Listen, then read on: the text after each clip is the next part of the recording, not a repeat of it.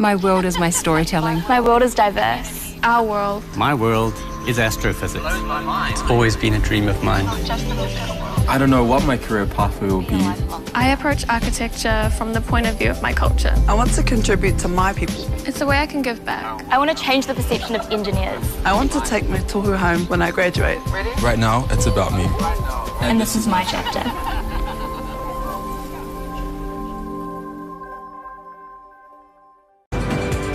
Only one New Zealand university is ranked among the top 1% of universities in the world and in the top 40 universities under 50 years of age. Auckland University of Technology, New Zealand's leading modern university.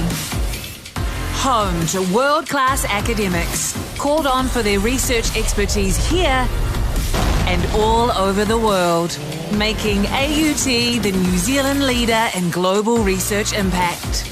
Connected to an extraordinary range of organisations worldwide. Focused on a rapidly changing future where creativity, curiosity and collaboration will only become more vital. We inspire, nurture and find the greatness in every single one of our students. We are AUT, New Zealand's leading modern university.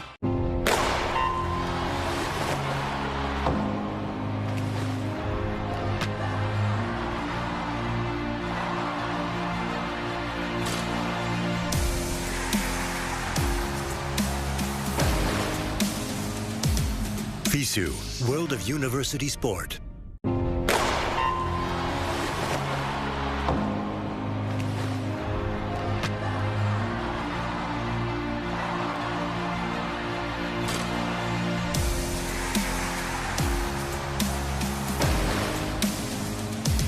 FISU, World of University Sport.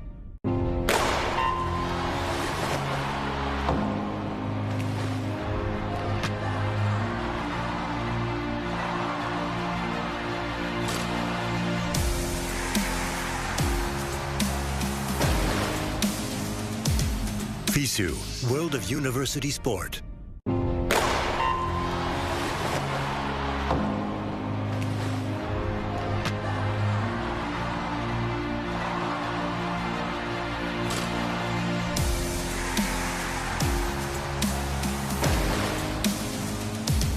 FISU, World of University Sport.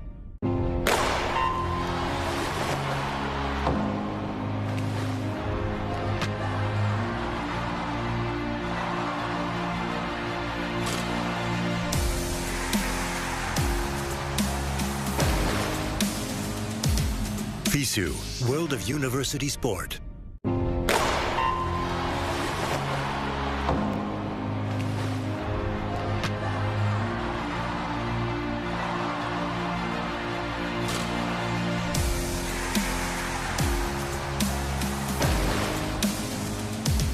FISU, World of University Sport.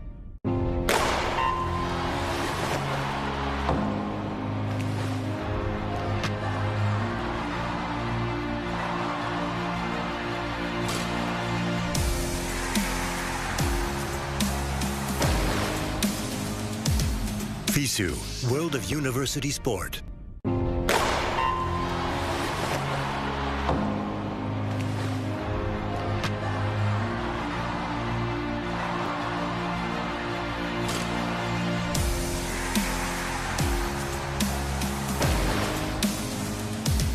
FISU, World of University Sport.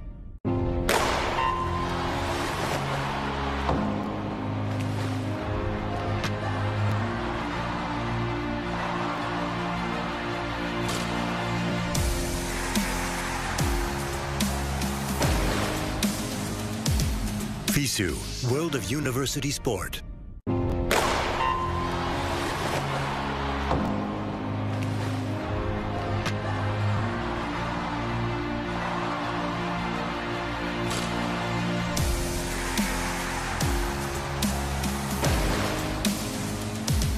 FISU, World of University Sport.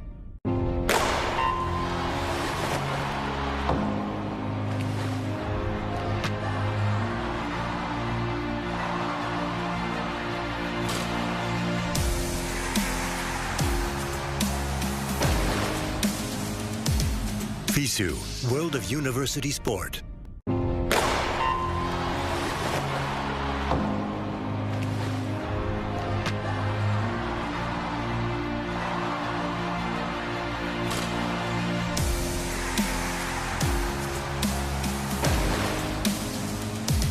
FISU, World of University Sport.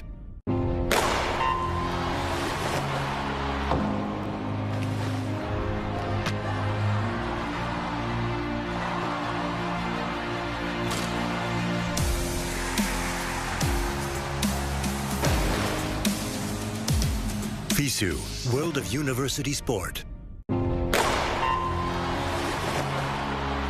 This is the University of Waikato, where every day people are making a positive change. Where research helps tackle global challenges and elite athletes can compete at the top of their game. A place where people are given the tools to protect their whenua for future generations. Where talent is nurtured and excellence is celebrated.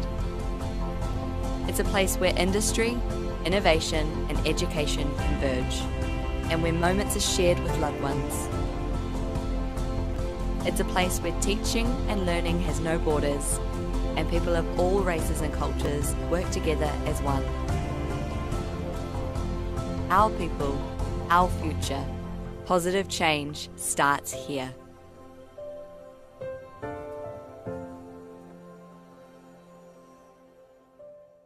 We believe where you live shouldn't decide your destiny, and that any place can be a place of learning.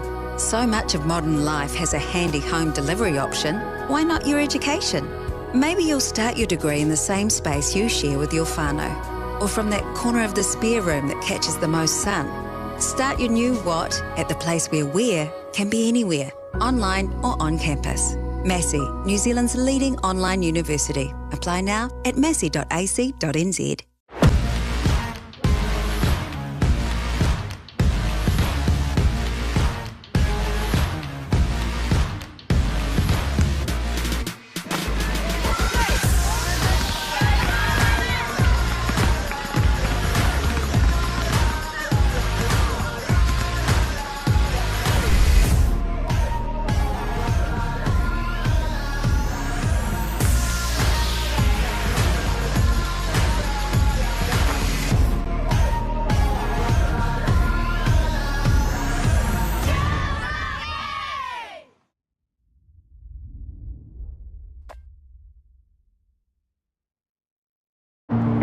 Belief, the emotion that stirs your body into motion.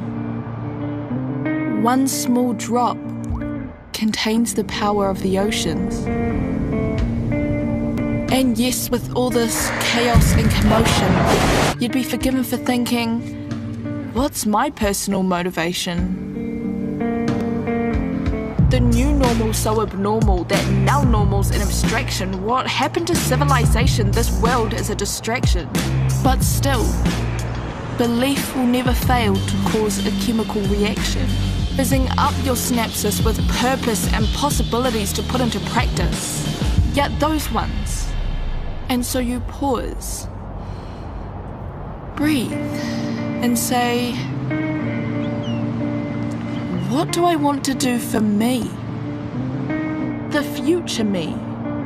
The one who needs me to believe that I can make a difference unequivocally, in whichever way I deem. Even if that's flipping me into we. You see, that really is living the dream. So yeah, it's a pretty simple plan.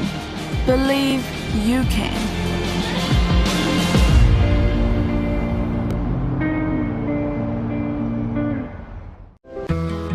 Dunedin, the city, is just so friendly. It's a big city, it's a big student city. I love that you can walk everywhere and that everything's accessible. The campus is just pretty much in the heart of the city as well. What the students offer to the city is something that you don't get too many other places. That's the great thing about this university, you will find your people. It feels like a university with a city attached to it. It's exceeded my expectations in every way. It's unbelievable.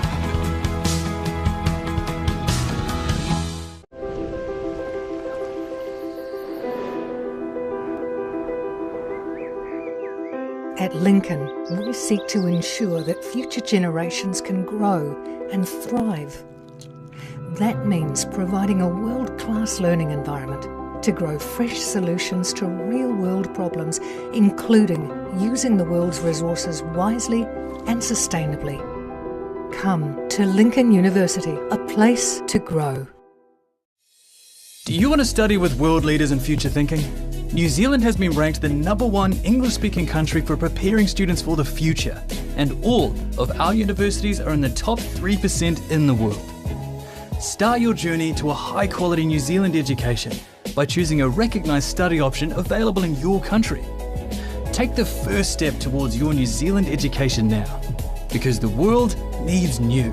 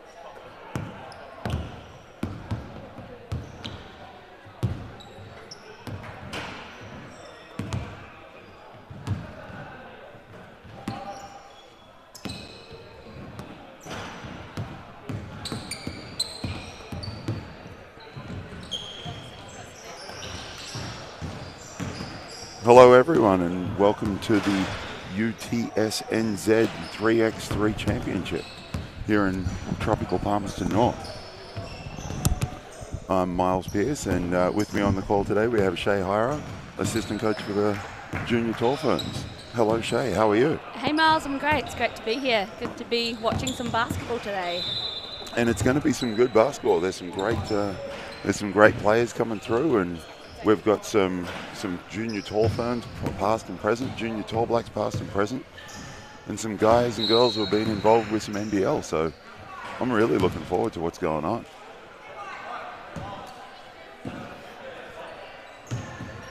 Looking at Lincoln first game up here on show court, Lincoln University versus Massey. Lincoln with Phoenix Sorensen is a current Junior Tall Black member, Noah Price, Simon Lafale, and Tan.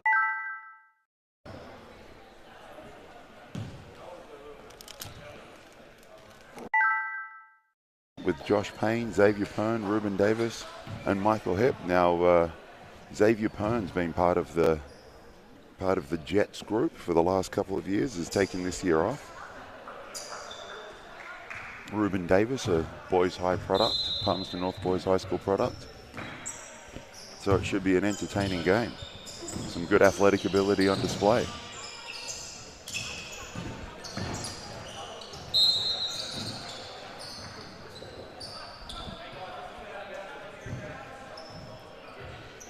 And for those new to the game, no jump ball, Shay.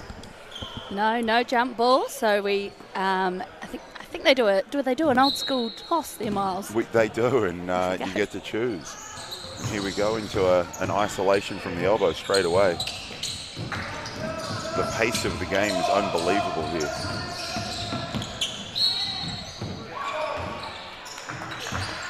Straight off. You could see straight off the start of the game. I think it would be interesting to see how disciplined these players are in regards to the foul situation, because to be honest, that can come down to a game winner if we get that too early. And we've got an early score from number 28.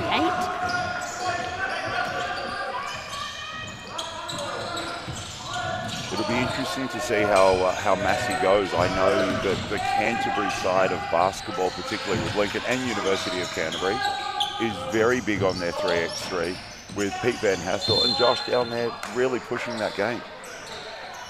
Yeah, I mean, I don't think we will get much better than textbook basketball out of Lincoln today with their 3-on-3 program that they run down there. So Tane with the opening score of this game. Flare screen, elbow, there's that action again. Another score for Simon Lafalo.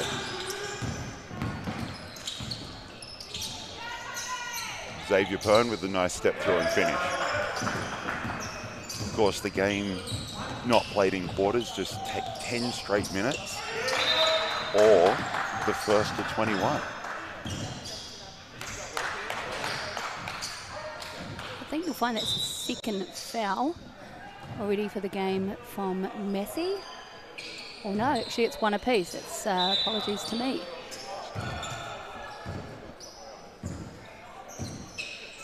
Just to cite something with the officials here.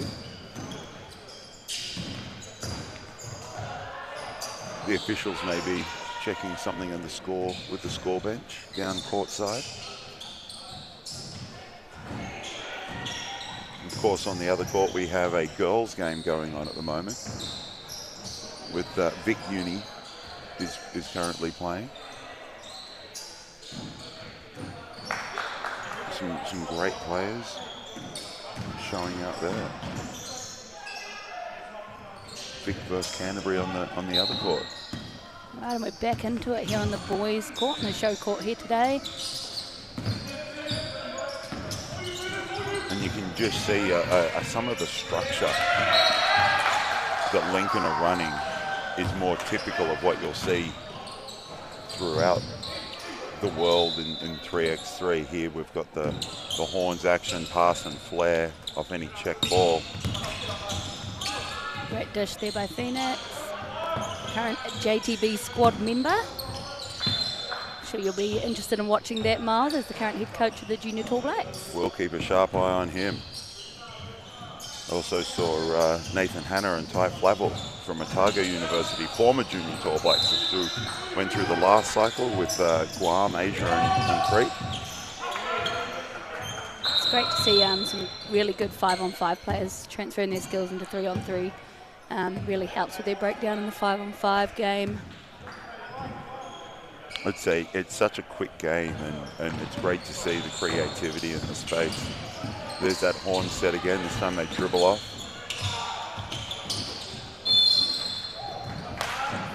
Another foul on the baseline.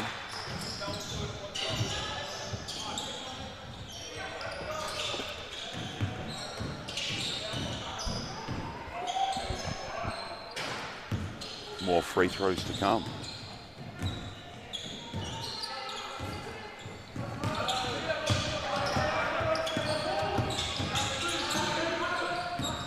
And it'll be interesting to see, here we go, Xavier Pern shooting a deep three. He did quite well playing for the Jets, and he could really shoot the ball, so it'll be interesting to see how that translates to the 3x3 game.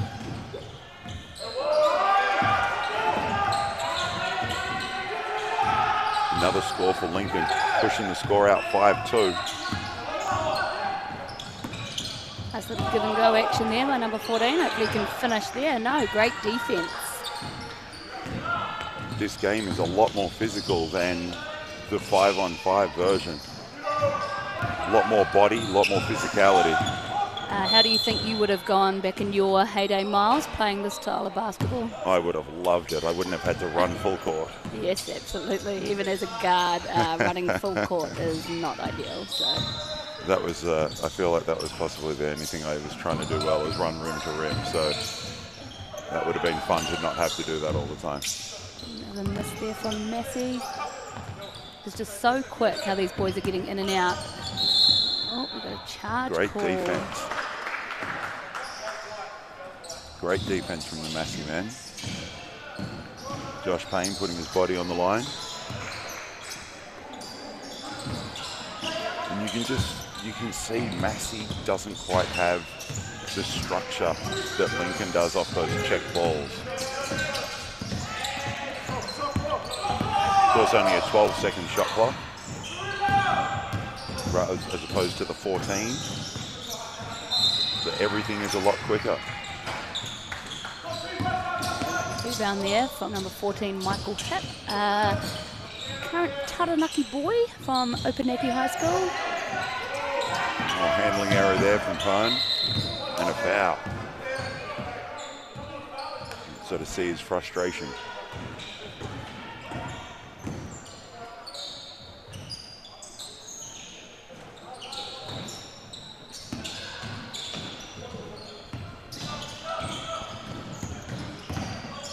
A little bit more of a screening action there. I think at this stage, Lincoln is just using this extra space. There's Pone with that shooting ability I spoke of earlier. Yeah, long one, coach killer, you call it in the 5-on-5 game. Too big, too strong.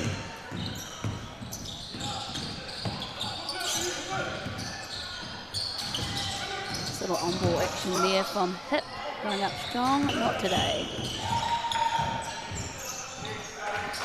Couple quick scores, they bring it back to a 2-point game, 6-4.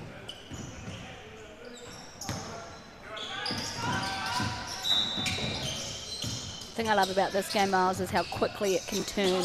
You go from a large lead, a couple of quick twos, and it's back close.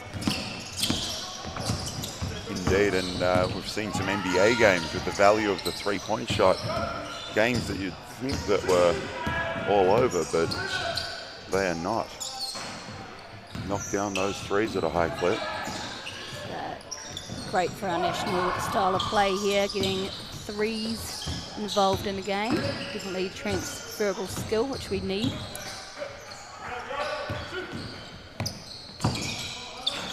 Another uncontested three there, miss. Well picked up, well rebounded by Lincoln.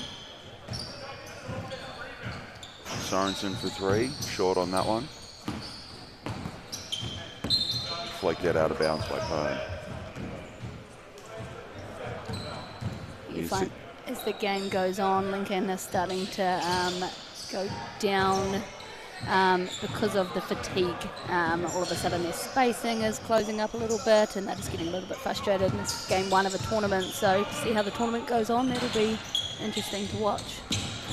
And it really is, and it's only a couple of days, but the games are short and sharp and very tiring. You can see the guys rotating through on pretty much every dead ball. As Davis scores inside.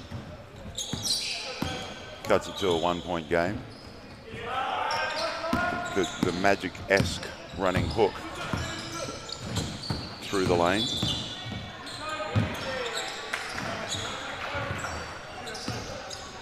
And after a bit of a slow start, the boys are starting to warm up with their scoring shape. Yeah, absolutely, and it's good to see. With only just over 3 minutes to go on the clock.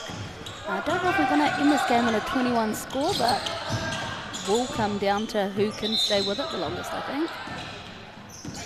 Well, we've got a stop ball there. Is it an 8-second call, Miles? Oh, there we go. I don't know what that means. We'll find out for the next one. We do have a rule book here, so we'll find out. Apologies to Pete and Justine, who the 3x3, as Shay and I are both more accustomed to the 5-on-5 version of this game. Absolutely, but we are keen to learn, so here we are. So if we say something wrong, Pete or Justine, and you do hear us, I can see Pete down sideline scouting and filming this game. Feel free to shoot us a message.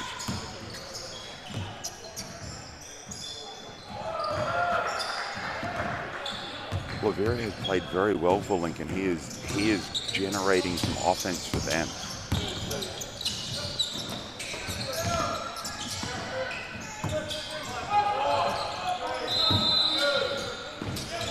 Great finish inside.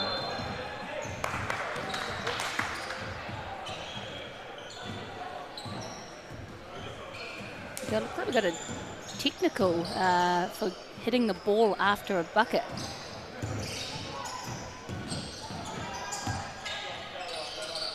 That would come under one of the stalling rules, I believe. Yeah, yes, I can see that. It's in Section 9 in the FIBA rulebook. Of course, they would love this game to be played at a high pace. So that sort of thing, it's just It's just not kosher. Another horn set with the field. Come back off that one. And we've got a 3 to pull it away. No, can't connect this time.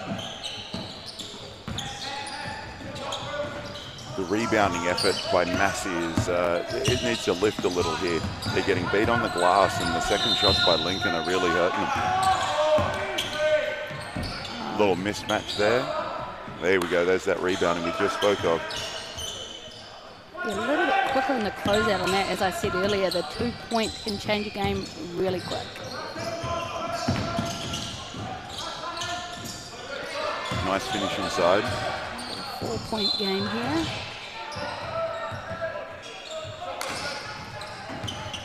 Subs checking back in.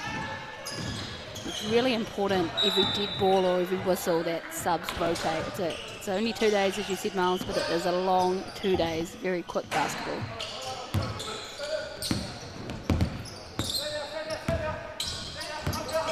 And talking to Pete Van Hassel before the game and previously, he was talking about good 3x3 teams want to pass the ball out after a score or a rebound rather than dribble out.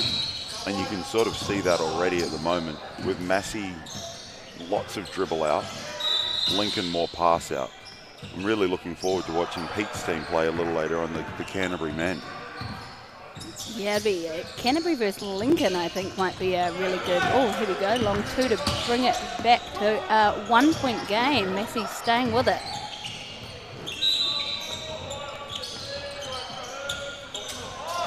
Oh, the answer right back from the Fury. Commentator's curse, I think they call that.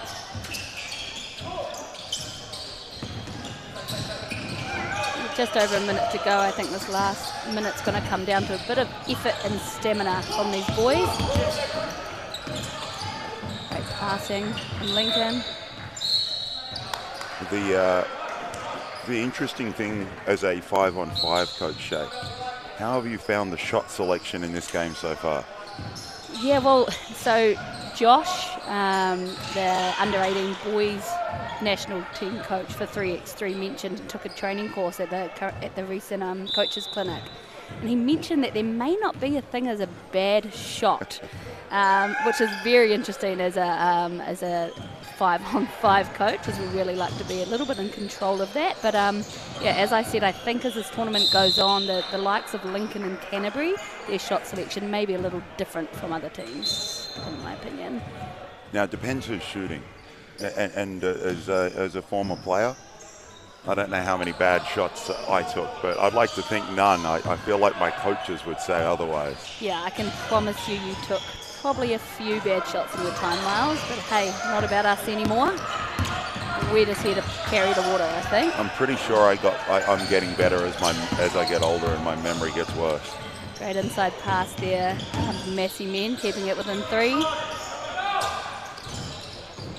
And again, another welcome Lincoln with my commentating. Every time I talk about Massey coming back, you go and hit along too. Cut on the base, it'll be a little bit quicker with that pass there. You just see the whole side of the floor is open there. Tough rebound.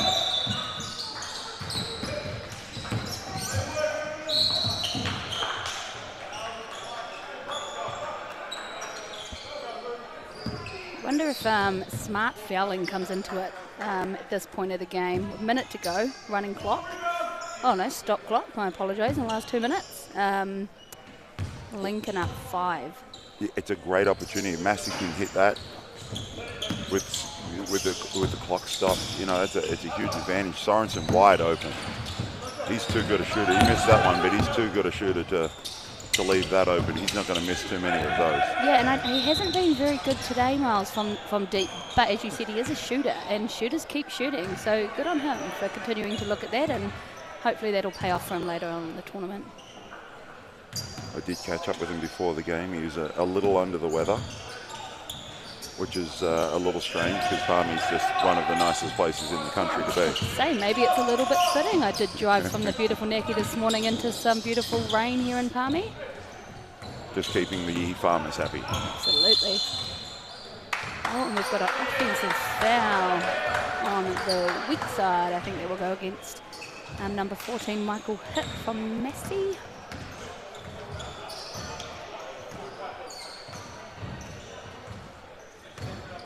I do find as a 5x5 coach, this 3x3 is more of an offensive dominant game in regards to bullying. It is indeed, and it's something that I feel like New Zealand can do well on the world stage. Our recent success with the men's and women's programs in Doha for qualification was great, and on the men's side we've got guys like Domka Mampoto and Tai Wynyard who can really assert their physicality and do well on the world stage. Yeah, absolutely. I mean, we've always been the nation that, you know, punches outside our weight, and this is a great opportunity for us to show just how great athletes and, for lack of a greater word, bullies we can be. Oh, great finish there by 28. He's had a very good game. Riveri's done quite well. And a big block to finish the game by number 5 from Lincoln. So there it is, game 1, done and dusted. Lincoln men coming away with the win. We go through some highlights here, nice hook. Interesting to see that a lot of the shooting only ended up coming to play later in the game. It was a lot of attacking the rim, and I see it really paid off for Massey. But as you said, they've got to get a bit stronger on the boards if they want to see out this tournament. That may be what let them down against Lincoln this morning. It's a quick game, and the ability, you know, it's a make or miss league, it's a make or miss competition. And I think you're right, that ability to knock down the 3 and be able to switch onto bigger guys, girls, it's going to play out. So looking forward to our next one here on the show court with the Lincoln women versus AUT. It'll be another great display of Lincoln's women in the program that they run down there. So really looking forward to it. There we go. Awesome.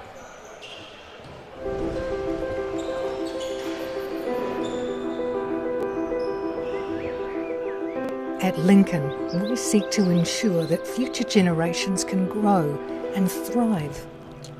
That means providing a world-class learning environment to grow fresh solutions to real-world problems, including using the world's resources wisely and sustainably. Come to Lincoln University, a place to grow.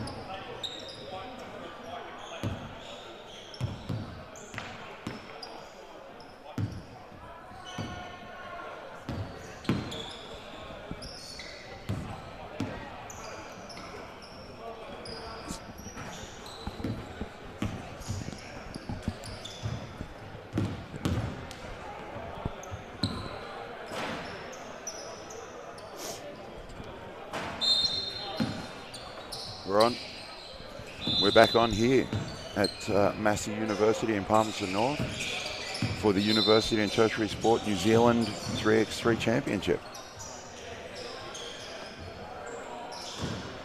Second game show court, we have Lincoln women versus AUT. Lincoln, Lauren Hippolyte, Rosie, I can't even talk right now. Rosalia. Thank you very much. I got that out. Grace McGurr and Kate Herman. AUT, we have Madeline Sheeman, Casey Leak, Kate Keziah Sembrano. Sorry if I pronounced that incorrectly. And Meili Latu. Lincoln, straight into that horns action with the rip right there. I think we're going to see the ball in number 6, Lauren Hippolyte's hands quite a lot during this game. Current Tall Fern, current WNBL championship champion player with the Melbourne Boomers, coached by Tall Fern's coach Guy Malloy. Very excited to see these girls in action today.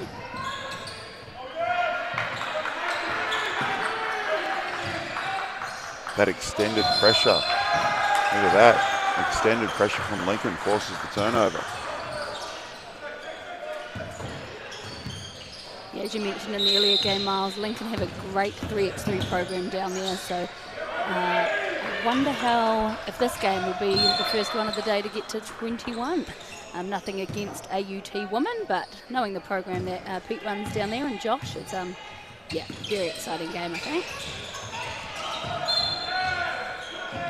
I love the fact that we're putting energy and time and resources into this side of the game. I think it's just another pathway for the youth and for New Zealand to succeed on the world stage. And basketball is one of the biggest sports in the world, so just any avenue that we can take to get that and push our game onto the world stage is fantastic. Oh, absolutely, and the thing I love about 3x3 is you just get the ball in players' hands all the time. Not many people miss out on touching the ball within that 12-second shot clock. We go AUT getting their first shot of the day.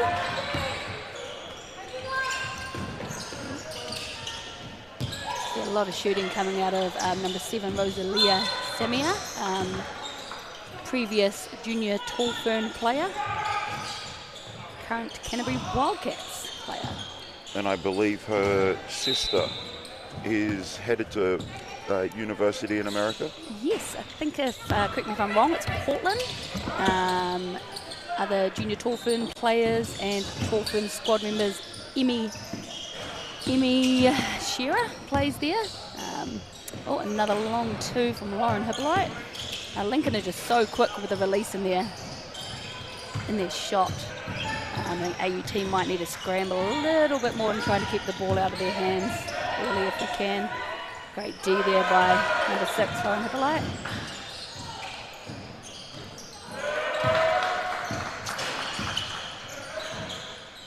And the ball pressure from Lincoln is really disrupting AUT right now, leading to some easy scores, a couple of turnovers for AUT.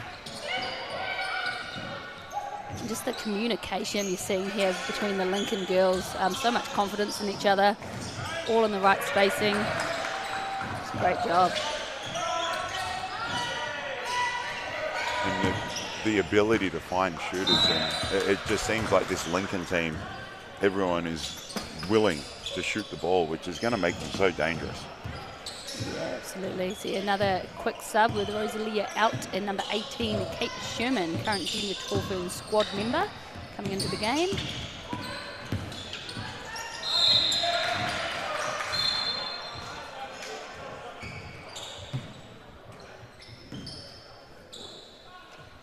Great to see the teams, other teams sticking around, watching, scouting, trying to keep up as we got a cheeky little offensive rebound. Yeah, I think that shot might have been blocked there by Kate Madeline Sherman, trying to get away that quick 2 and just couldn't quite get enough space on that shot. Not according to the officials. Horns flare action happening there, but no, Lauren doesn't need it. She wants to go herself, and there she is again to get the rebounds. And that's the 3rd time they've run that set for Lauren. And I don't know how much time you've got to scout, but Lauren's a fairly well-known basketball player in New Zealand, and you've got to know that she's left-handed, and she's catching on that elbow. She's ripping left, and she's looking to go. Yeah, absolutely. You've got to definitely play honesty on there, but on the flip side, you've got Rosalia Semia coming off the flare screen, and she's a no-win shooter. So, yeah, I mean, good luck. The dilemma.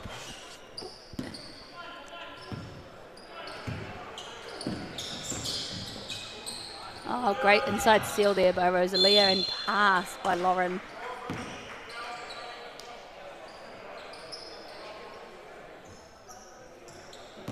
Definitely looks like, Miles, that this Lincoln team may have played together a time or two before.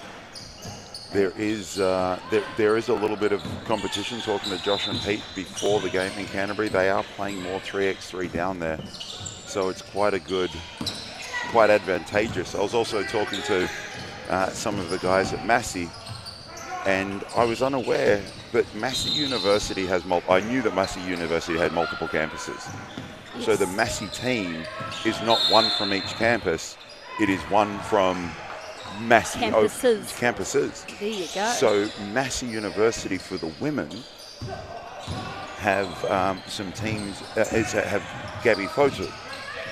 And if you're in basketball and in New Zealand, you're probably aware of the Fotu name, but she hasn't met all of her teammates before because she's at one campus and some of them at the other campus. Yeah, so she's from in Auckland, and then you've got Alex Blyde, who's down here in Palmy, so it'll be interesting, especially because, again, all great basketball players in their own right, but then to come up against a team like Lincoln who play together will be very interesting. But I think that what we got the moral out of that story, Miles, is that you talk to a lot of people.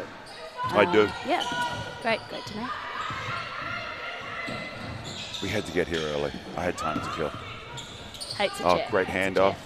Nice shot there by Kate Sherman. Kate Herman, not Sherman.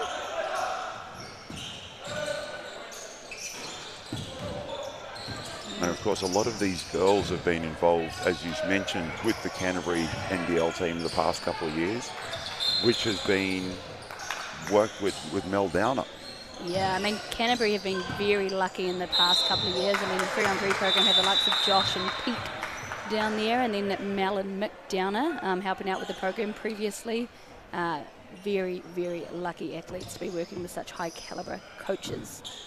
Mel obviously part of the Tall Ferns staff, and Mick has been involved in the Australian League and now was head coach of Canterbury, now head coach of the Bay Hawks, who had a very good game the other night.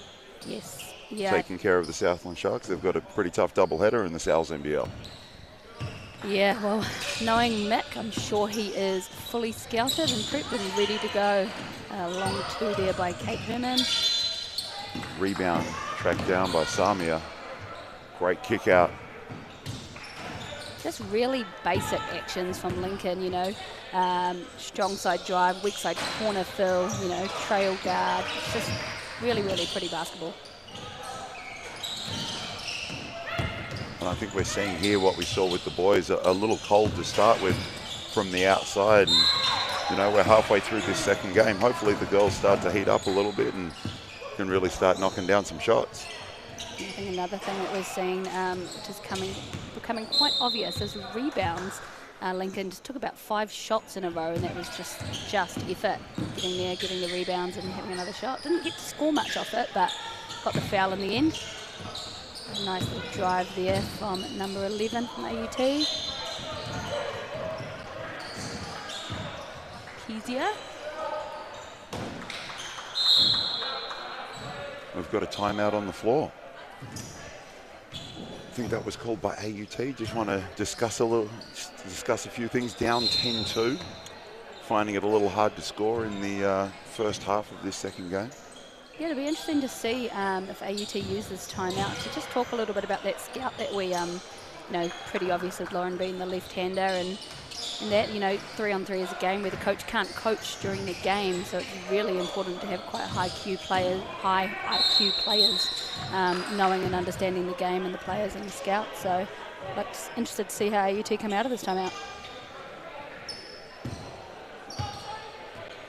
I'm sure the coaching staff has figured out some way to signal something. I'm sure Corbs figured that out while he was working the sidelines for the New Zealand team. That's why you don't win world championships not figuring that sort of stuff out there, Miles.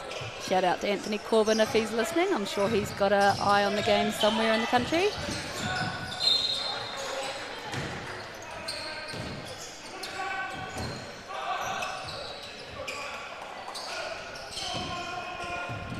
So there we go, check the ball up and good to go. Yeah, and I think another offensive rebound, as you mentioned before. There's that fill behind three that you mentioned. Simple actions done well. Simple actions done well, and I would like to say that was the fourth horn set with Lauren coming off the left. So AUT just maybe needed to regroup, or whatever team is playing them next, and understand that scout's pretty obvious with your little left-hand guard. And a fairly good left-handed guard as well. Yeah, definitely a well-known player. Again, I know she worked out quite a bit with Mel Downer down in Canterbury, and then was over and worked with current Saints head coach Guy Malloy over in Melbourne. But really showing her skill in the 3x3 game. Lauren, quick left-hander, great shooter, high IQ player. Just tidying up the court a little bit, making it safe for all the players. We don't want to see anyone have to deal with the physio. And speaking of the physio, did you see who the physio on hand here is? No, I didn't. Current staff member, junior tall fern staff member. Yeah, I was gonna take a wild guess. Yes. And, I would go as far as saying what lucky athletes we have here today to, if they do get injured, because you don't feel so lucky when you're injured, but to have the great Shannon Spicer being their physio looking after them today. So thank you for your hard work there, Shannon. Great middle rip there by Samia. Great drive. Great footwork, couldn't finish. Kick out, three. And there's that pace of the game again. Space, kick out, three. Samia connects on that one. Stretches the lead. There's actually a really good look there by number 4 from AUT, Madeline Sherman. Just need to be a little bit quicker with the release. AUT are really working hard to get their spacing, but the pressure from Lincoln is just not helping the case today. No, that defense is up and in, and that really has caused them some problems. They've had some time violations, they've forced some turnovers. There it is again, as we talk about it. Jamming the space isn't great for AUT on that. Force another time violation, shot clock. I've worked out with some of these players, and I've set the invisible screens, and they're not soft players. They do really hurt. So watching Rosalia and Lauren hard switch on those screens, I feel for AUT right now. Great drive, Grace McGurr. Finishing on the other side of the basket, fouled in the process though. She'll go to the line to shoot. Really interesting to see here, Miles, that hard D by Lincoln, but only conceded 1 foul so far in the game. AUT with 4 so far, so that up and in defense and really understanding the game and where they're trying to go is helping Lincoln a little bit right now. It's the ability to play physical without the hands, and I think Lincoln's doing a very good job of that. Whereas AUT's got the physicality, but a little bit more of the reach. Great no help there from Lauren, and as we said about that defense, is you watch Lincoln, they're so up and in with their players and their man on man, they're not helping at all. And that just comes down to confidence in your teammates. Lincoln forces another turnover. Hippolyte coming off that left screen. Popping on the other side for the 3. And this is the space that we were talking about earlier. We had all 3 AUT players in a very small part of the court. They've got to figure out ways to take advantage of that space. One thing I noticed, Miles, and it is early in the day, but 3-on-3 doesn't involve much size. Height-wise is what I'm talking about. We're not known for our size here in New Zealand, but it's really good to see some medium-sized players really good at basketball, spoken like a true 5'4" guard. There's definitely some size floating around. On the other court right now, Nathan Hanna and Ty Flavel are part of the Otago boys team playing. We turn to the guy as Hippolyte scores again. But you're right, it's a great asset to be able to switch everything, guard the ball, guard multiple positions. Another look from three for Lincoln.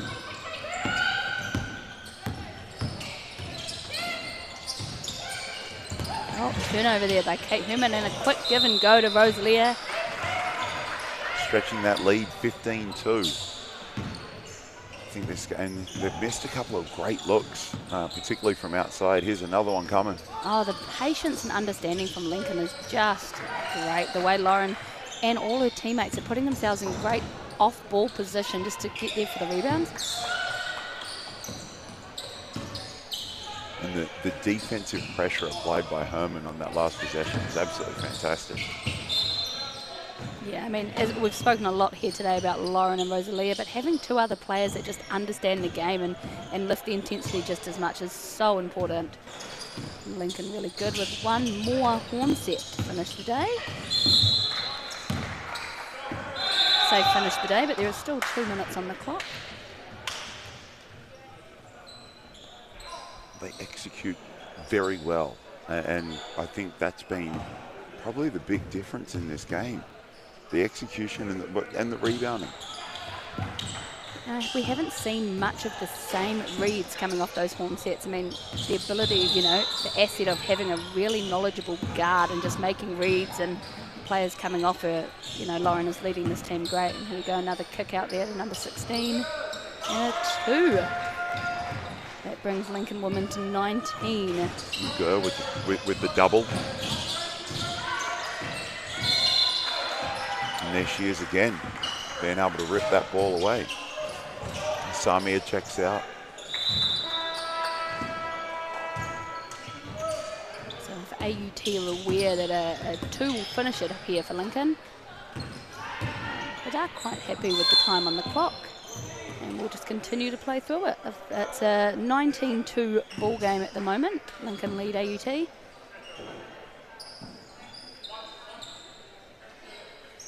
One to come for Herman.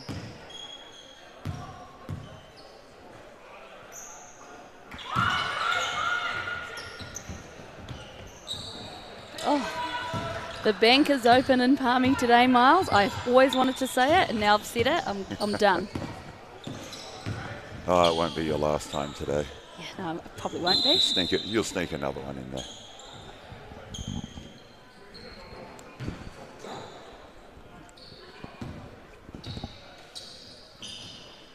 Oh, nice little high-low there. Not very well executed there by number 11 from AUT. So misses that one on the inside. Lincoln not giving up on that pressure. Not too worried about the score right now. The way they play is the way they play, and they're going to continue it. So Lauren here, can she finish the game up? Long 2 by Kate.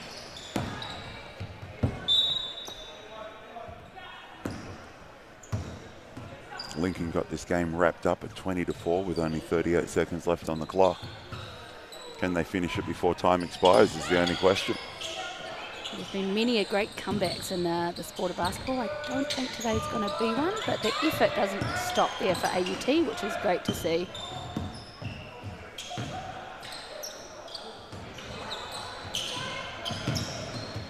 Another steal there. Kick out 3. Lauren for the 2, and that is game. Lincoln finished going 22-4 over AUT. Back-to-back wins, Lincoln men, Lincoln women. We'll see some highlights coming up here of the game. Yeah, as we called it, that horn set action by Lauren, going there on her left. And some more great D by Kate Sherman. Oh, beautiful finish. AUT. I think going further in the tournament, Miles, AUT just need to really focus on their strength, and it's at the rim. After watching this game, they didn't get much scores, but they were all at the rim, so to continue to exploit that, they may be in for some little bit more closer games. they do need to, they did play well down low, so just having that advantage and being able to play out of the post, take advantage of mismatches. As you said, some of the Lincoln girls are all very similar size, so if you can create a size mismatch, you've got to be able to recognize that, then take advantage of it. Yeah, tough first hit out for AUT this morning, but it was Lincoln that came away with the win. Effort didn't go astray in that game and been able to finish it early there. And another game coming up, we've got the Canterbury men versus Waikato men. Not too far away.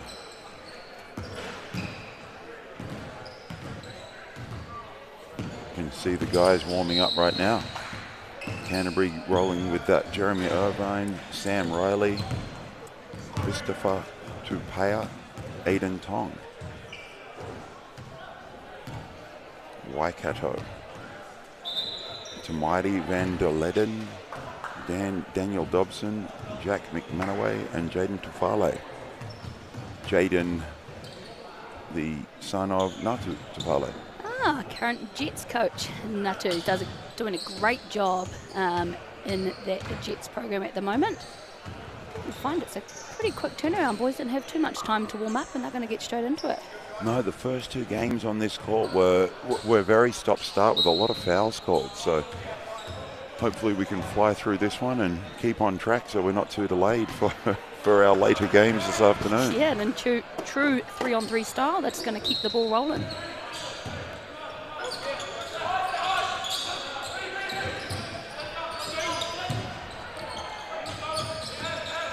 Oh, great up fake and getting to the rim right there. Find there in the weak side corner. Once again, just a little bit short on that opening look from two. It's definitely taken the earlier two games, took a little while for the shooters to warm up, so I'm sure that'll change a little bit in this game. Canterbury with the rebound there. Another long two.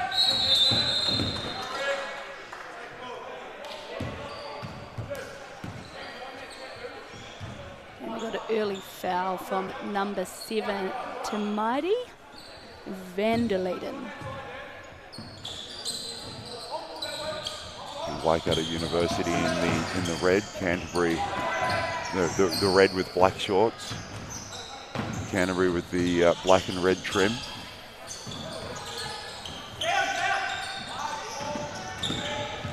Good switch defensively there. You see the first score of the game from two. Answer right back.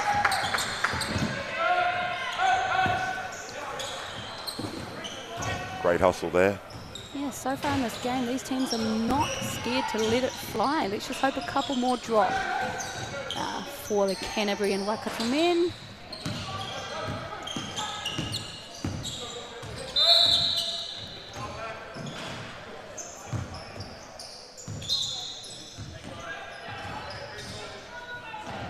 Foul called on the play. Referee just sorting out something here.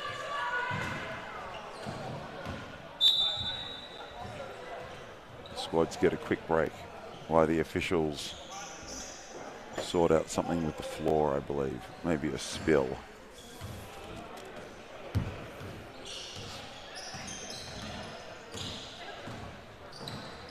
Always part of the fun and games of basketball, and people hit the floor and other things hit the floor. Make sure player safety is at a premium. Very lucky to have some great Basketball New Zealand staff on board who wear many hats at these tournaments. Floor wipers is one of them.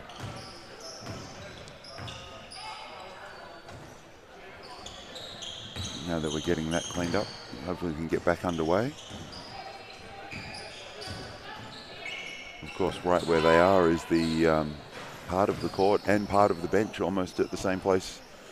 So may have been a spill or something going on.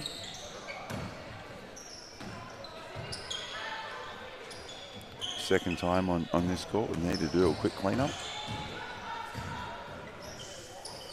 tied up just at 2-2.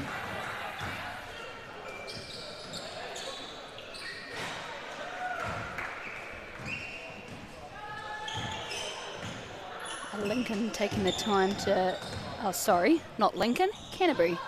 That other school down there. That other school down there taking the time to really talk over the minute and a half that has already been. It's one of the things I love the most about 3x3 miles is that the ability to allow players to just communicate and talk and lead. As a coach, there's nothing more that you want from a player. And it really is a fantastic opportunity for some of these players to step up, some of these young athletes, and see who takes the reins. And as we get back underway here. Head referee there, Mel just looking over, making sure it's all good to go. I think you'll find tonight Mel refs her 400th NBL game. No, that was it last night. Apologies, yes. Apologies. Jets versus Rams. Jets Rams was her 400th Sal's NBL game. Wow, so shout out to Mel, great job, commitment to basketball here in New Zealand and support of the referees and players. That is a lot of games. Yes. That is a lot of games. I mean, I'm from Taranaki, so I have the mighty Aaron Bailey Knoll just clocked over his 300th, and we thought he was getting on. And oh, no, don't. He's getting on. He's still getting on. He's no Mao with her 400th. No, the ageless wonder. He was fantastic. I was lucky enough to see him play as the Airs took on the Jets here in Manawatu a couple of weeks ago. And he's in great shape. He is in great shape. And as you said, the ageless one just seems to be getting better with age. And he was good to start with, so look out. Look out to the Rams who get to play the Taranaki Airs tomorrow. And that'll be a clash of minds. That'll be an absolute chess match with Coach Trent Adam and Judd Flavel going head-to-head on the coaching side. Yeah, absolutely. And Trent lucky enough to have the mighty Hall of Famer Pero Cameron sitting on his bench, and I'm sure PC gives him a little bit of friendly advice every now and then. I'm sure the advice is very friendly. Absolutely. See the boys here on the show court just staying warm.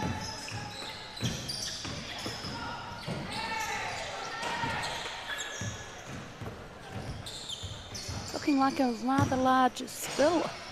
Or is it a leak from the roof? I feel like there's something has gone awry, but we're not quite sure what it is.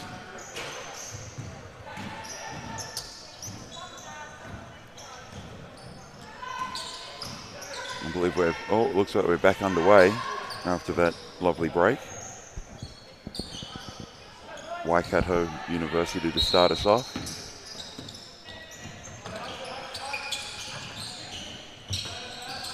Pass and pin away action into a turnout screen. Another look from three, two I should say, sorry. Another look from two, knocking that down. Yeah, Waikato are taking Tufale knocking that one down. A few seconds to get some shots away, and a quick response there from Canterbury.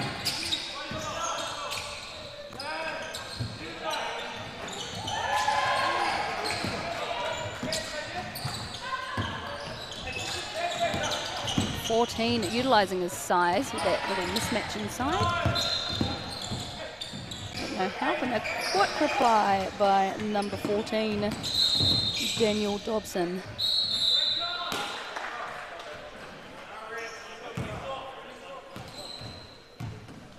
And subs will be back to the foul line.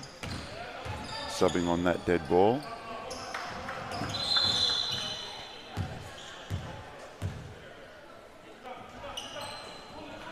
Hong knocks that one down, Canterbury.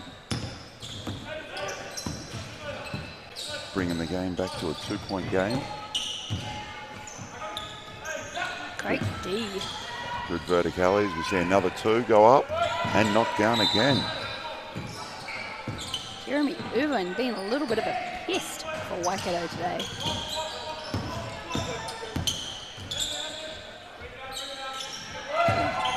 just proving that he can shoot that ball, and he needs not much space or time. No, Christopher Tyre with another quick 2.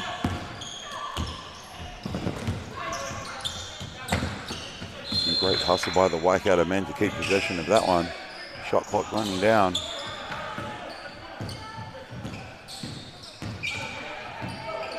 Tong regains the handle. No foul on the play.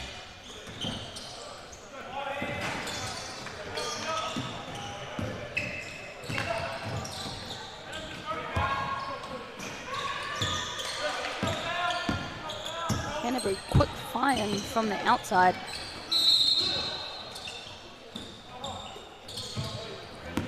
Able to tip that and keep that alive. Oh, great little hello there to number 14, Christopher Tapia. Just needs to, he's had a couple of looks down there. He just looks a little bit off balance. The physicality of this game, he needs to be able to play wide and low. Make sure that he can take advantage of his size that he has. Yeah, and while early it looks like it's going to be a bit of an issue, it's just going to make for a greater game in the long run. Miles in the 3x3 and in the 5-on-5 space, having our bigs really been able to work through contact and finish. As we see Waikato here, checking it up again.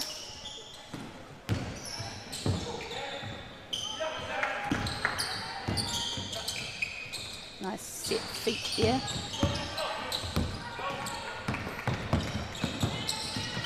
Waikato gone away from their structure a little bit here and just playing some one-on-one ball. Nice little fill behind.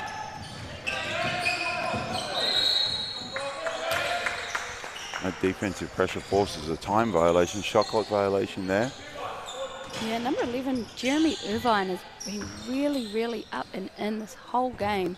Whoever he's marking from Waikato are just struggling to even get the ball past him at the moment. So the horn set, fair action, come back.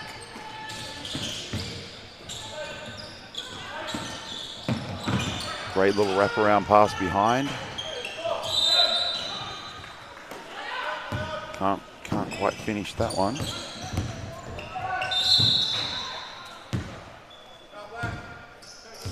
As a foul is called on the baseline drive. Free throw to come.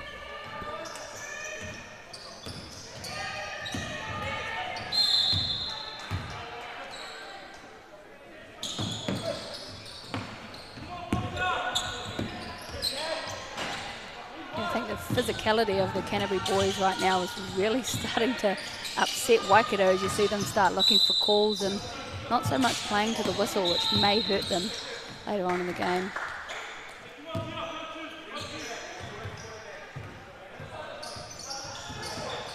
The referee explains his call. I believe it was a 3-second call.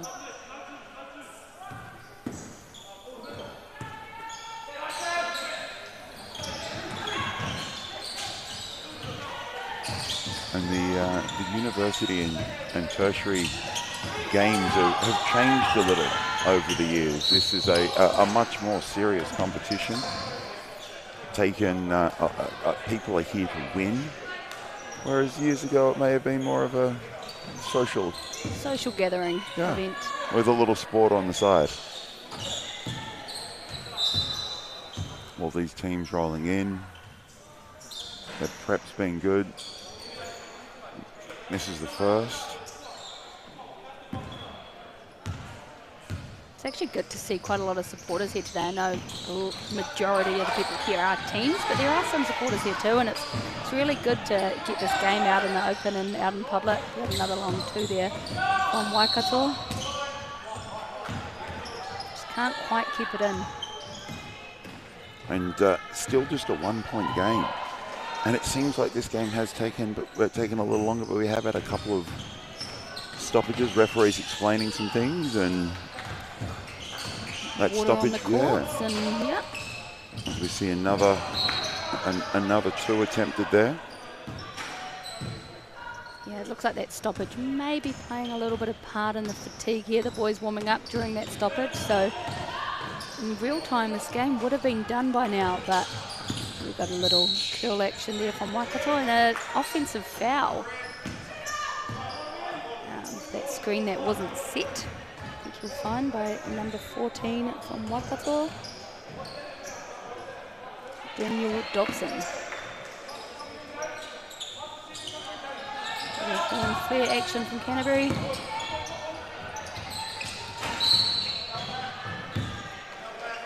And as a coach, at what stage do you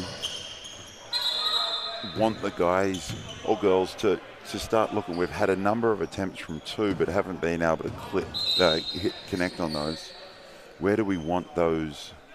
Okay, we've shot a lot. As you said, Josh was saying earlier that there's not a lot of bad shots, but if we've missed a number of those 2s, are we trying to get something at the rim just to keep that scoreboard pressure, as we see Waikato do that very thing right there? Yeah, and I think as a coach, you want to be able to trust in your players to just be able to make good reads. Are they uncontested shots? Are we working hard at getting rebounds? What are we doing in that extra bit to make whatever we do okay and just be accountable for actions?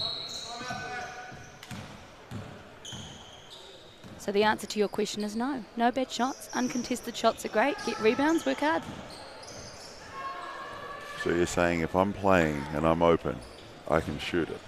I would imagine if you were playing and you were open, you will be shooting it. Okay, there we go. And that is not much to do with coaching, I think there, Miles. Just how you play your game. I'm more of a pass and go screen guy. We see a timeout on the floor here. Just under 3.5 to play. Still a 1-point game. Canterbury with the lead.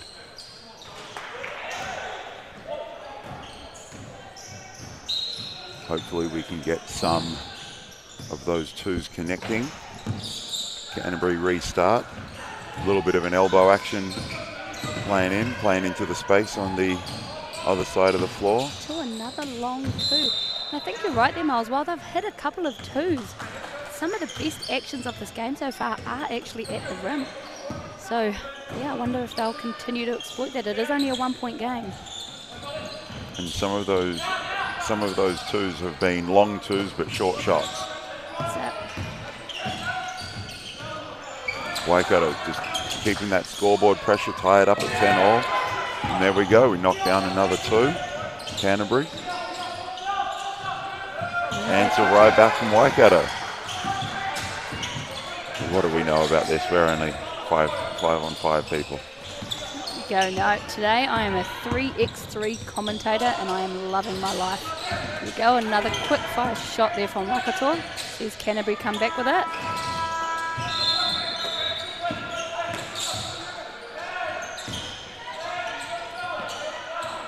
Great step back to create some space. Couldn't quite get that. Vanderlyn. The advantage of this game, though, Miles, is seeing at every catch, all players have their feet set, ready to shoot. I would love to see that, filter over into our 5x5 game, because we have some shooters, they just are not ready. So seeing these boys with their quick feet, it's really nice to watch. Another the friendly roll. It gives up the open layup for a kick out 2.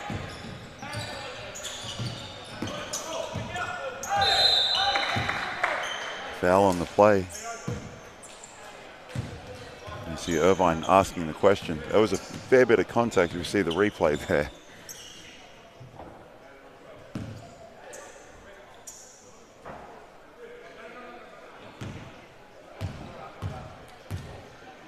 Just off camera we see Jacob Warren, New Zealand cricketer, walking through, checking out some of the action.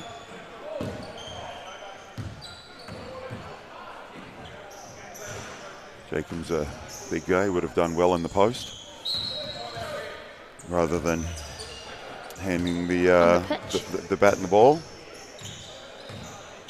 Had his own fairly illustrious career in his chosen sport. Another timeout here on the floor. Canterbury up by 2 with just under 2 to play. It's another long game here this morning. Will we see it finish at the 10 minutes, or will we close off early? As you mentioned, Canterbury up 15-13. And I think we're back in action now. They may need to get hot to get that going, and it's just on the sidelines waiting. We've got Otago and Waikato women ready to play. Waiting for the finish of this. They'll get a short warm-up and then straight into the action.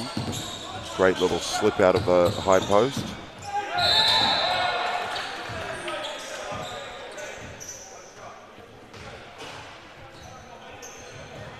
Nice aggressive take there.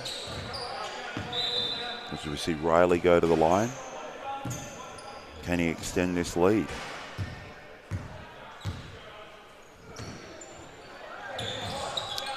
Yes, he can, making it a 3-point game. A little bit harder for Waikato to come back now. There it is. Oh, and the turnover. Waikato really need to up the pressure in this last 2 minutes of the game.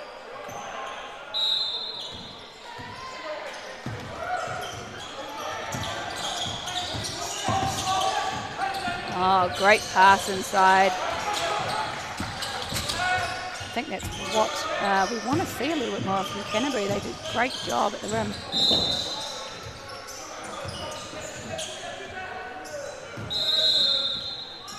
It was a great box out, just letting that ball bounce and heading out as Canterbury hold the 4-point lead over Waikato. Just over 90 seconds to go.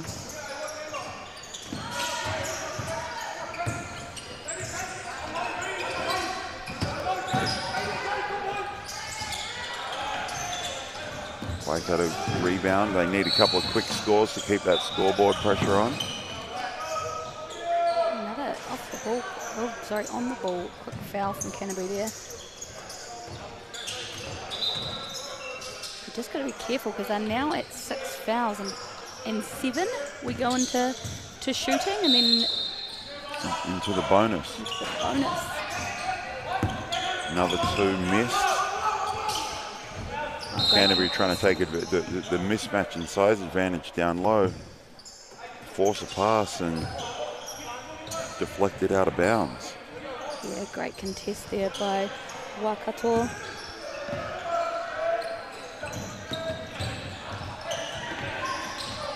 Some great patience and poise. I believe Tong is a training partner with the Canterbury Rams, using his size down low well this game.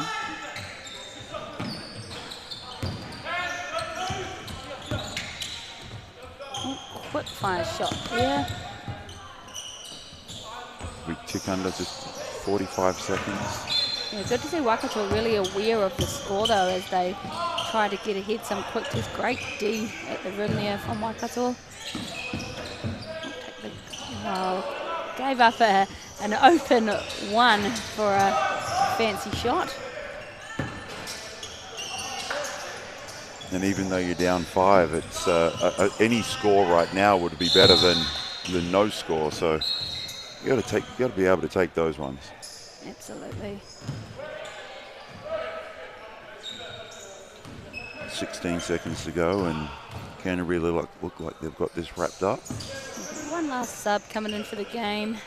As we see Canterbury take one more big hefty shot, and we're going to finish the game off. I would like to say the last play of the game with the ball in Waikato's hands. Oh no, sorry, Canterbury take for the last play. And the Otago girls just off screen getting ready to come in as we have a score there. Quick kick out 3 on the buzzer. 2, I keep saying 3. Hopefully by finals tomorrow you'll be able to get that right there, Miles. Yes. So it's a really good, heavy game there today as we see some highlights from the game. Sharp shooting early on. Nice little behind the back and can't quite finish, but great boards again. And just looking to great little slip action there to follow. It's going to be an interesting one next up. Some players that you're familiar with. Yes, I'm very much looking forward to this game. We've got as I look to see the teams that are coming in, we have Otago girls with ex-junior Torfern and captain Caitlin O'Connell, number 5, Hannah Matahaide, and they have all played in the Junior Tour Ferns program, so looking forward to seeing these girls in action against the mighty Waikato. And that is, those two there were part of the crew that went to New Caledonia with you and Coach H. Coach H. Cat Wills. Yes.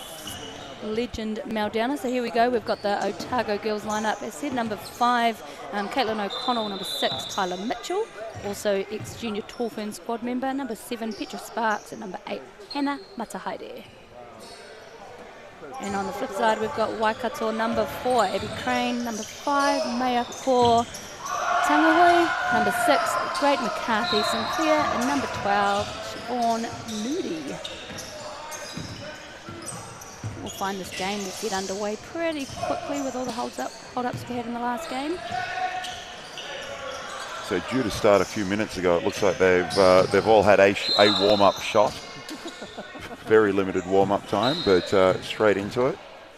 Yeah, that second game of the day, I think you'll find for both of the teams, so they should be pretty warm. It's a pretty quick turnaround here.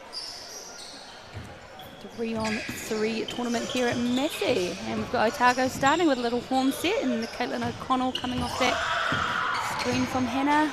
Oh, nice inside seal there from Hannah Matahaere, and a quick release score for Otago. Of course, the Matahaere name quite well known. National Sales Championship in the showdown a couple of years ago. Her father, Brent Matahaere, was the championship winning coach and head coach of the Otago Nuggets. Yeah, absolutely. And the whole family are a bit of sporting legends, with sisters being rowing champions as well. And I think we have some surf lifesavers in there. So yes, the Matahaere name is known all over New Zealand, with a nice little quick shot release there from Mitchell, her second of the game. Quick 5-0 lead. A couple of doubles going down, we should say. Waikato tries to answer back. A little long with that one.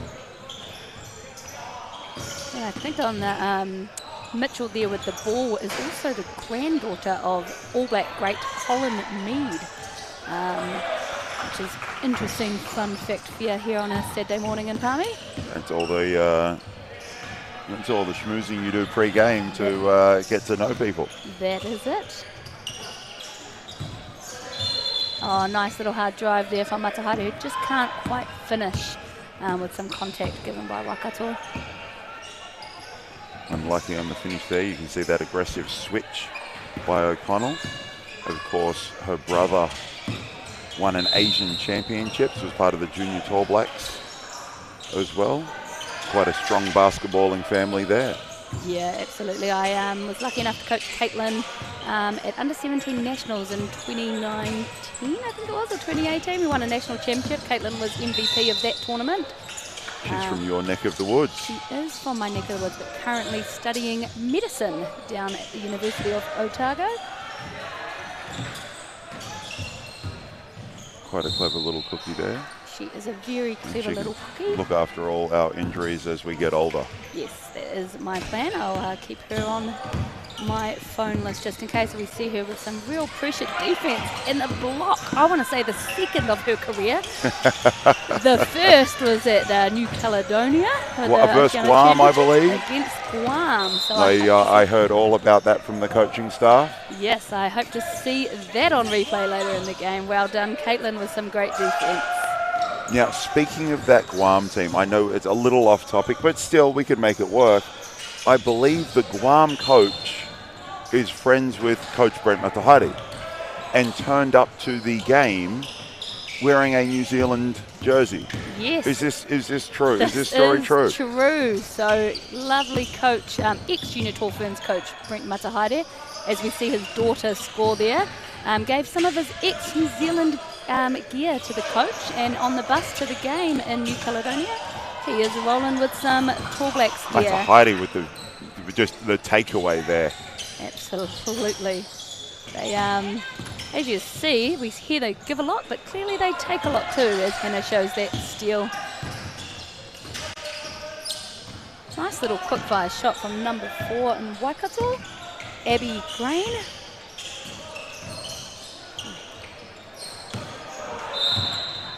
Matahaere short on that one. But I do really like to see Hannah shoot that, because I know for a fact she has worked a lot on her shot. And while she's such a great presence on the inside, it's so good to have diverse game and range. Mitchell coming off the flare there from Hannah. Will she slip it? Yes, I can see her bullying her way. No, kick out to O'Connell. Unfortunately, turnover there. A little bit more communication need from Otago, as you see them starting to tire out, and that pressure D just falling a little bit. O'Connell with the hustle, saving it to Matahidi. Open, uncontested too. Knocks that down for Otago, pushes the lead out to 6. Yeah, Mitchell won't miss much of them, so I think the scout on later games need to be aware of the shooter. That is Tyler Mitchell. In this game, the scoring's coming a little easier for Otago. You can see a little bit of a horn set there. Yeah, just also maybe a little bit of the understanding of the game from the Waikato girls here. Not switching as much, staying really onto their man, but against a shooting team, maybe not ideal, but I'm sure they'll figure that out as the tournament comes along. Another little horn set there. Or a little bit of a mishandle. You could see the intent. Unfortunately lost it out of bounds on the baseline. I think if intent classed as points, I would have been a great scorer back in my day, Mark. I intended for the ball to go in the basket, it just didn't quite get there. Absolutely.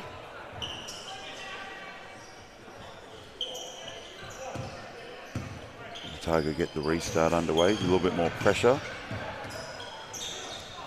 Caitlin, I want to say one of the, probably the more finessed ball handlers here at this tournament. That'd probably be on both sides of the men and women's competition. Yes, yep, she works very hard, does our Caitlin O'Connell, and it is great to see her still out there. I heard she had a game in Otago last week against current junior Tall Ferns coach Natalie Visca, and she lit it up there as well. So while Nat was upset they lost, really happy to see one of her players still going at it. She comes off that tight curl, and nice left hand finish from Caitlin. Unfortunately doesn't get that one today. Good hand, rebound, Matahidi. Her little shimmy O'Connell in talking about her brother Matt. With Shimmy Jr. Shimmy Jr. They do have some handles and quickness about them, the O'Connells. Yes.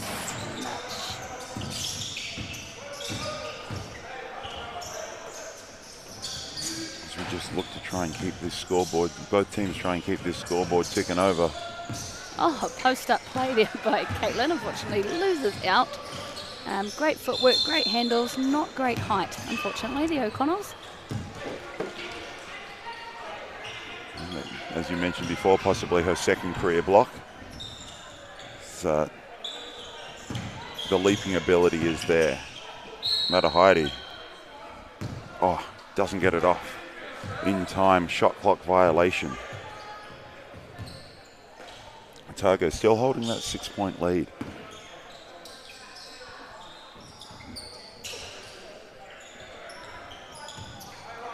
Nice little flare action. Semi-contested 3. Oh, Caitlin wanting the ball in deep.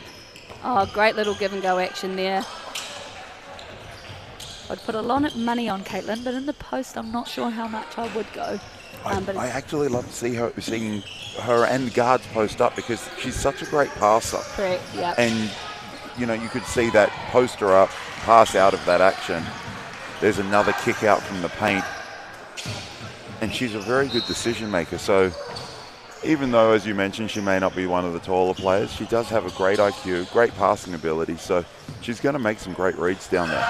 Yeah, definitely one of the smartest players I've ever coached, and I've coached a few. So that says a lot, but don't tell her I said that. Okay. Hopefully she doesn't watch back the replay. No, there we go. Watch yourself. There we go.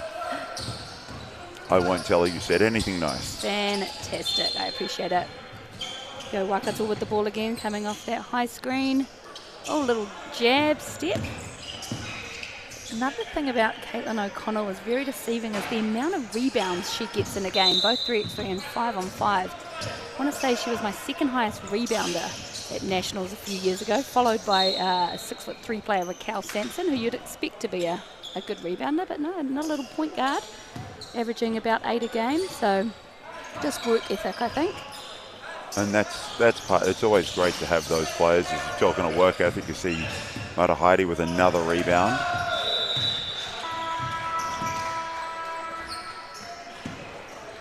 Playing out of that little dribble handoff action. Got to be aware of shot clock. There it is. And 12 seconds doesn't seem that long. Yeah, no. But when you've got that amount of pressure, it sure does go fairly. It goes a lot quicker than you would think. A little jumper on the baseline from Waikato. Otago with the quick kick out, kick back in. Yeah, Matahidi's not going to miss many of them at the rim, I don't think. Dominating inside. That shot well short there from Waikato.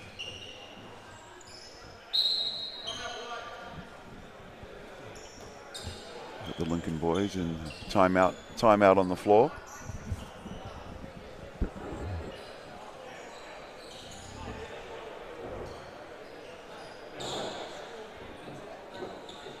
This is one of the things I really love to see the most as a coach, is the players talking, communicating, getting involved and really understanding the scout that they've probably been given by their coach, and then how are we going to execute it. You see Otago girls currently up 8, but still a lot of chat going on.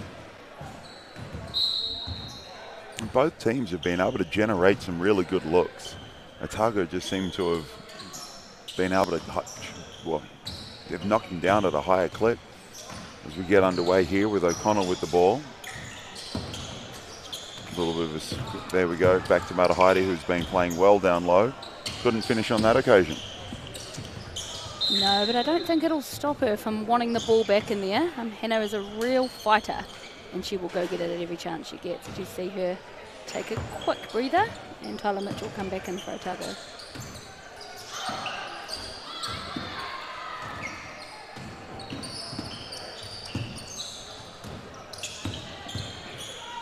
There's that switching you mentioned earlier, the switching defense from Otago, which is quite common in the 3x3 game. Not so much, depending on your lineup, I suppose, in the 5-on-5 game. I think you definitely see it a lot more in the females 5-on-5 game than the men's. Understanding that obviously the size doesn't differ too much in the women's as it does in the men, but yeah, Waikato definitely need to step up their defensive intensity if they want to get back into this game with only 2.5 minutes left on the clock. Oh, intercept there by O'Connell. Read that well, picked it off. O'Connell down low again. Great little pass and a lovely finish inside.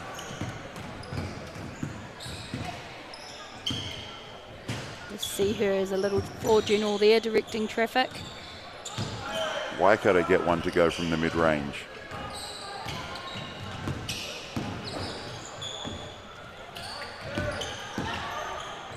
Tried with the Rajon Rondo finish, the right hand on the left-hand side, tried to get that underneath, couldn't quite get it to go there. O'Connell off the dribble, gets fouled. Yeah, has a red number 4 imprinted on her forehead by the looks of that hit. Won't slow her down though at all. O'Connell, she has the ball there. And long to look, great rebound by number 7, Petra Sparks.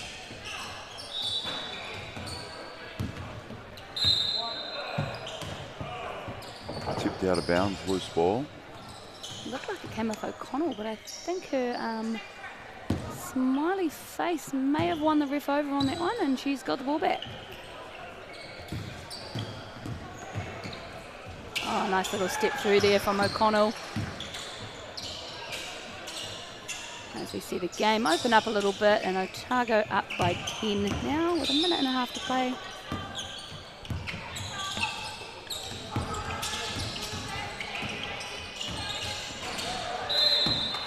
Not going to stop Waikato from trying though. They keep bombing away from deep. And they will hit in one game, and they're going to be able to take it away. Oh, absolutely, and that's what I see.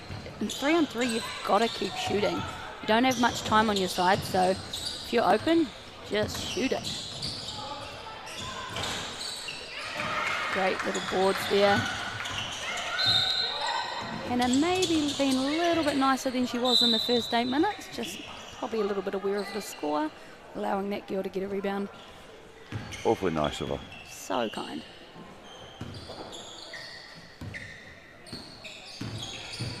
Coming out of that Horns action, very popular here today. You can see the Lincoln teams and Canterbury.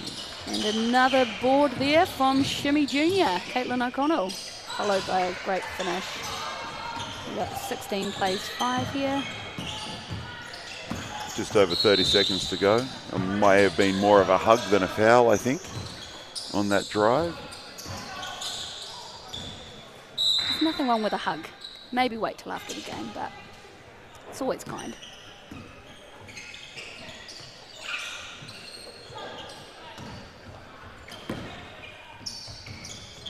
Using her strength down low again.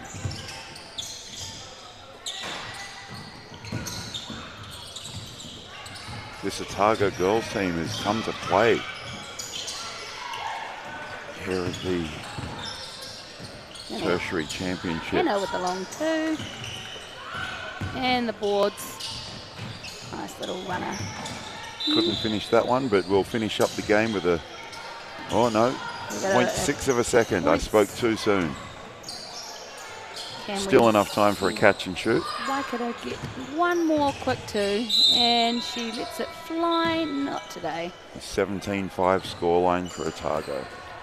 Quick game there, Miles, with not many fouls as we see some highlights of the game. And it was the block from Caitlin O'Connell to start us off. Yeah, Hannah Matahari definitely dominating the inside of this game today. As well as Rid Mitchell on the long 2.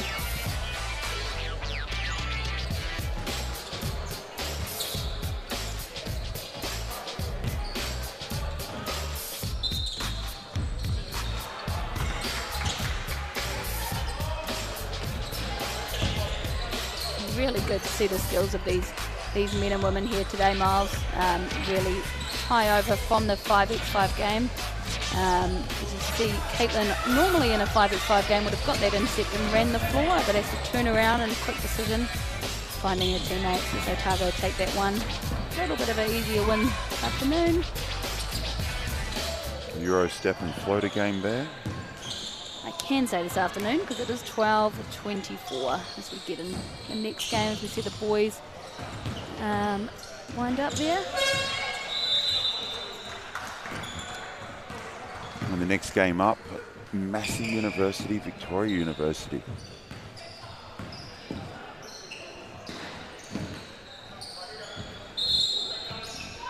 And we see Massey's lineup again. They've already played today. Josh Payne, Xavier Pern, Ruben Davis, Michael Hipp. Jordan Lindbaum, Ruben Natush, Jacob Carr, and Antonio Luitish.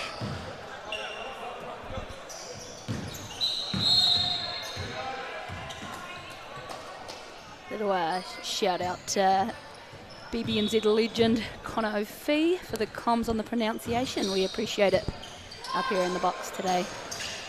Connor, a long-time member of Basketball New Zealand, unfortunately lost his services to the University of Victoria University, and he's doing a fantastic job.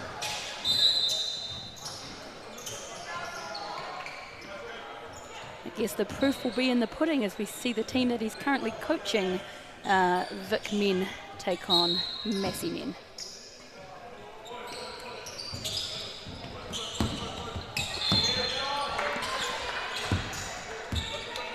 It's knowing a couple of the guys from Massey, they do have the ability to shoot the ball, and if they can get hot, it'll be a very interesting game.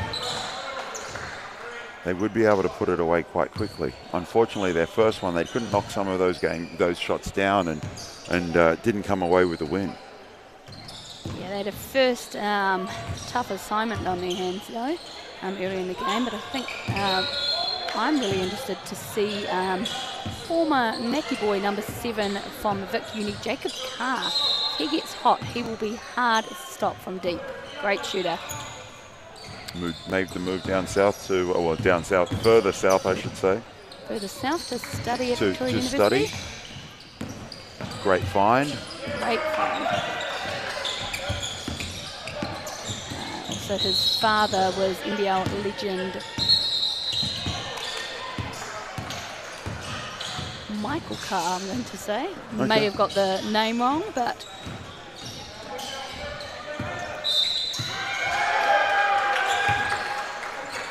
Massey with a little action here to get the ball to Davis down low.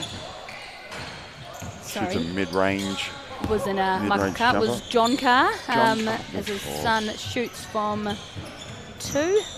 Of course we knew that, didn't we, Miles? I'm just learning from you, Coach. Jake at the rim with a quick scoop shot.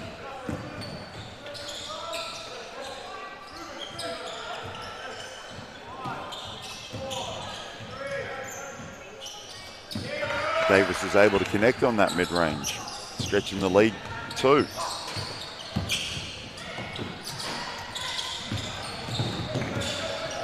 Oh, great hustle there from the Vic boys. Good D, being able to take some chest blows there, forcing a tough shot, giving up that offensive rebound. Yeah, Vic boys just can't seem to finish at the rim today. Otago woke up a little, Messi woke up a little bit in that earlier game and just really concentrating on getting boards, which is so important. And you spoke of the versatility of players being able to do multiple things, but the rebound is one of the things that they all need to be able to chip in on, particularly in such a physical game, and possession is such a huge part of it. Yeah, absolutely. I mean, we saw the Lincoln girls earlier get 6 in a row and then to call our first quarter game of the day.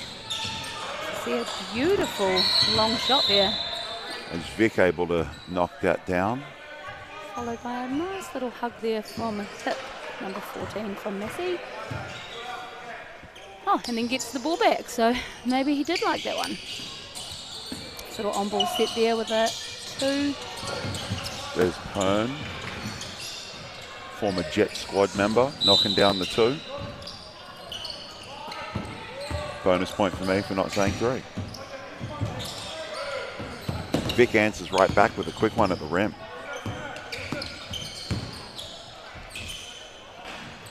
Nice to see the intensity starting to ramp up a little bit here.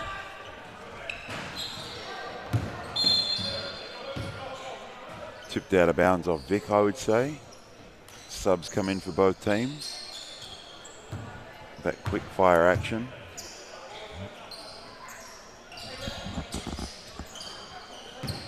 As we see Davis fire away from 3.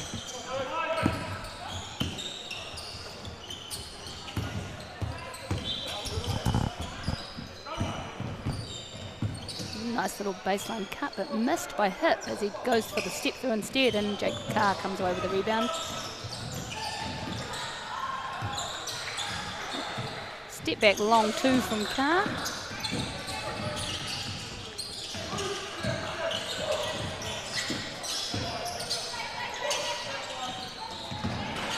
Look from 2, can't get it to go. Offensive rebound there to Carr. No hand up, shoots the long 2. As Vic manages, seems finding it very easy to get their feet in the paint off the dribble. Massey University probably needs to pick up their defense a little bit there and just be able to protect the rim.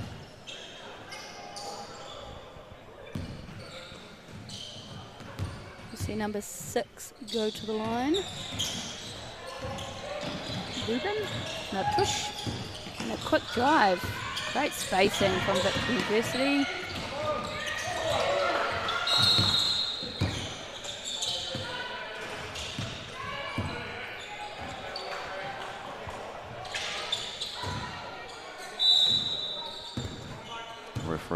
steps in and sorts something out. Game gets underway. Massey University with the ball. Yeah, I'm not quite sure what the cause, but I love the enthusiasm, so that's all that matters. So we see Jacob let that ball roll out, so we can get a quick start from the top and a reset here for Vic.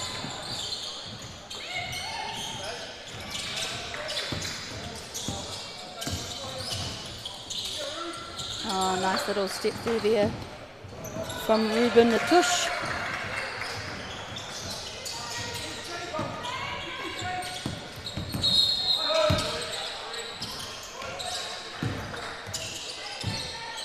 It's such a quick game, and we've seen it over and over. We've had a few time violations, which is probably not the way we want to go.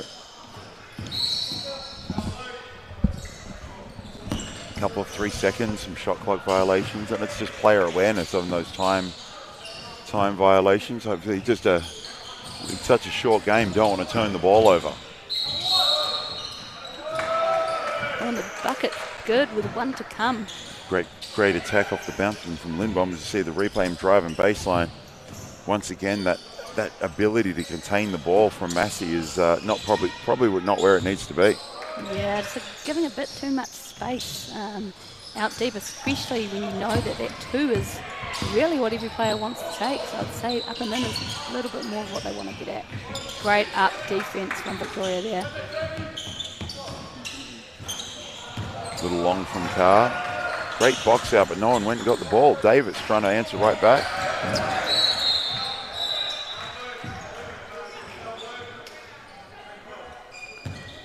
Foul on the rebound. Vic Uni comes away with it.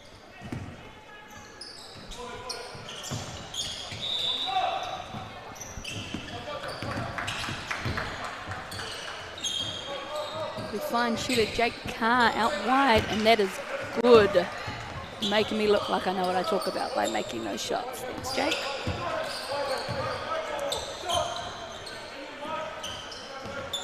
Massey tries to answer back with a 2 of their own.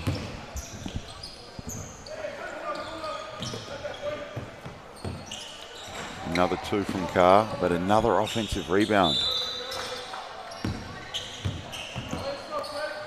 Massey struggling to contain the ball. They throw away a little loose one there. Great give and go. Answer behind the back pass. Can't finish the play. Yeah, just that extra effort for rebounds from Vic is, I think, what's helping them right now as they pull away to an 8-point lead, up 12-4.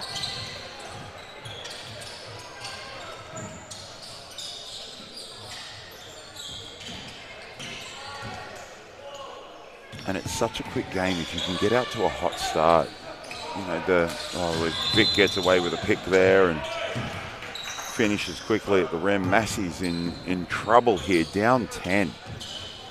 Can't quite seem to get into the flow of the game. Davis stems the flow, stems the bleeding right there with a little mid-range one just off the block. Yeah, but I think you hit the nail on the head there a little bit, just with Massey's ability to contain the ball, letting them down a little bit here today. As we see a wild pass from number 7, Jacob Carr. And Massey start back with the ball.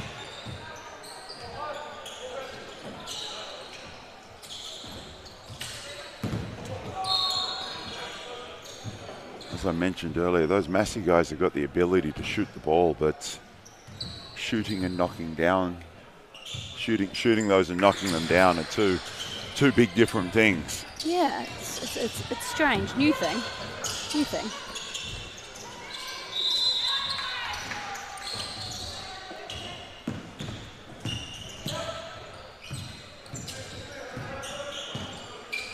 Pone with the handle. Kicks, another 2 from Massey. Another the rebound from Vic. Probably not his ideal shooting spot out there. He's normally really great at the rim, but you see him just taking what he can get at the moment as they are down 7-13 to Victoria.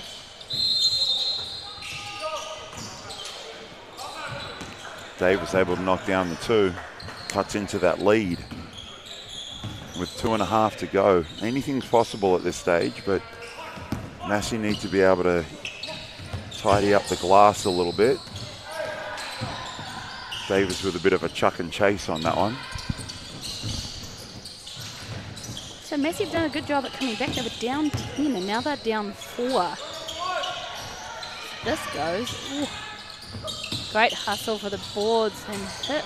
Hey, great block shot there. Lindbom knocking that out of the cylinder. Yeah, Massey just getting a bit better on the boards at the moment. Ooh, and got an offensive foul. Looks like hit on that illegal screen there.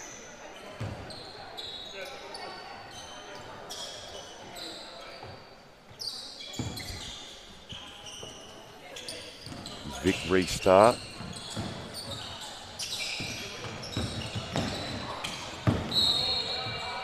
Lost that one out of bounds. We might have the first job of the day for Junior Tall Ferns physio Shannon Spicer, as we see number 7 walk off with a bit of an ankle injury. Xavier Pern just comes up hobbling a little bit there.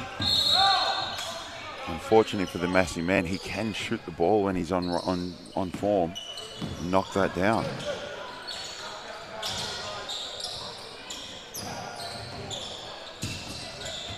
Just off camera, we've got Maxim Stevens walking into the gym, former Tall Black. Uni, once again, able to get feet in the paint. Another 2 from Luitish. Can't knock it down.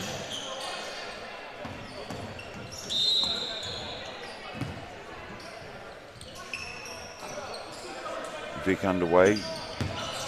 There's that ability to get feet in paint again and again, just forcing the Massey defense to collapse. Yeah, great inside-outside work from Vic there.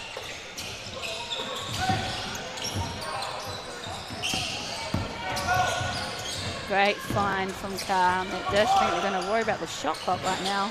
No need.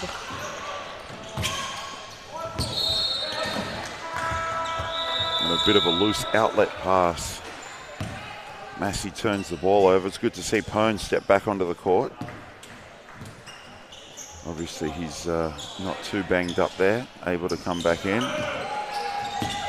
As Vic knocks another one down. Now Touche. You've got bodies going to the floor here in the key.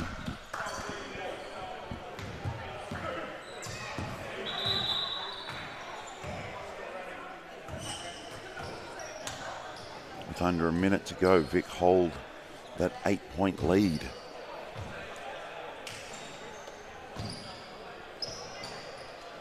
Massey need to get hot and get hot pretty quick from downtown to try and stay in this one.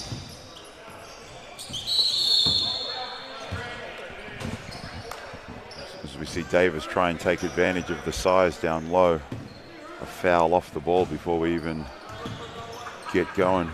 Ball checked up, clock is on. Yeah, don't under a minute. Over. Here we go as we see him. Great outside defense, but rebounds are key in this game. Yeah, Jake's not going to give that up easily. He will look to take that at any opportunity he can, as now Vic boys lead 19 to 10. 10-11. Banks that one in. Bank is still open. Bank is still open here in Barmy. Good pressure right there from Massey University, forcing a turnover. Down 7, 33 seconds to go. It's going to be a very tough comeback from here at the pace that they play.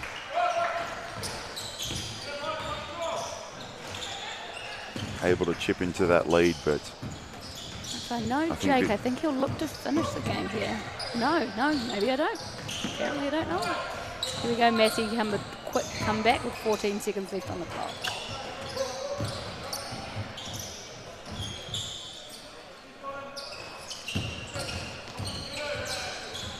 A lot of the games on this show court have been finished early.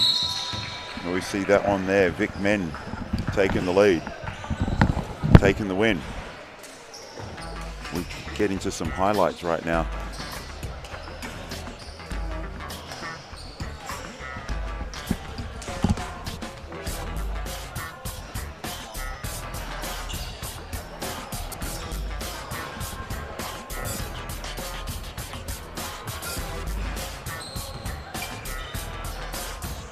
And there's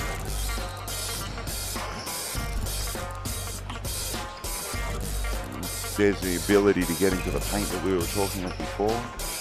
Really caused Massey a lot of problems in that Victoria win. We've got another game coming up, AUT women versus Vic women.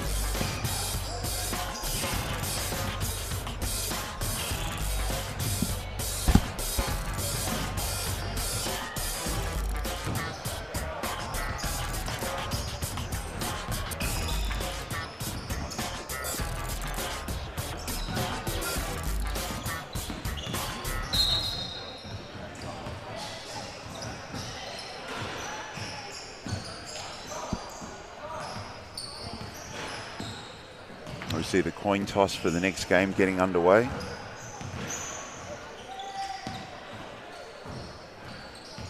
AUT,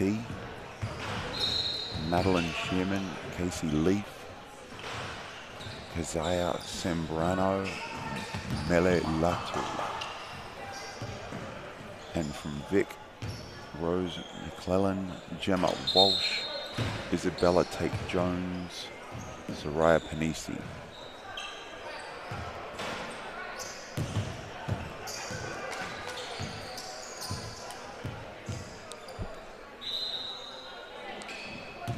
We're going to get underway here. Special guest commentator for a moment, Maxim Stevens, former junior Tall Black. Maxim, welcome. How are you? Not bad. How are you? I'm good. I'm good. Welcome back into the country. You've been off plying your trade in the USA at college. Yeah, up in Montana. And that's lovely and cold. Very, very cold. Yeah. Are you enjoying being home? Yeah, I'm loving it, apart from the rain, because I just left summer, so... There you go. The endless winter. Yeah. The endless winter. Oh, as we see Vic knock down an early three to open up the scoring. And who are you here to have a look at in the Tertiary 3x3? I'm just here with Waikato. Dad's coaching the team, so... Oh, there we go. Just watching them. And experience. Now, Dad, former Tall Black, yep. Neil Stevens. Did he play a lot of 3x3 in his day? He played a bit, but not really. He was just more focused on 5-on-5 because he was playing in Europe and New Zealand, so he was sort of chasing winter like I am at the moment. There you go. As you see, a block there. The referee's called something, maybe 3 seconds. It's great to see you part of the game, and hopefully we get to catch up a little bit later. Sure, I'll see you around. Very good. Thank you very much, Maxim. Welcome back, Shay, to the commentary team after Maxim stepped in momentarily. Oh, big shoes to fill. Feeling a little bit nervous now, coming back after that one. Figuratively and literally, Maxim's quite large feet. Yep, I literally could put my shoes inside his shoes. But great to see him back here after a stint in college basketball in Montana, and a great run with the junior Tall Blacks in that last cycle. Nice little drive there from Vic. He can't quite get to finish. AUT knocking that down, open up their scoring. See Gemma Walsh on the left-hand side of the court, and a Rondo finishing with her right. She has been coached better than that.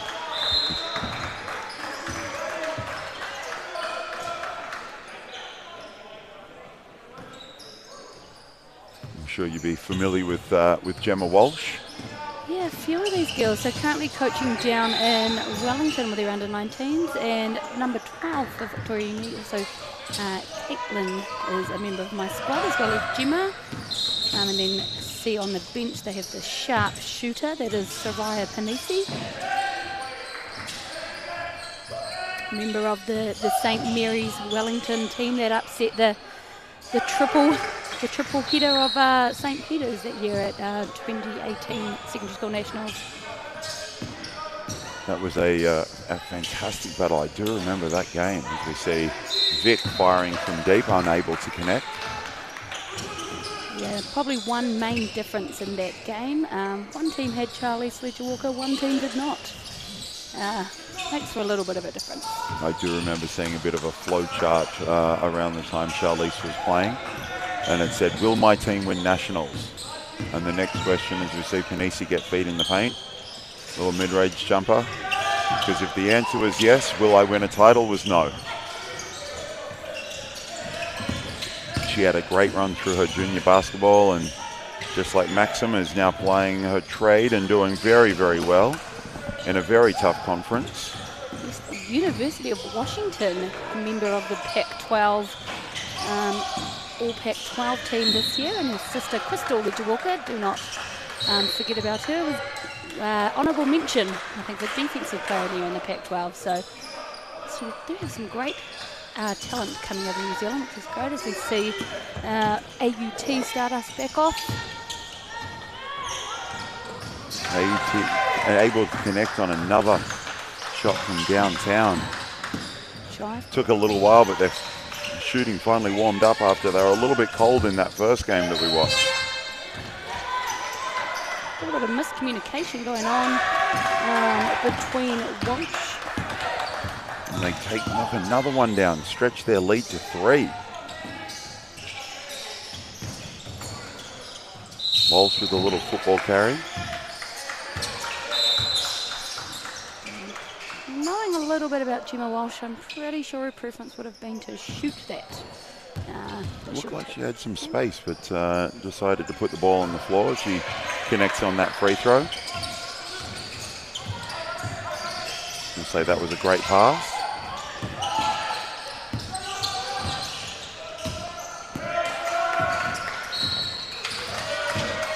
Lovely little shoulder. Yes. Another basketball family, the Tate Jones family out of Wellington. Her brother Niwa is also in the US, doing very well. Playing at an NCAA D2 school, I believe.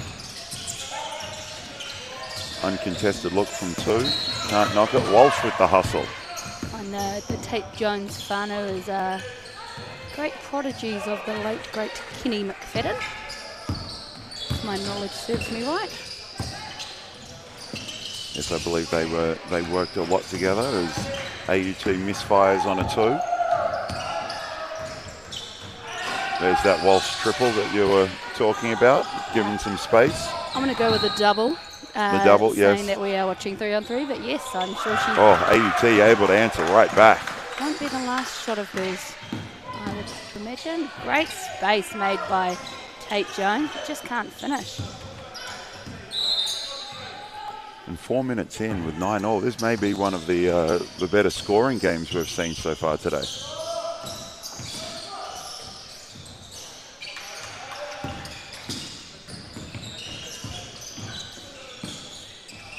Nisi down in the post. Lovely step back to create some space. Can't connect. Offensive board. Puts it back in. 1 point lead to Vic.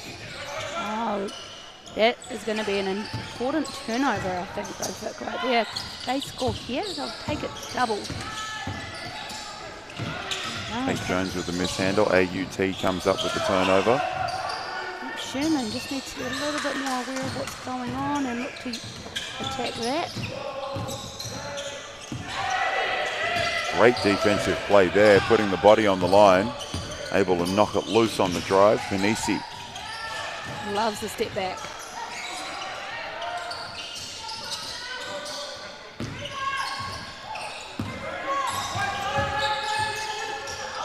Great finish inside by AUT. Panisi's got to dribble out, gets a foot outside the 3, able to take advantage of a strength advantage down low. Draws the contact, draws the foul. Great little spin move there. Looked originally like good D from Madeline Sherman, but just bringing those hands down at the last minute to send Raya to the line. Can't connect on the foul shot. Faked a lot of people out, including a teammate there. Good fake's a good fake, Miles.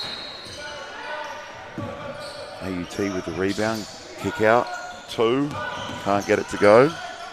AUT working a lot harder this game on the boards than they did in their previous game against Lincoln. It's great to see them adjusting.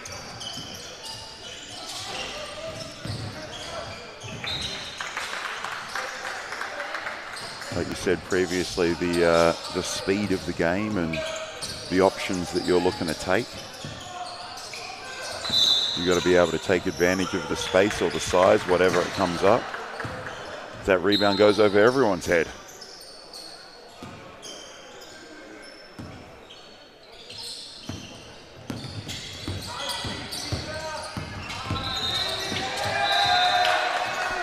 Tate Jones mishandles that. Ball was out of bounds.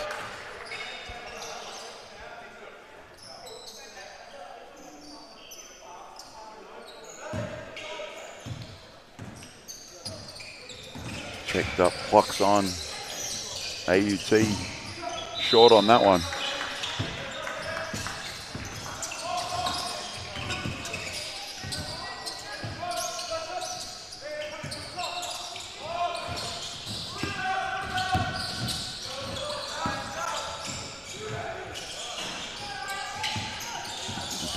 Pretty dangerous screen there as we see Walsh and Panisi come off, both shooters, knowing for their shooting ability. What do you do? Do you dive and protect the rim, or do you pop and take the shooter?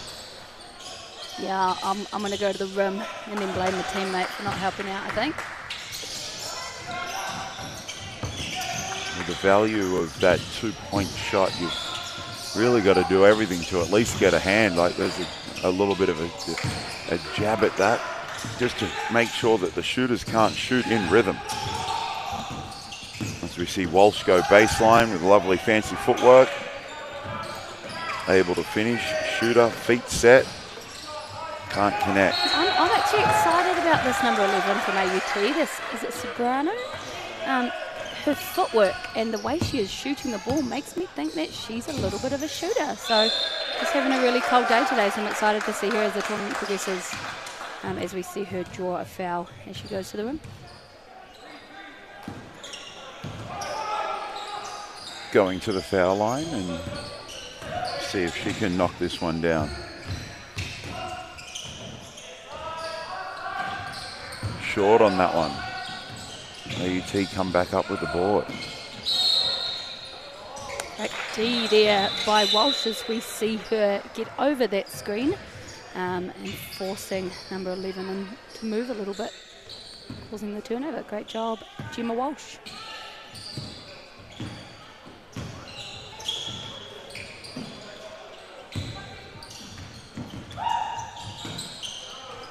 Great find, a little hockey assist. Is Vic able to extend that lead? Nisi from deep. You mentioned earlier that AUT definitely picked up their work rate in this one. They've just missed out on a couple of those long rebounds there, and Vic able to stretch the lead again. Yeah, and I think playing against a team of shooters that is Vic right now, that's going to be really important as we get down into the last 3 minutes of this game. As we see Sombrano with a little floater in the lane. Panisi able to answer straight back. Short on, AUT short on that one.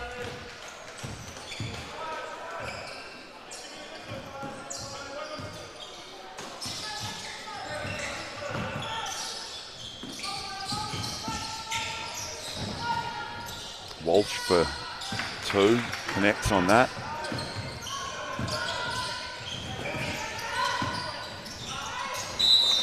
Great getting feet in the paint off the bounce there. See some fatigue coming in from Vic right now as the players slowly walking. Walsh with a great pass inside the six, but tipped off by AUT. Latu for 2, unable to connect. That ball just dribbles on out of bounds.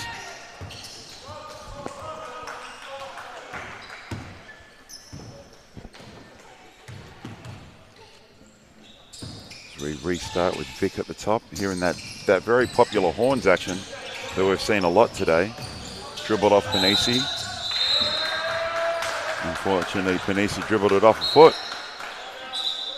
Yeah, I really like that Panisi at the post. She does a great job at drawing in that weak side defender which had she have not dribbled it off her foot, I think she would have found Caitlin, and it would have been a little bit of an alley-oop dunk, I'm going to call it. You didn't see it, didn't happen, but it would have happened. Walsh under some pressure there. And you can see the teams who I've seen that have been able to put some pressure on the ball handler and just slow that decision making down really forces those teams into some shot clock violations, because 12 seconds goes very, very quickly when you're under that pressure. As you see a timeout on the floor, players want to talk it through. But it's a huge factor right now in some of the games that we've seen. It's just the ability to get that win is really coming down to how well you can play on the defensive side of the ball and rebound the ball. Yeah, absolutely. That one-on-one containment is actually probably, I want to say, is where we struggle in the 5-on-5 game. So it is really great to see that that is a skill that we could transpose over being a 5-on-5 coach. We get back underway. Vic started straight into a wing on ball with Panisi. Great find. See the arm go up by the official, foul there. Yeah, see Tate Jones does a great job at just getting into those little spaces. And guards such as Soraya and Gemma being able to find her. See if she can finish this one off. Taking it to 18-13. Able to knock that one down, but a quick one by Sobrano. As you see that the bank is closed here in Palmy today. Better job on the glass. The AUT girls have had a few of those dribble outs, which just isn't that quick. The shot clock, of course, starts as soon as they take possession. So Vic forcing them to dribble out like that just chews up some of that time. Yeah, and I think, as you mentioned, national men's coach Pete said being able to pass out after a goal is so important and helping you with that shot clock. You see a great feat there from Tate Jones. Can't quite finish. AUT doing a much better job this game at clearing the boards. As we see Leaf knocked down at 2. Bring it back to a 3-point game. I think time's going to get away from them to try and get the win. 10 seconds left, down 3. If they can get a very quick one here on this restart, this could make it very interesting. Clock's on. I think they've taken a little too long to try and get that. Oh, was her feet behind? No. Not quite, and I think you'll find Vic will just dribble this one out. There is game. Vic women getting the win in this one. Here are some highlights from that game. Walsh with the finish inside. And Walsh with that friendly roll again. This is the AUT also coming to the party from deep. It was great to see them shoot that. They didn't shoot that as much in the first game, so getting a few more attempts up is a great way to be able to knock some down. Fancy footwork on the baseline from Walsh.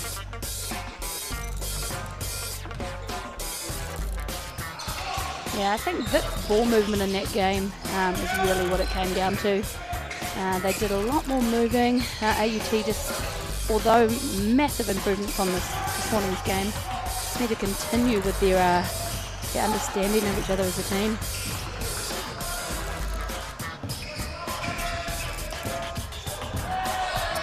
See a nice little scoop finish there from the AUT women. And we're going to head to a short break as we finish up the first round of games here at Palmerston North at the UTS NZ 3x3 Championships. And we'll be back at 2 o'clock with the next round. So thank you for tuning in, and we'll see you all soon.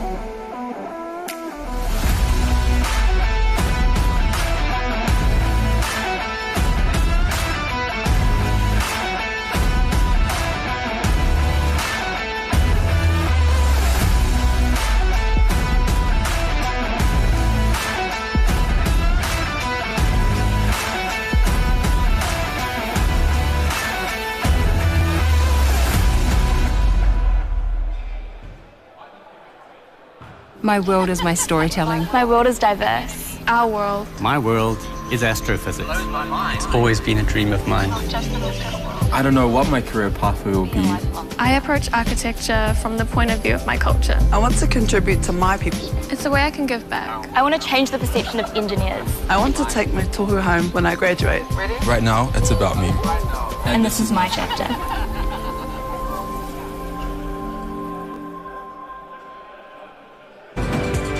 Only one New Zealand university is ranked among the top 1% of universities in the world and in the top 40 universities under 50 years of age. Auckland University of Technology, New Zealand's leading modern university. Home to world-class academics, called on for their research expertise here and all over the world, making AUT the New Zealand leader in global research impact. Connected to an extraordinary range of organisations worldwide. Focused on a rapidly changing future where creativity, curiosity and collaboration will only become more vital. We inspire, nurture and find the greatness in every single one of our students. We are AUT, New Zealand's leading modern university.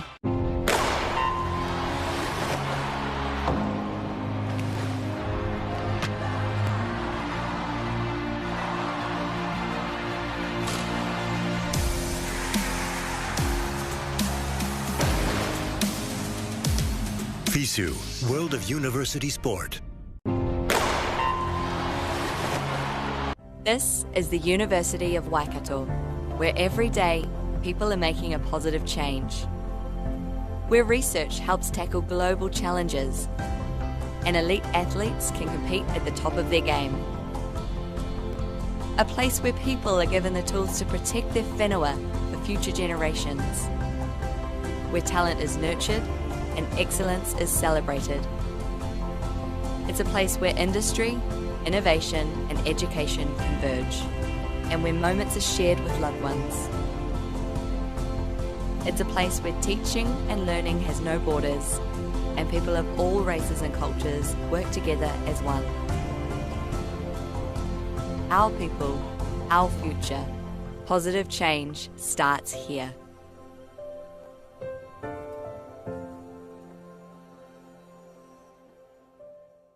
We believe where you live shouldn't decide your destiny, and that any place can be a place of learning. So much of modern life has a handy home delivery option. Why not your education? Maybe you'll start your degree in the same space you share with your whānau, or from that corner of the spare room that catches the most sun. Start your new what at the place where where can be anywhere, online or on campus. Massey, New Zealand's leading online university. Apply now at massey.ac.nz.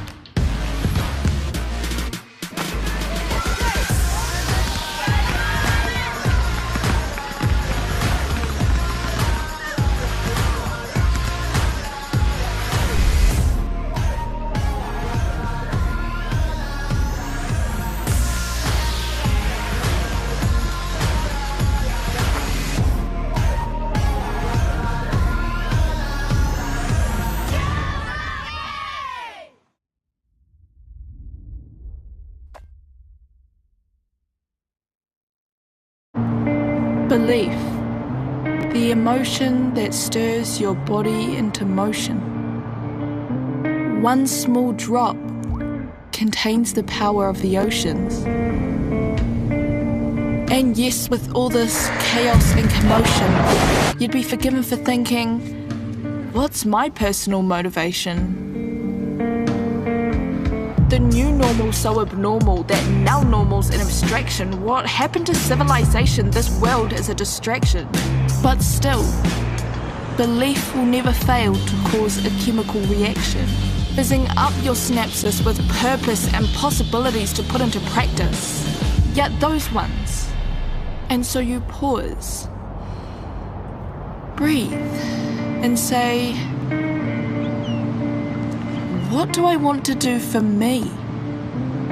The future me. The one who needs me to believe that I can make a difference unequivocally, in whichever way I deem. Even if that's flipping me into we. You see, that really is living the dream. So yeah, it's a pretty simple plan. Believe you can.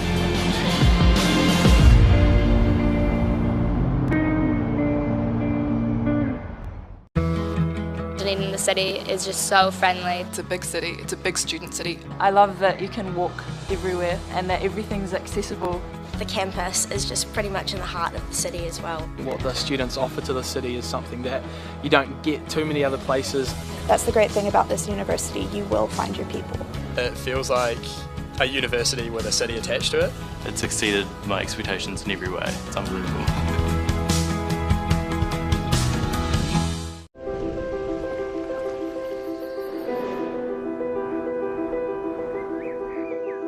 At Lincoln, we seek to ensure that future generations can grow and thrive. That means providing a world-class learning environment to grow fresh solutions to real-world problems, including using the world's resources wisely and sustainably. Come to Lincoln University, a place to grow. Do you want to study with world leaders in future thinking?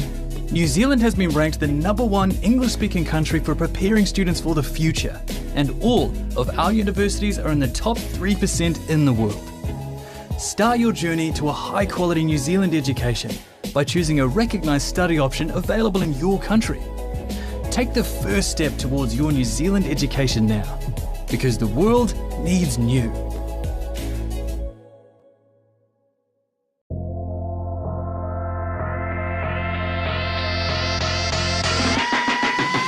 One of our biggest problems we have in New Zealand is our lack of facilities, the lack of ability for kids to be able to just go in and shoot hoops. With our Hoops in Schools, Hoops in Parks project, it enables kids to be able to get out there and just have a go, just be able to shoot hoops and have no boundaries, just go out there, have some fun.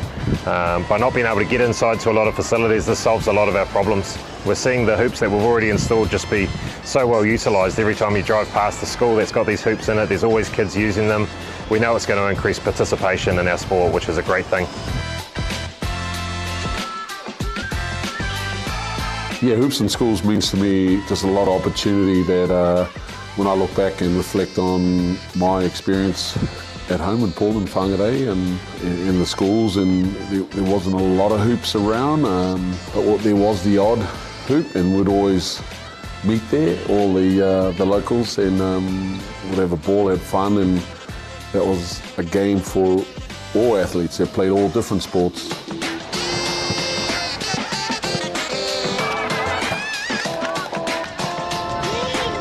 It's fantastic to see the ongoing growth of the Hoops in Schools program across the country as we continue to go into different regions. Seeing Tamariki and Rangatahi continuing to have fun through better accessibility is just priceless. And the true value for us is seeing the positive impact it's having across communities here in New Zealand. It's been absolutely fantastic. We've been able to put 24 hoops into 12 schools right across the province. They were installed a month or so ago, and already we've seen the impact that it's had with kids getting out in there and playing them outside of school hours and the weekends. It's really had a huge impact on the game.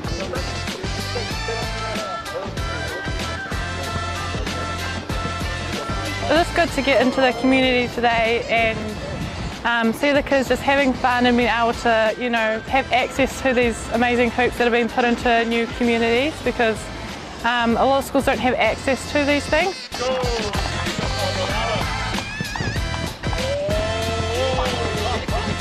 Now, looking at this initiative of putting a lot more hoops in schools is amazing.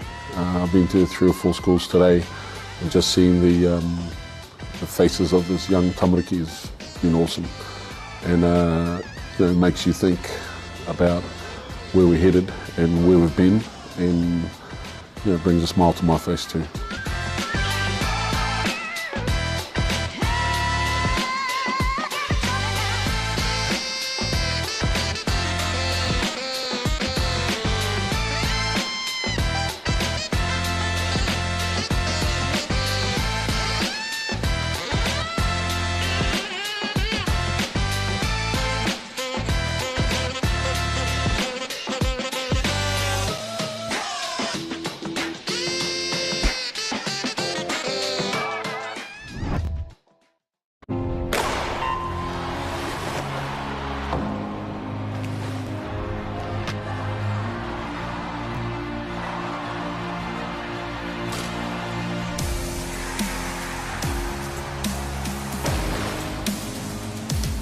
FISU, World of University Sport.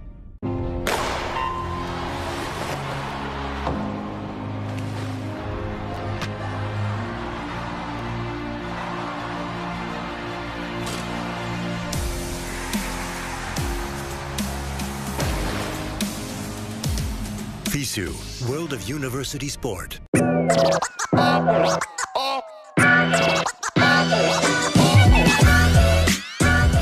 Blake here from the Tall Ferns. We're out here in Flaxmere Park in Hawke's Bay. We've just opened up this new basketball court for hoops and parks. It's really cool to provide the tamariki with somewhere to go, somewhere to be physically active, play a bit of basketball with their friends. Good asset to the community, especially for those young ones who want to get amongst basketball. So yeah, it's really cool to see us open this new facility in this park that is just beautiful in Hawke's Bay.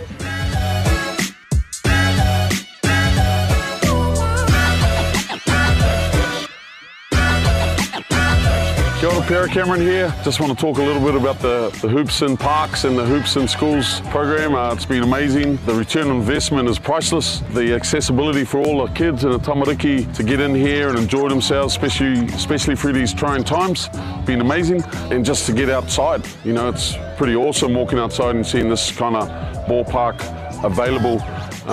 It's great, especially in these times. Kia ora whānau, Peliri Oli here, Councillor for Flaxmere Ward, Hastings District Council. I'm here to support the initiative today, Hoops and Parks. Very, very amazing result, and it's encouraging our people to come and spend time here, and especially together with the youth. I encourage other councils to jump on board. Yeah. Kia ora, wāre Tiatu. Really enjoyed it here at the Flaxmere Courts. And looking forward to play again. We've been waiting for the courts to open for a while now. Now that they're up, I'm glad that they're here for an activity after school. And yeah. I like that the courts are purple. What I like about the court is that it's different to many other courts in Flaxmere. I like these courts because they're in a good position from if you want to go to the park or come here. And I like it because it's easy to bounce the ball and take easy shots. My name's Ricky Lee. Shout out to everyone that made these courts happen, and yeah, me Naz.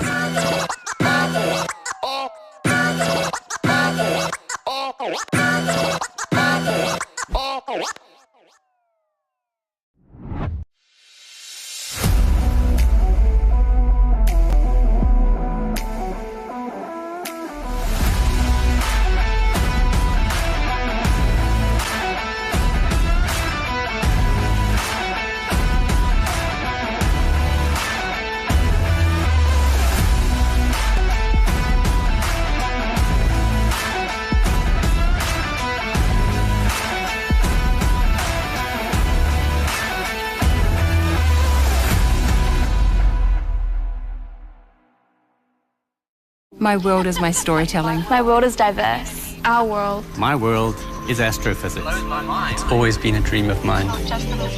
I don't know what my career pathway will be. I approach architecture from the point of view of my culture. I want to contribute to my people. It's a way I can give back. I want to change the perception of engineers. I want to take my tohu home when I graduate. Right now, it's about me. And this is my chapter.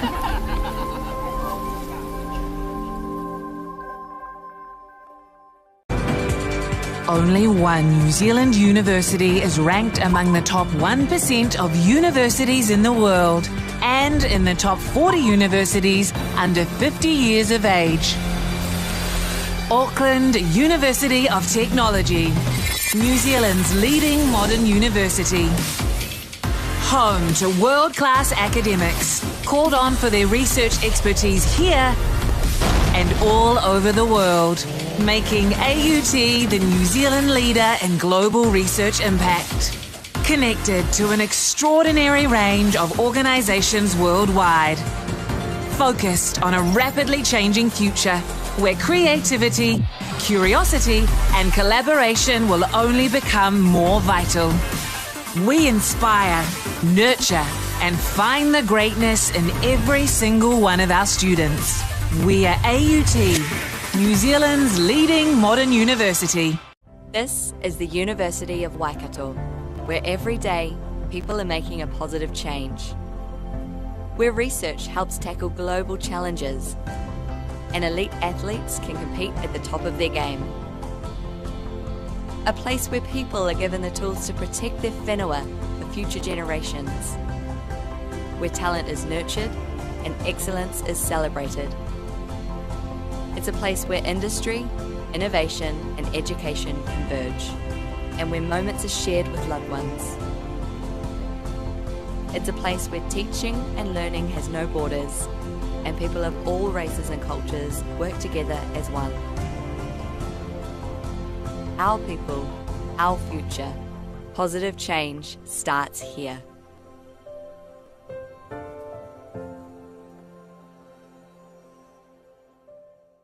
We believe where you live shouldn't decide your destiny, and that any place can be a place of learning. So much of modern life has a handy home delivery option. Why not your education? Maybe you'll start your degree in the same space you share with your whānau, or from that corner of the spare room that catches the most sun. Start your new what at the place where where can be anywhere, online or on campus. Massey, New Zealand's leading online university. Apply now at massey.ac.nz.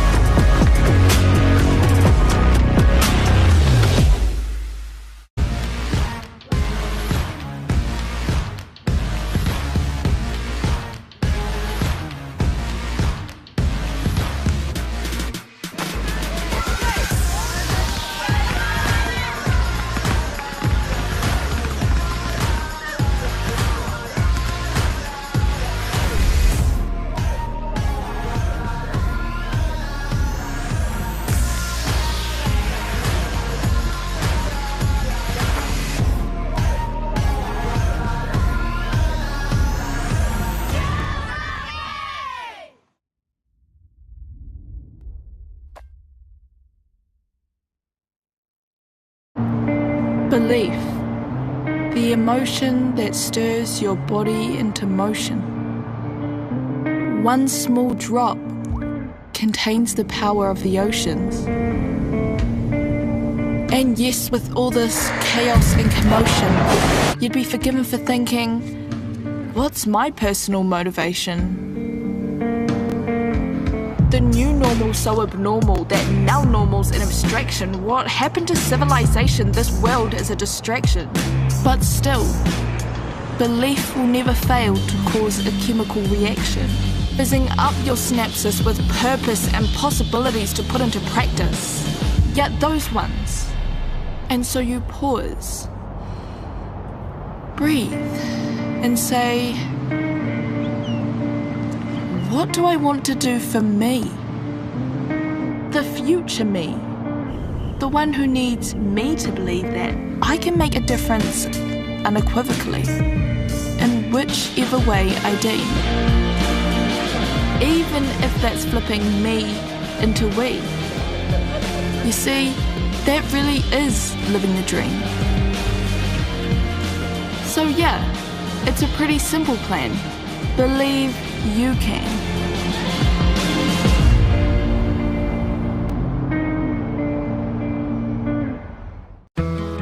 Dunedin, the city, is just so friendly. It's a big city, it's a big student city. I love that you can walk everywhere and that everything's accessible. The campus is just pretty much in the heart of the city as well. What the students offer to the city is something that you don't get too many other places. That's the great thing about this university. You will find your people. It feels like a university with a city attached to it. It's exceeded my expectations in every way. It's unbelievable.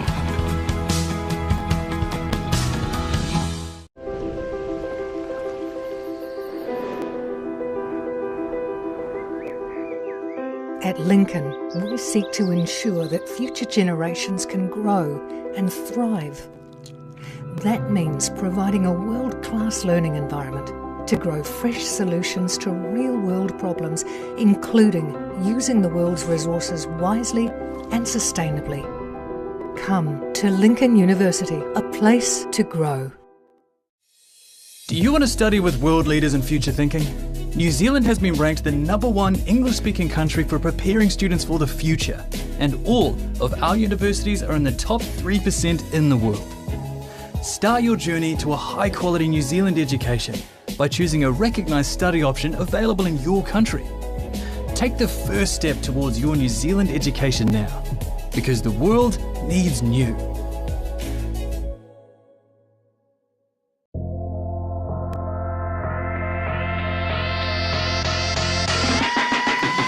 One of our biggest problems we have in New Zealand is lack of facilities, the lack of ability for kids to be able to just go in and shoot hoops. With our Hoops in Schools, Hoops in Parks project, it enables kids to be able to get out there and just have a go, you know, just be able to shoot hoops and have no boundaries, just go out there, have some fun. By not being able to get inside to a lot of facilities, this solves a lot of our problems. We're seeing the hoops that we've already installed just be so well utilised. Every time you drive past the school that's got these hoops in it, there's always kids using them. We know it's going to increase participation in our sport, which is a great thing. Yeah, Hoops in Schools means to me just a lot of opportunity that when I look back and reflect on my experience at home in Paul and Whangarei and in the schools, and there wasn't a lot of hoops around, but there was the odd hoop, and we'd always meet there, all the locals, and would have a ball, have fun, and that was a game for all athletes that played all different sports.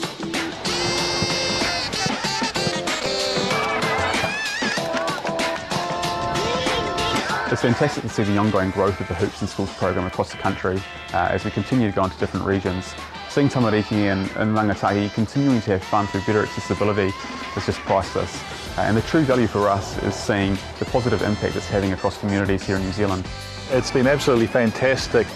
We've been able to put 24 hoops into 12 schools right across the province. They were installed a month or so ago, and already we've seen the impact that it's had with kids getting out in there and playing them outside of school hours and the weekends. It's really had a huge impact on the game.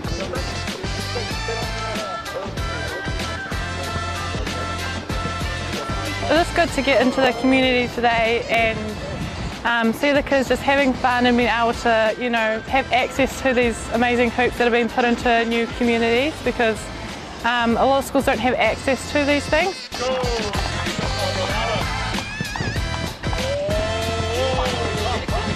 Now, looking at this initiative of putting a lot more hoops in schools is amazing.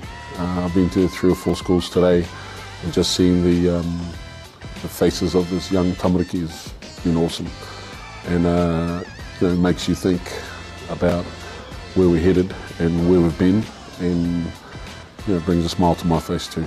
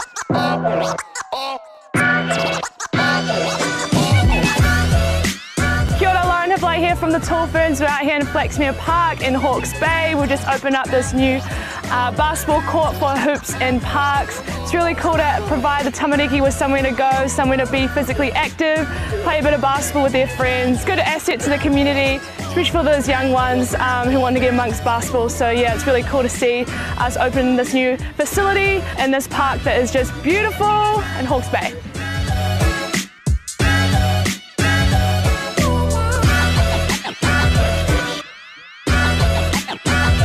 Kia ora, Pierre Cameron here. Just want to talk a little bit about the Hoops in Parks and the Hoops in Schools program. It's been amazing. The return on investment is priceless. The accessibility for all the kids in the tamariki to get in here and enjoy themselves, especially through these trying times, been amazing. And just to get outside, you know, it's pretty awesome walking outside and seeing this kind of ballpark available.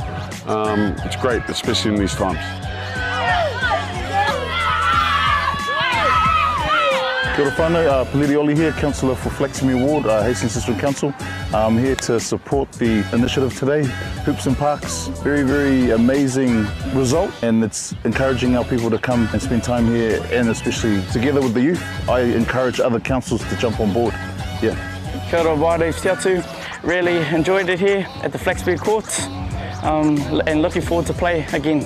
We've been waiting for the courts to open for a while now. Now that they're up, I'm glad that they're here for an activity after school. And yeah. I like that the courts are purple. What I like about the court is that it's different to many other courts in Flaxmere. I like these courts because they're in a good position from if you want to go to the park or come here. And I like it because it's easy to bounce the ball and take easy shots. My name's Ricky Lee. Shout out to everyone that made these courts happen, and yeah, me Naz.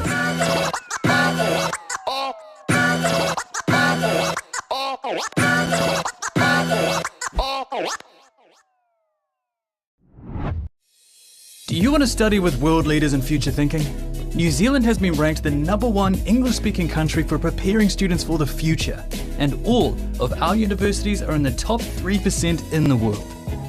Start your journey to a high-quality New Zealand education by choosing a recognised study option available in your country. Take the first step towards your New Zealand education now, because the world needs new.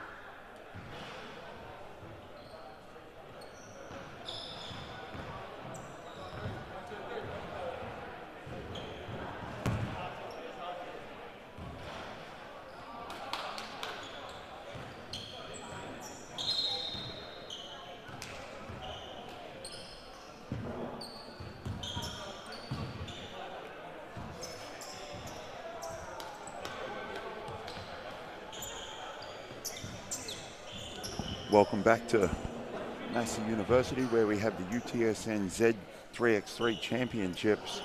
We're about to get underway with the afternoon session here. First game up, Canterbury versus Auckland.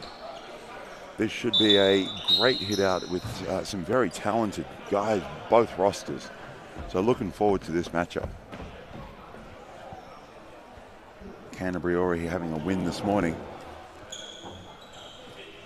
As we wait for referee Hayden to get things underway, checking with the score bench. And away we go. Already you can see the value of foul straight away. Some good sportsmanship as they help each other up off the deck.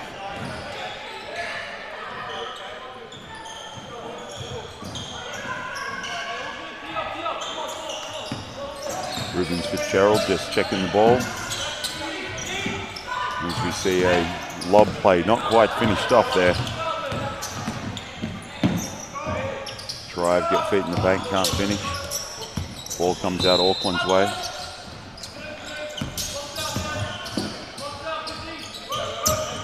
Jeremy McIntosh. This is Sweetie Watane firing from deep, unable to connect. McIntosh fouled, he'll be going to the straight.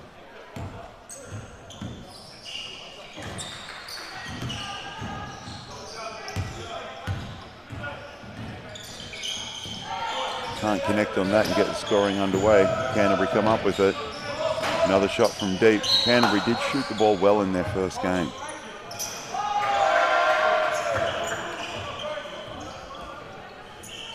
They were able to take advantage of some size with Tong down low. We're underway. Scoring opens up and we're good to go.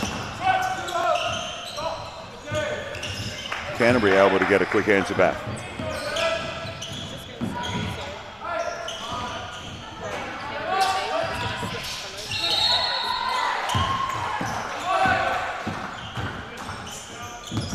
Able to get a rip and get on the rim. Auckland with finish, quick kick out. Corner 2, off the mark. Auckland rebounds it back in action.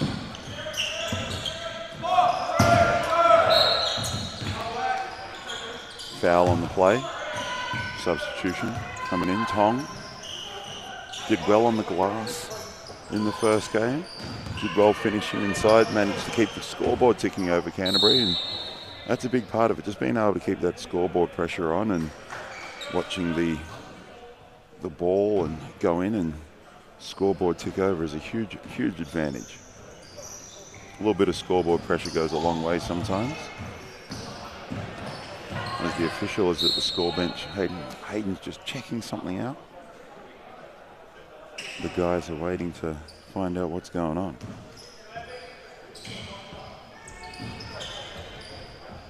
Calling the other official in. The teams have a quick huddle.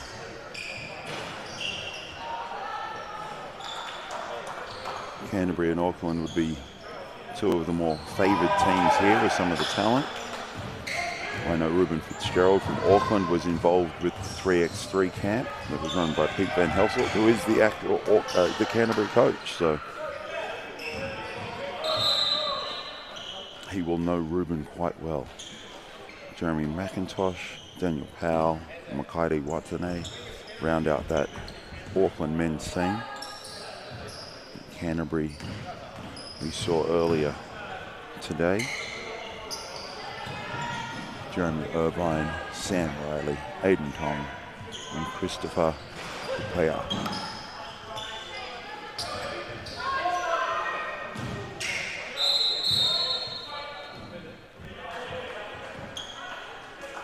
Just looks like there's something going on at the scorer's bench. You can see in the bottom of the screen the two officials talking things over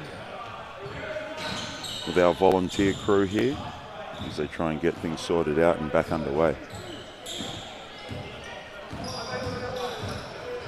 In the background you've got the Lincoln men watching on. I'm sure they'll be very eager to see how their Cantabrian counterparts round out this game. We're back underway.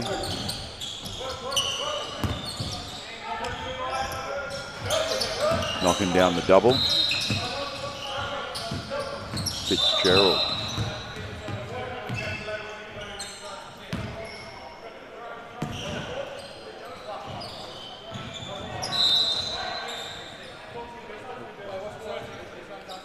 Referee calling for a reset of the clock.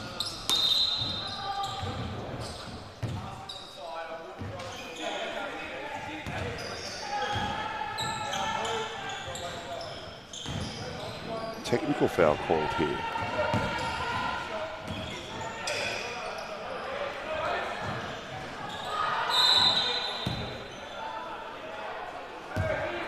No lineup.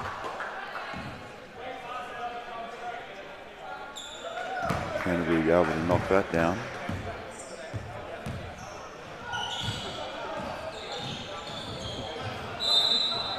Fitzgerald asking for some clarification on the call and what's going on.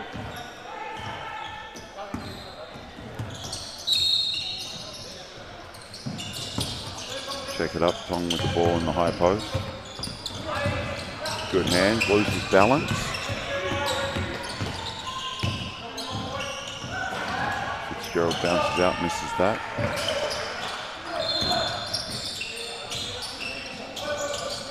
Tong loses the handle, probably not his preferred place where he's out there. Short on that one and turns it over.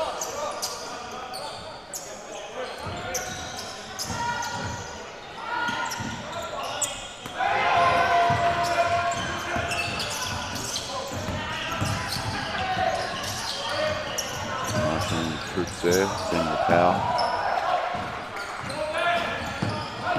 Horner rattles out, can't get that one to go. Little football carry, no foul called on that, play on. 3x3 is a much more physical game than 5-on-5 counterpart.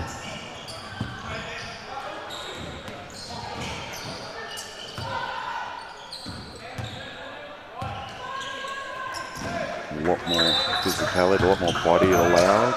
Some hands, Tong gets beaten on the baseline rip. Can't finish there.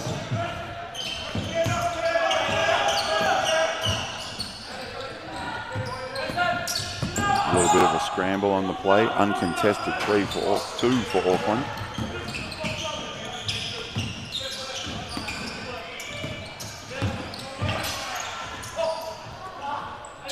Ability to get feet in paint, putting some pressure on the defense. Fitzgerald able to knock that one down. Stretches Auckland's lead. Canterbury unable to answer right back. Frenetic pace at the moment. What do you expect from a 3x3 game? Auckland scores inside for 1.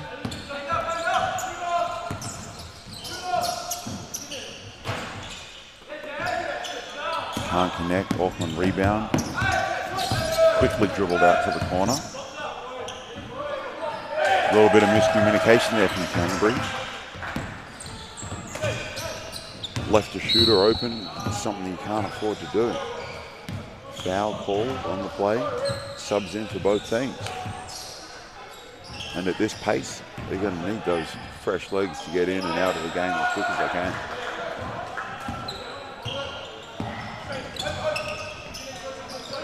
Little handoff action to an on-ball, middle on-ball.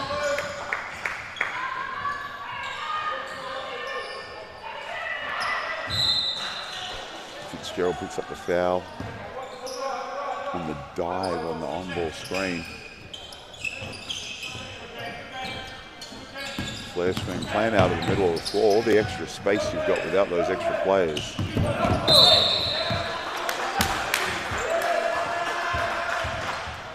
A little bit unfortunate on that one. A little bit of a fall. Took out player's legs. It's still a foul. As the team called timeout, and Canterbury probably want to address a 6-point lead. had a couple of good looks. You can see there Pete Van Hassel in the UC shirt, the UC team coach, and also the men's 3x3 men's head coach, taking notes. Of course, the coaches are not allowed to actually coach during the game, so taking some notes to give to the boys after the game, I'm sure.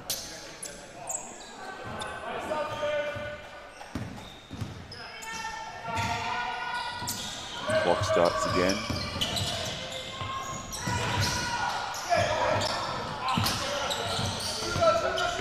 Great hook pass to a shooter.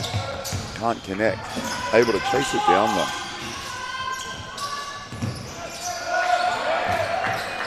Well short. That may have been deflected. Playing out of the short corner.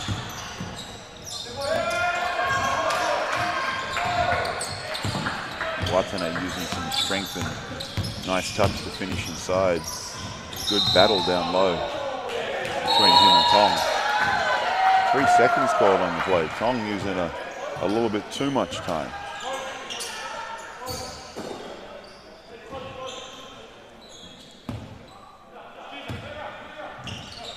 May need to be able to get that same shot, get it a little quicker. This will be another 2, fired and missed. Tong with the rebound, good reject on the screen. Attempted handoff.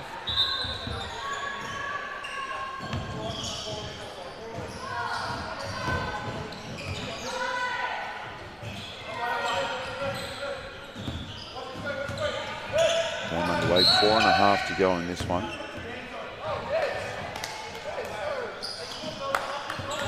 And the foul, hands on. Doesn't matter what version of the game, 2 hands on is a foul. You can see Basketball New Zealand's Nico Mikolcic on the baseline there, filming some unbelievably good content for the BBNZ page, as we see another 2 get knocked down by Canterbury, cutting to that lead. Sorry, Auckland.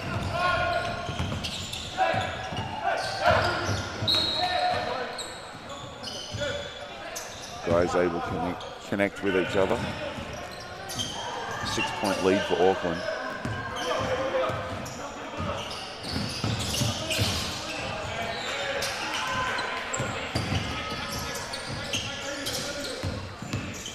Watane off the dribble. Can't finish in the lane. Keeps it out, keeps going.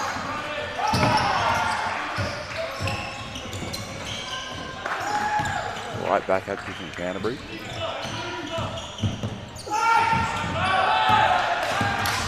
No call. Well off.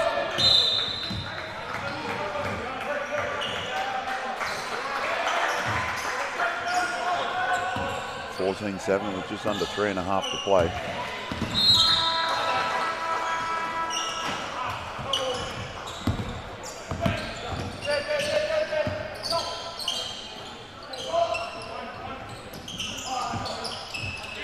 Canterbury making the most of that second chance opportunity. Offensive rebound.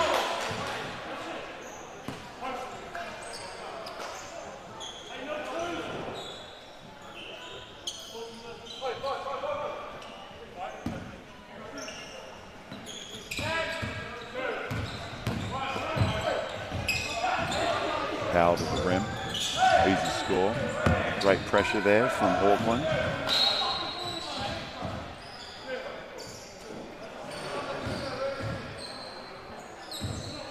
As I mentioned earlier, the physicality and the ball pressure you can put on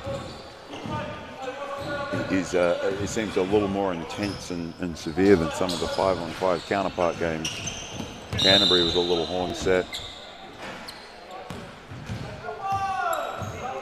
Wave that away. Auckland men still up 7.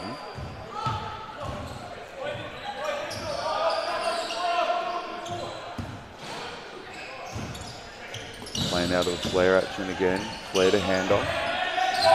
Little bounce, get the feet set. Can't connect on that. And you can see both these teams well versed in some of the 3x3 styles and the pace they play at compared to some of the other things we've seen today. Well drilled.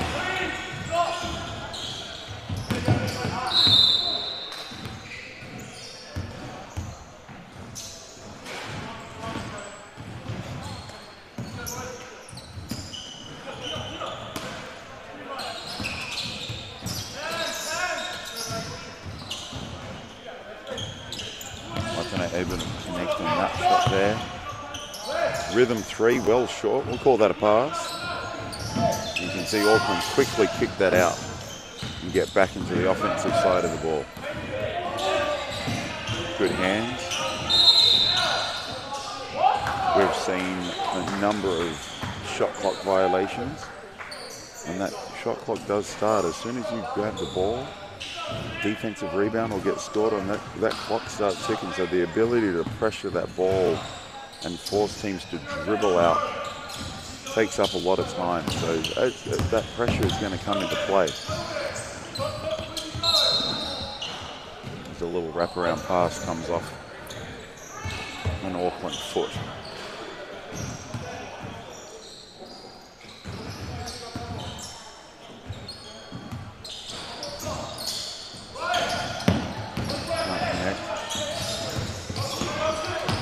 Big fella to the basket, finishing with his left hand. Once again, you see that quick pass out. Fitzgerald without a shake, can't connect. Corner, 2, cuts into that lead. 80 seconds to play. And 1. McIntosh finishing there. Can he extend the lead with this free throw?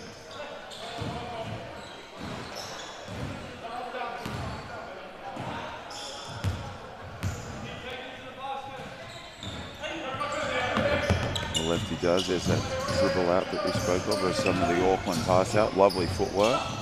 Tong finishing with the right hand. It's a 4-point game.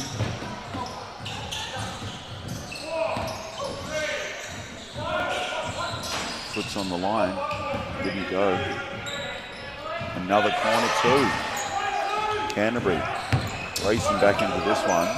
2-point game. 40 seconds to play. Ref has a foul called on the baseline. That'll stop the clock.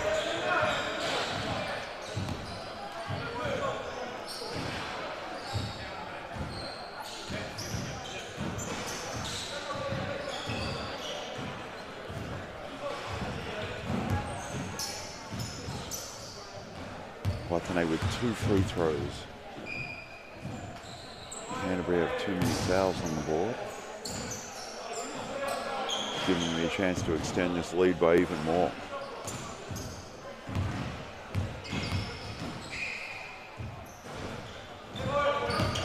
Able to knock that 4 points, just under 40 seconds to go. Another 2 from that right side. Unable to control that offensive rebound, giving Auckland another shot at it. Fitzgerald with a little fall away. Quick 2's needed, can't get it. Auckland need 1 to win. Will they get it before time expires? There you go. Game over with 4 seconds to go. Auckland come away with the win. Some highlights from this game here.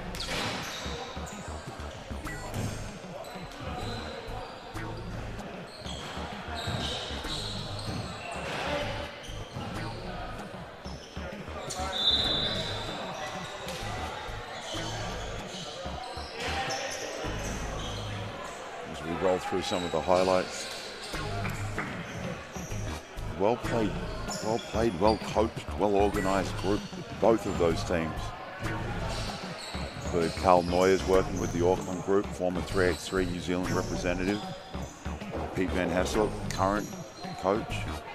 A lot of knowledge and experience that those two can pass on to the young guys here at Canterbury University and Auckland University. It's absolutely fantastic to see. Auckland come away with that win. And up next we've got Auckland versus Otago in the women's pool.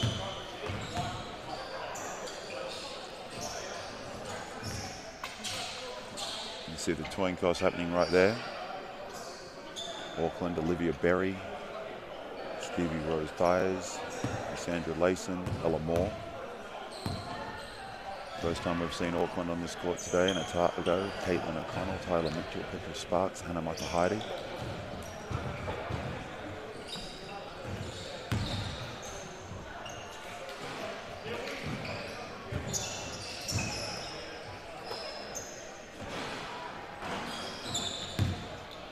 And with the amount of looks that all teams are getting and trying to attempt from two, some teams are going to get hot, and quarterfinals, crossovers tomorrow. It's going to be anyone's game in tournament. That's the exciting thing about tournament play, is that those one and done games, anything is possible. Absolutely anything. So really look forward to seeing those things. We've got to find out where the seeding is, though. So we're going through today's games to get the seedings for all the quarterfinal matchups tomorrow.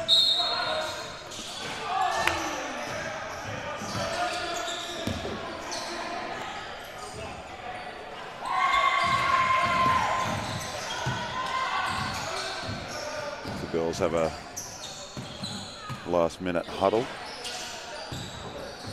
before getting ready to play.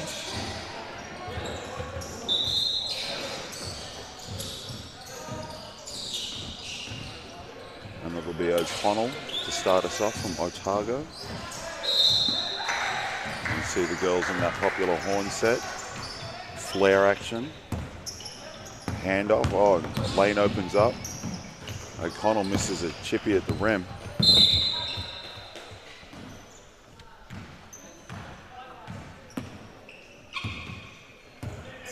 be disappointed in herself on that one. Great effort to get to the rim, just couldn't finish it off.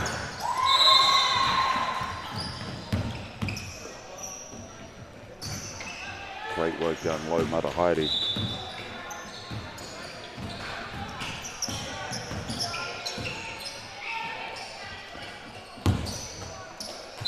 Little off on that shot from Auckland.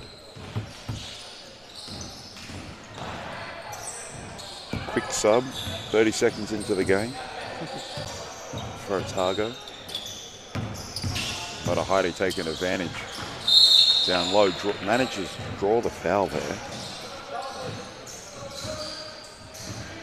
And Steve Rose ties.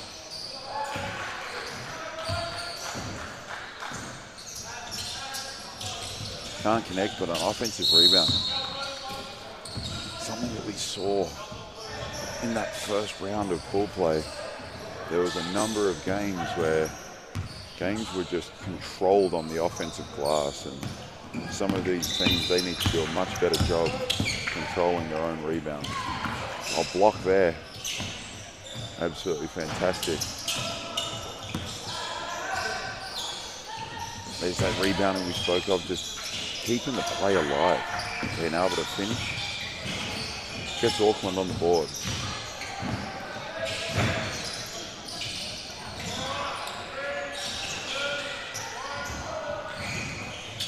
Short on that attempt. And even shorter on that one. Both teams get subs going into the game. Like I said, played well. It's a fast, kinetic pace. You want to keep your players as fresh as possible.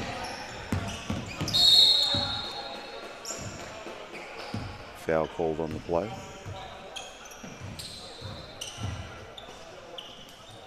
Auckland's third. Matahari up with the shake ball screen there. Manages to draw another foul. Can she extend the lead? Goes to the line. And I believe the Nuggets are playing tonight. Short and right on that one.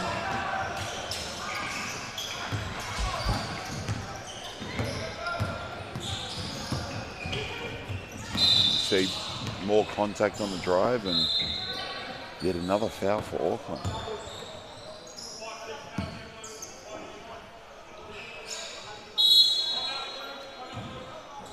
Auckland calls time.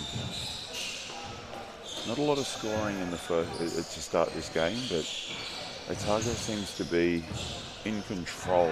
Auckland, unfortunately, not able to contain some of the work inside off the dribble and with Matahaere down low, so they need to be able to figure out what they're going to do to stop that and stop without fouling. Because that is going to be a huge issue as the game goes on. Otago going to the line for free throws.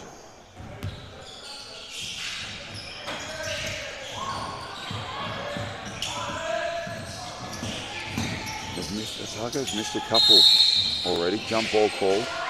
Otago's already missed 2 or 3 free throws, which will be giving them a lovely cushion in the game.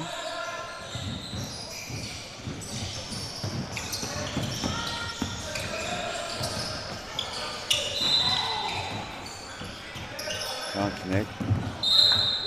Hustle down low. Which way is the referee called this? Otago to restart. There's that action. Matahaere's been very successful with the elbow action. Another foul on the drive. They throw to Matahaere on the elbow. And she's able to rip and get her feet in the paint and get a shot down in the dunk circle. Able to finish very well. Another missed free throw in this game. 2 attempt. Picked up by Auckland.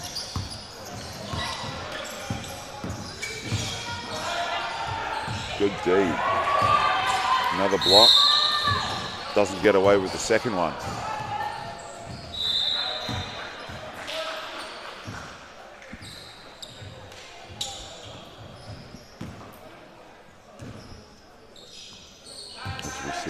Berry go to the line.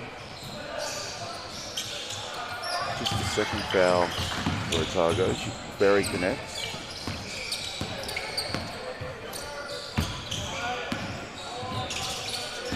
Handoff to kick out.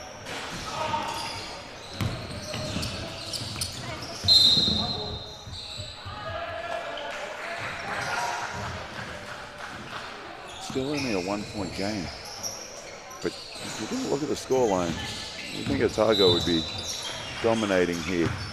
They just haven't been able to connect on some free throws, and they've generated some good looks. Another foul. Going to the line. Opportunity to knock this one down. Hopefully O'Connell can hit this and get everything rolling for the Otago team. Misses that one, but grabs her own rebound. Spin and finish in the lane. Auckland able to kick that out. 2 missed. Ball bounces out of bounds.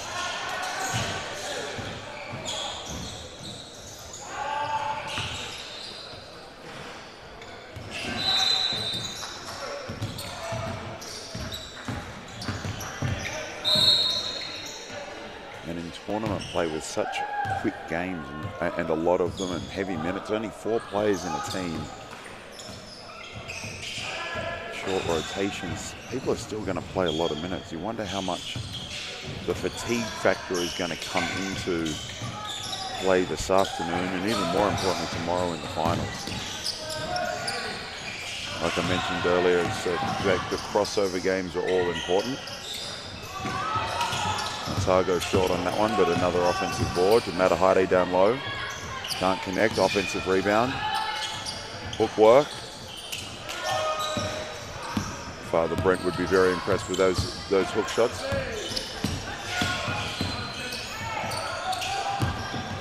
Otago is playing the Hawks down at the Edgar Centre tonight in the Sal's NBL.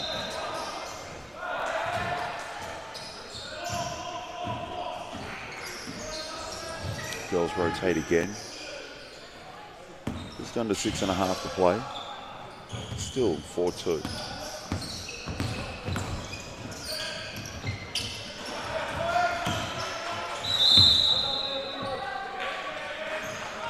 Good effort there. by O'Connell. Unfortunately, couldn't get it to go.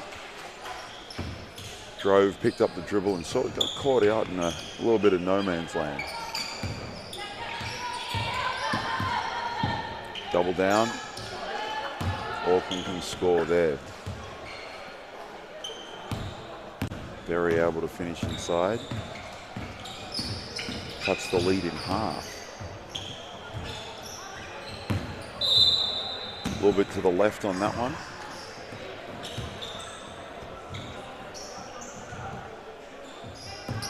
Tyler Mitchell. Auckland straight back into it.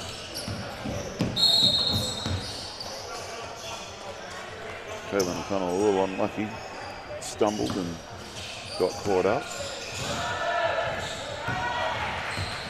This game right now, just more missed opportunities than anything else. Auckland gets that one to go, ties the game up. Both teams have missed some ones they'd probably want to have again.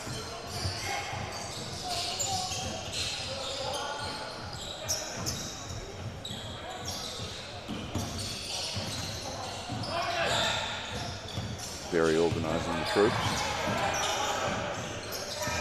Playing out, double screens, could choose either way, finishes at the rim with a foul.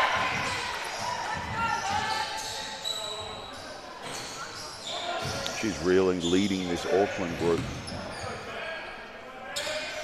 and doing quite well. Keeping the scoreboard ticking over for her team. Unable to hit that. Gets the ball back right in her hands. Scores again.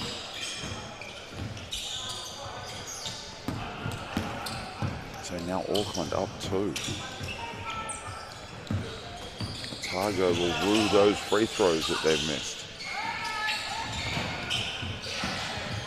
Berry for 2, can't hit. Once again, we rotate through every possession. The subs trying to keep players fresh. Little jumper in the key goes for Otago. Adds a little scoreboard pressure as well as pressure on the ball right there. Unfortunately called for a foul.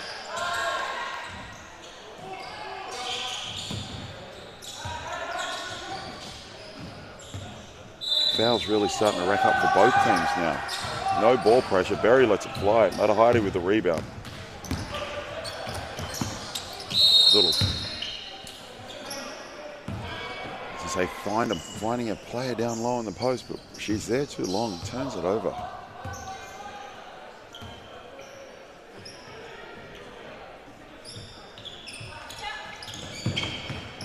Berry off the dribble.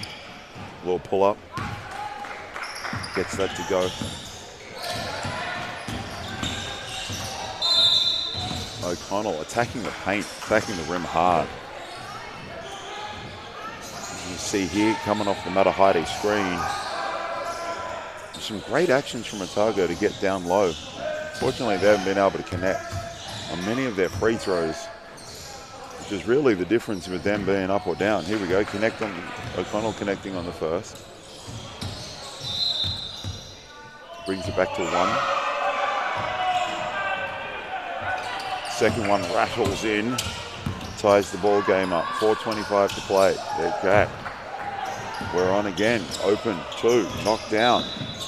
Matahari O'Connell screen again. Matahari working down low and 1. Has the chance to tie it back up.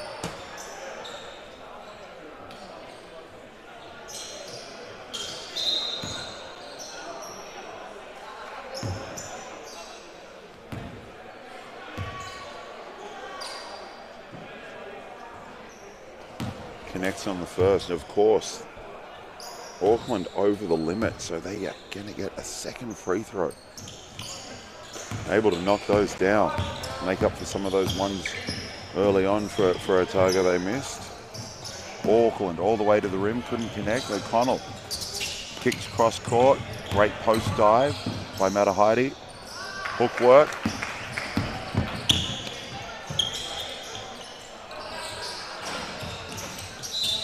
Soft touch, gets that 2 to go.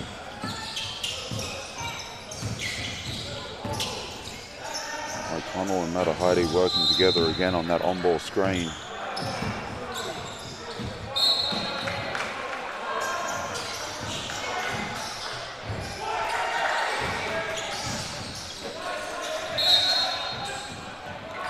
Timeout White.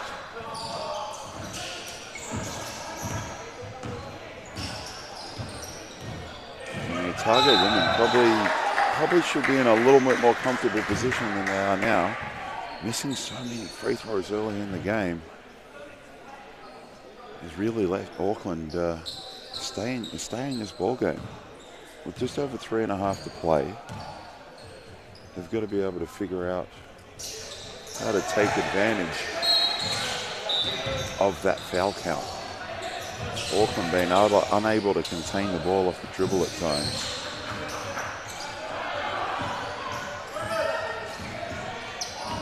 Leading to a few fouls. Barry's going to get us restarted.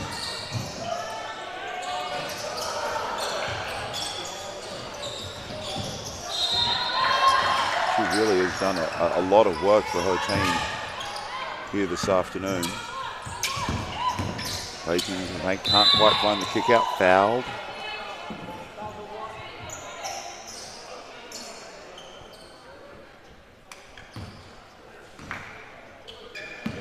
We go to the line again for more free throws.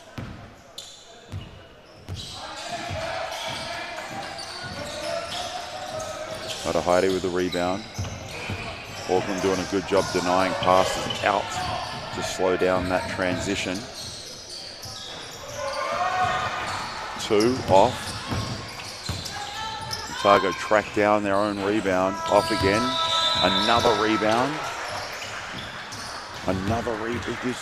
The work that Otago is doing right now on the offensive glass is absolutely huge.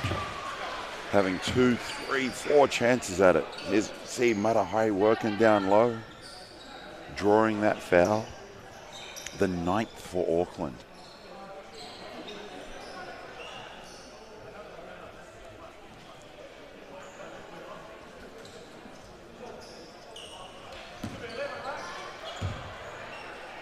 Knocked a couple down not long ago. Able to connect on the first. Give them a 2-point cushion. And now 3.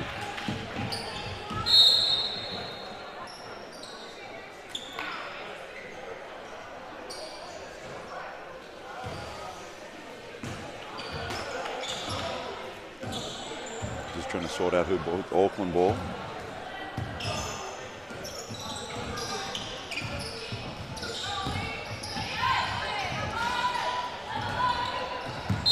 Little fumble on the rebound there.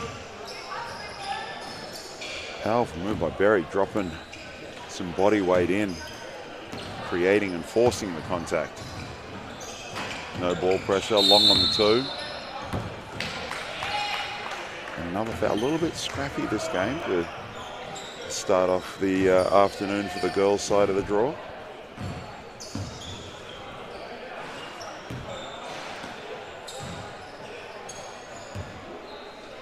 We see Berry back at the foul line. Connects on that one, able to cut into the lead a little bit.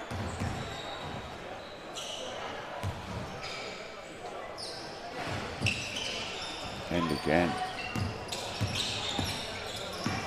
Ties up the ball game. O'Connell's got to go quick. Rebound falls to Auckland. That shot clock does run out quite quickly when they're pressured on the dribble out or pass out. Able to slow that down. Well short from Auckland on that shot. Pick up the dribble. Great steal. Finish at the rim. Able to regain that lead with just over 2 to play.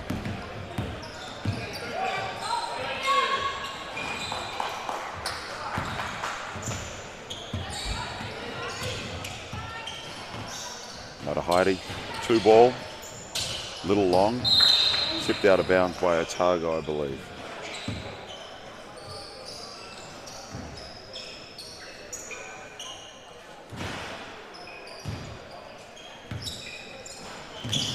Gleason gets us back underway, under the pressure.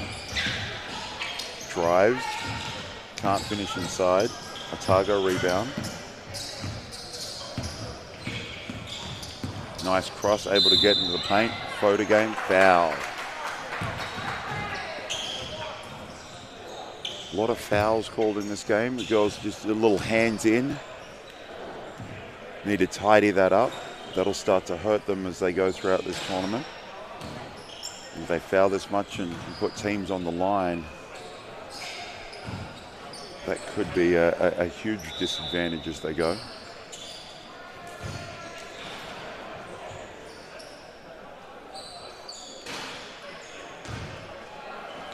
The officials just tidying a couple of things up.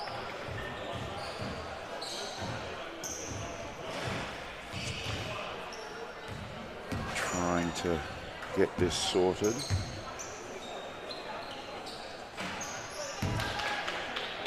Missed opportunity there.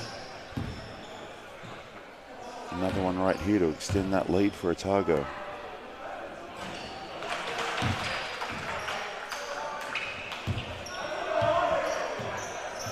"17 fouls called this game. You still have 1:40 to play. Pressure. Defensive pressure forces a turnover.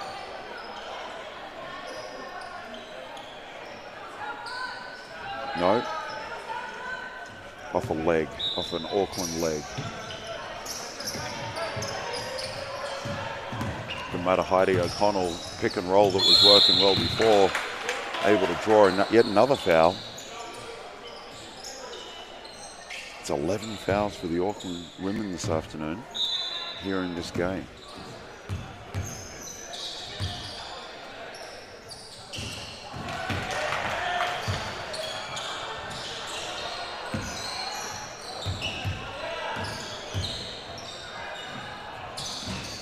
O'Connell misses the second. Gives them a comfortable 3-point lead with possession. 87 seconds left. Matahiti pitches back to O'Connell. Lane opens up, scores.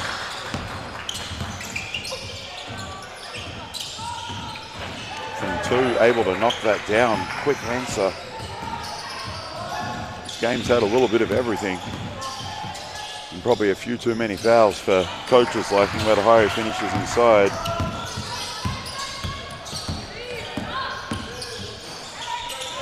Matahiti, another rebound.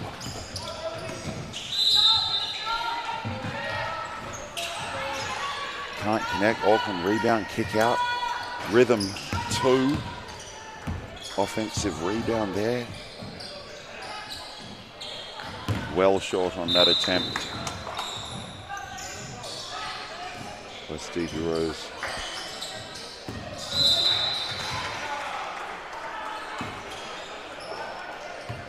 A fraction under 35 seconds as the clock gets started.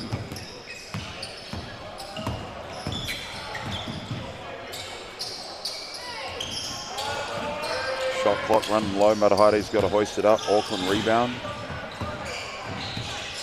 Berry has done a lot of work for Auckland here this afternoon. Can't finish on that occasion. Huge screen. Can't finish on the plate. Great screen.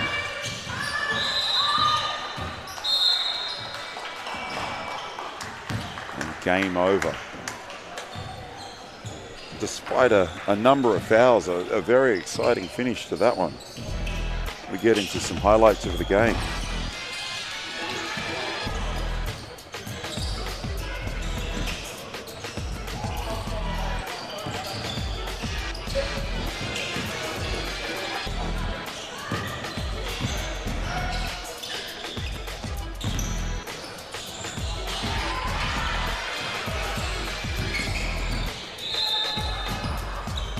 Go from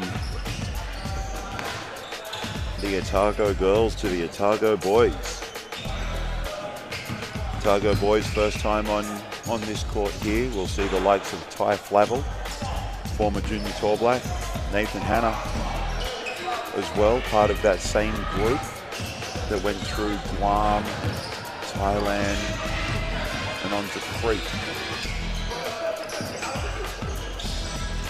Those guys worked with the amazing coaching staff down in Otago, Gavin Briggs, Senior Sergeant Constable Officer Briggs, head coach of the JTBs that competed at the 2019 World Cup.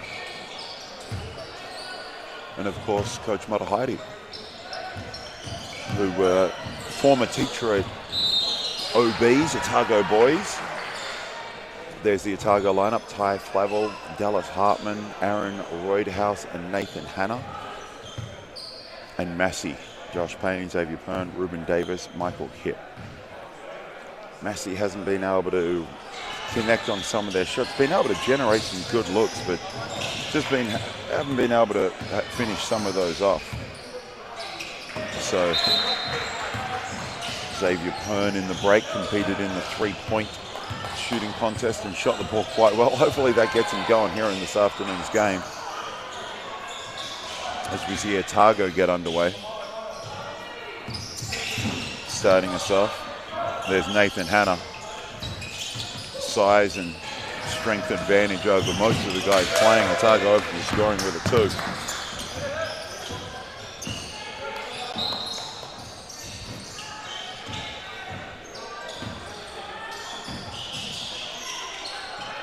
Here is Pern, former Manawatu Jet and Sal's NBL. Ruben Davis, short on that one. Hanna rebound. Roydhouse, Hanna another rebound. That's something that he does very, very well. He's a big body and he is able to set some monstrous screens and rebound the ball quite well. So it'll be very interesting to see how they take advantage of his size down low. Pern off. Foul. Ty Flavel checking into the game in the wrong colour. Well, his teammates obviously didn't quite pick up on that one until then, and he had to do the old switcheroo. Good thing they're reversible and it can be done quickly. Pern misses, offensive rebound.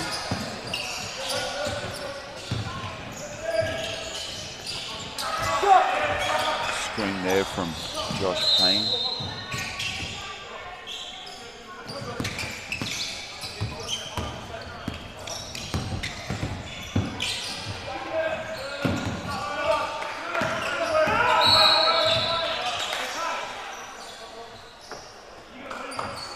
Hopefully this game gets a little bit more free-flowing than that girls' last game. A lot of fouls called there.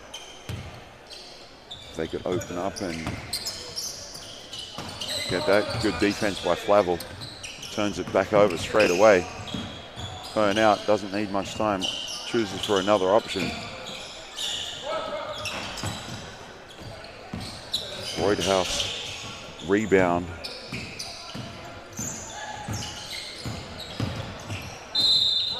Hartman on the hand, lost it out of bounds.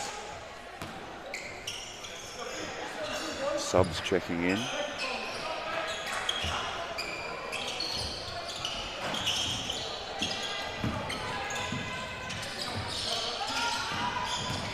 Trying to do, there's Hanna with that strength advantage. Little jab. Finds Flavel. And a foul on the rebound.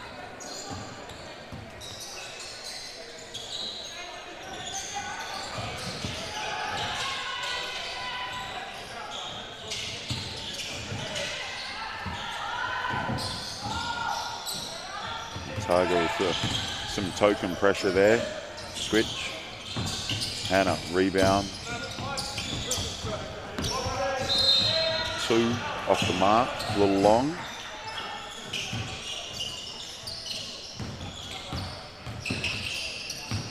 And Massey getting great backdoor up there. Massey have had a few shot clock violations in their games today. Just a little indecision and not quite quick enough on the trigger. If they generate a look, they need to shoot that, and probably shoot that a little quicker than they have done. They've turned down some good looks, and you see some of the other teams go trying to get that a lot quicker. Hannah working down low, taking advantage of his size. Can't finish inside. Massey come up with the defensive block.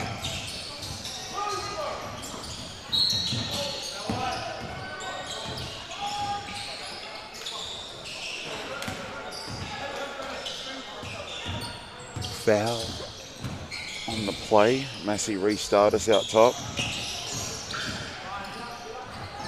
They look for the high-low game. Flavel with the rebound. And foul. Heading to the line for free throws.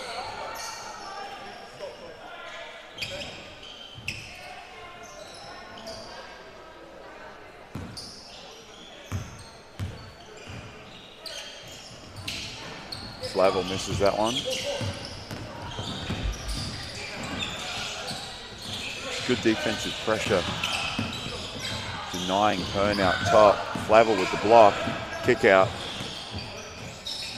Didn't have his feet set.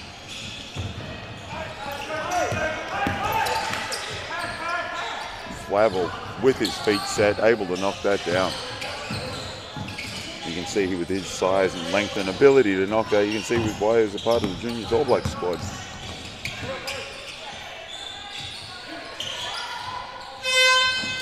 Can't connect on the back-to-back.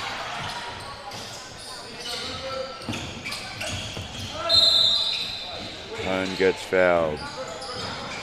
Let's see if he can knock something down from the stripe to open up their scoring. You see the foul there. It was good body, just that arm came down at the last moment. Put Pern to the line, opens up Massey's scoring. 4 minutes into the game.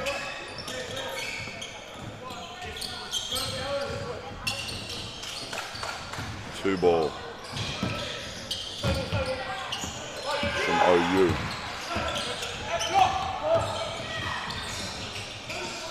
Hannah, there's that size and strength that we spoke of earlier. Just able to box out two people at once.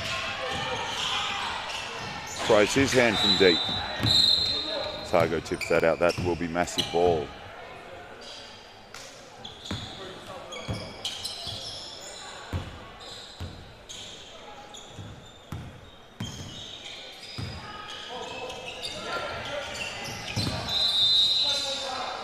Pern for two.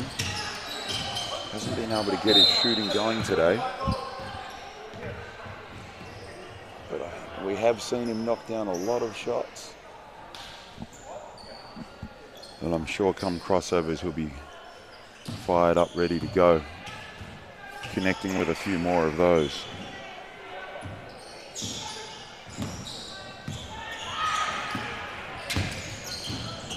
Dribble off the elbow. Hannah down low, rips base, loses the handle. Davis comes up with it, kicks it out, but kicks it out a little too far. Ball goes over the head of his teammate and out of bounds. Targo gets to restart. Extra pressure by Massey. Would have been good to see that at the start of the game. Forces a miss. Ulick takes out Nico underneath and taking some great photos. You can see some of that on some of his handiwork on BBNZ's social media. Pern in, step through. Shot knocked out of the way by Hartman. Short on that attempt from two. Hustle to no avail.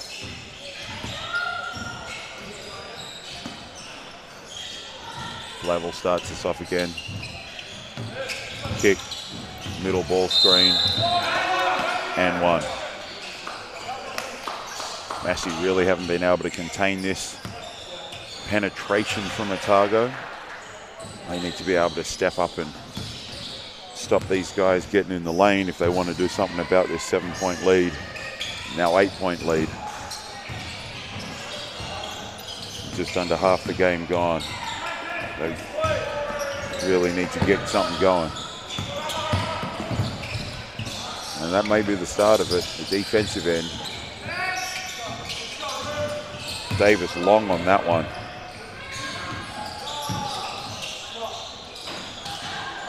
And Otago just keep that thing going. Missed shot, offensive rebound. And they're able to stick it back in.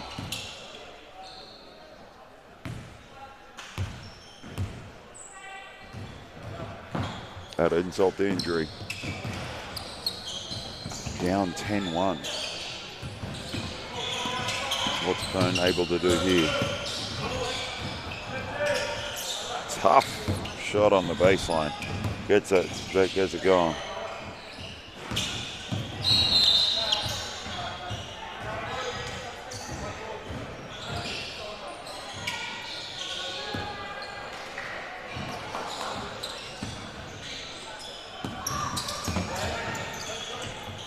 Hannah down low.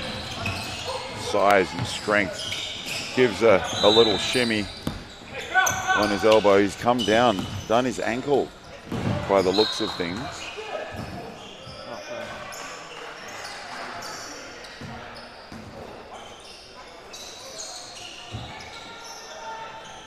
Manages to get up and walk off the court on his own steam, which is a great thing.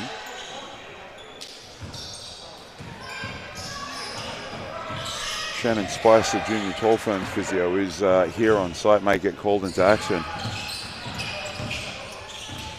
Otago in control of this one at the moment, may not need any extra help with 3:45 to go as they get to the lane, get into the basket very easily there. Called for a timeout.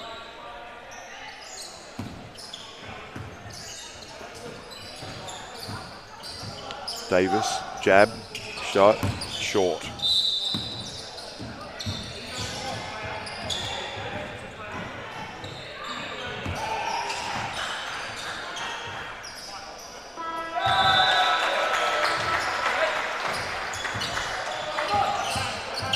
Flavel, bounce out, attack the switch. Can't finish against contact.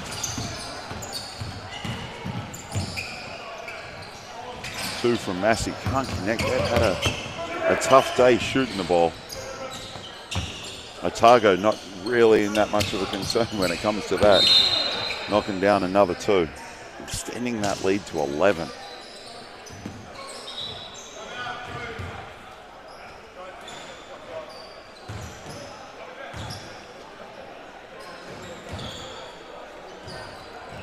Timeout. We're just Flavel's checking something at the bench during this timeout.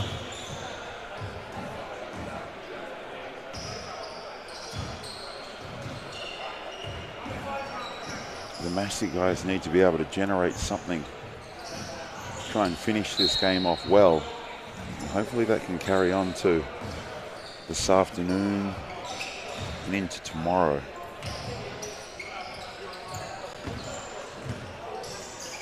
It's a really tough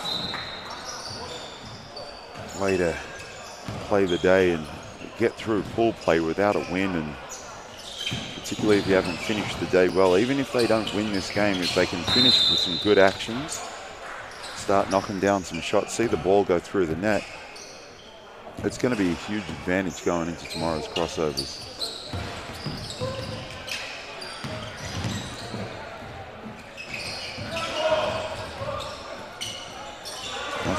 That's a start of it. Eating into this 10-point lead, but they give up that right at the rim. Behind the back pass doesn't go. Looked good. Flavel for two. Grabs his own board. 2.5 left. Able to knock that two down.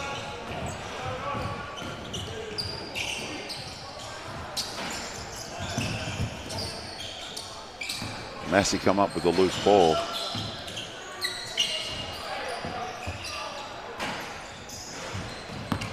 And that's the pace that Massey need to play at to try and get some rhythm here. Kick out, catch, shoot, 3, rhythm 3, 2s, rhythm 2s. Still in that habit.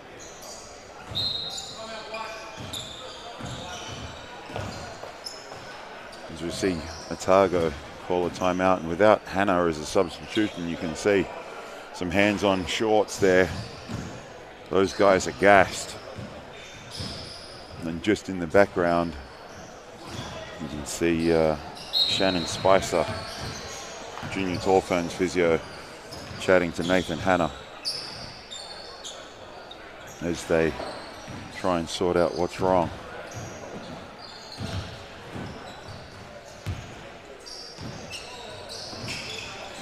She gives us the big thumbs up as she walks away, so maybe Nathan just needs to harden up.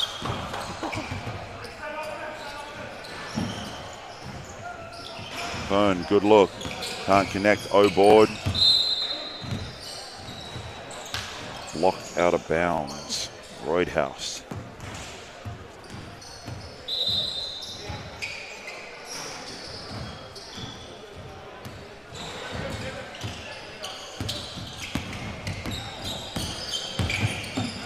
Hearn going to work down low.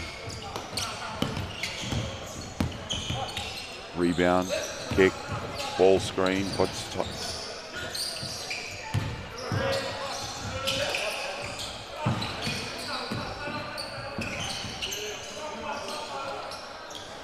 Massey have generated some much better shots as we've come to the close of this game.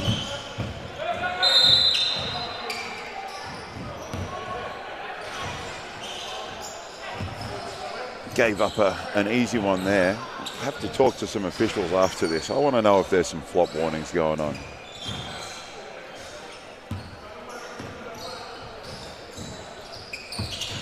It looked a little too easy on that last defensive play. Fellow Sky commentator Casey Frank would probably have something to say about that.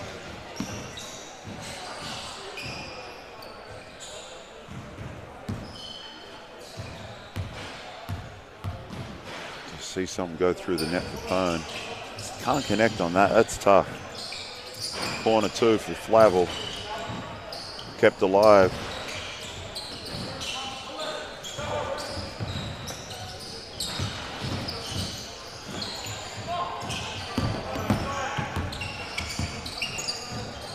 Otago dominated this game from start to finish. 2 ball there off the mark. Hustle. Can't quite keep it in.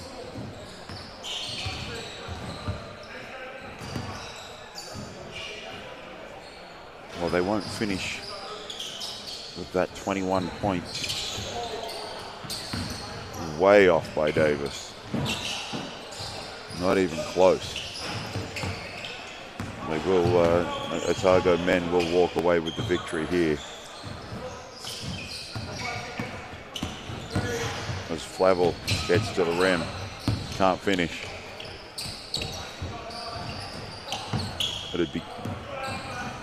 That'll be probably spoken about tonight in some team meetings and some film. Just the ability to finish inside against the heavy contact. Here we see some highlights.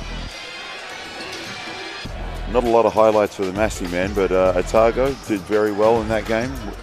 Running out winners 17-3. Massey going to need to find some ways to put some points on the board.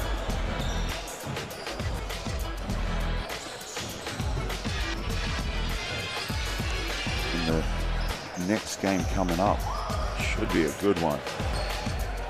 With Canterbury women versus AUT women.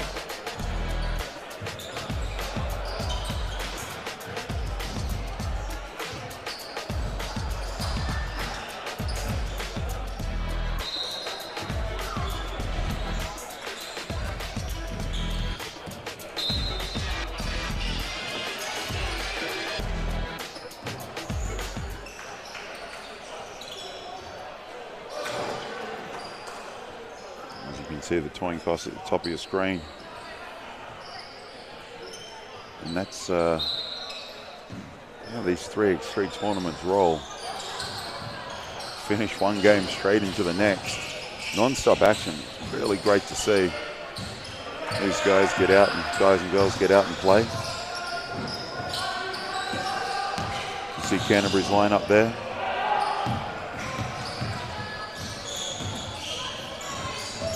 Some familiar names. Sapphire Lido did quite well at the Chic National Championships not too long ago. Be looking forward to seeing her play.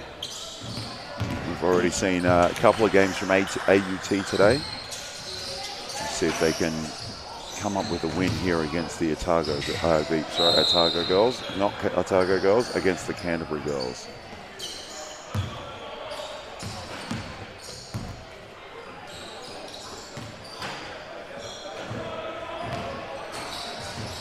As both teams get some shots up before we get into the action.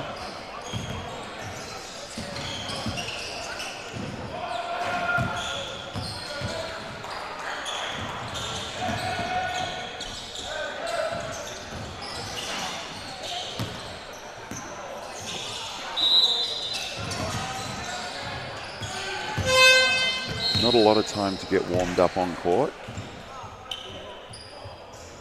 The girls have already done the toss. Looks like Canterbury is going to start this one off.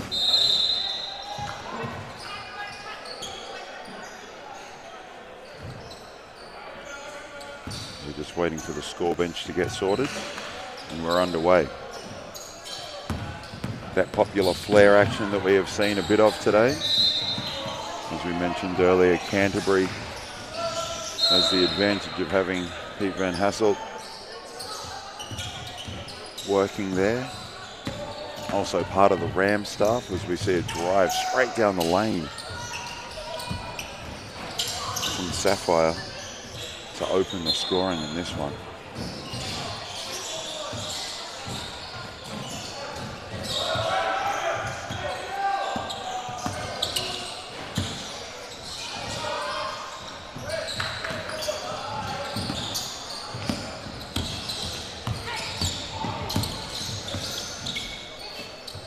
AUT played much better. Great find there. Unable to hit that. AUT played much better in their second game. Hopefully they can pull something out here and come away with a win in the third.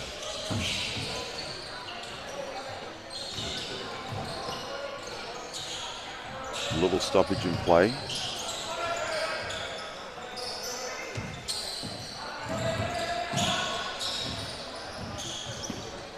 The referees get us back underway. Clock's on. See baseline official there. Mel, over 400 Sal's NBL games. As Canterbury connect on a 2. Able to push that lead out. Good catch inside. Got to go a little quicker than that. 3-second call.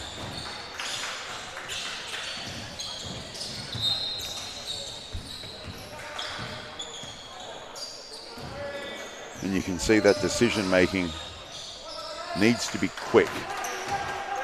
They've got a couple of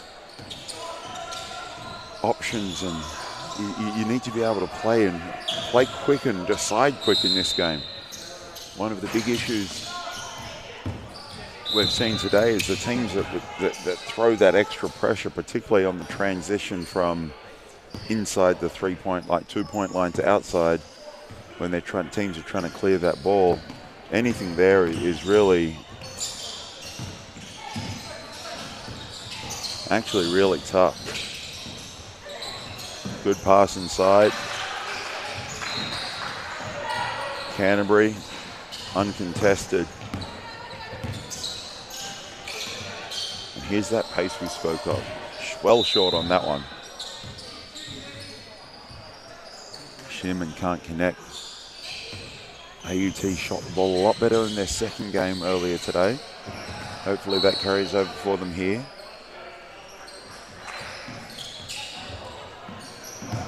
Down at the moment by 2.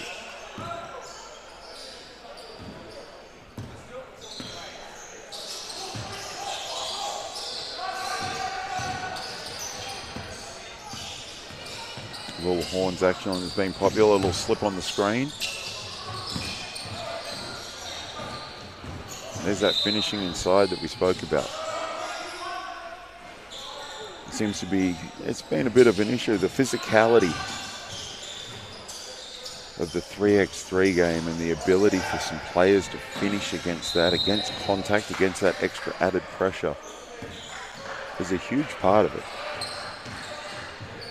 You need those players to be able to do that. The AUT knocked down a 3. Knocked down a 2. Canterbury answers right back. Keep that scoreboard ticking over. AUT again.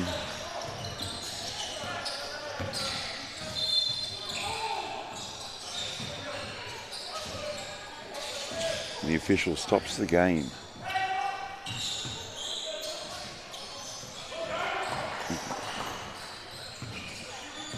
Women take that as an opportunity to rotate through. Great fake into the lane, kick out, corner 2, long. Canterbury come up with it. Cross, get into the lane, finish in the lane. Corner 2, can't connect. Hustle on the glass. And again, short on that one.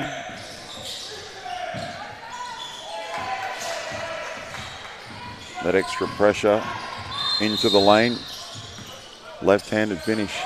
Doesn't go, but foul called on the play.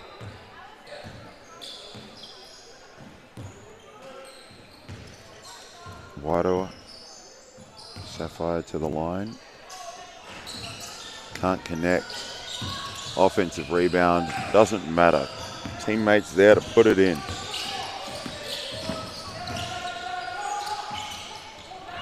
Picked up the dribble and got a little court. Set feet, 2, short.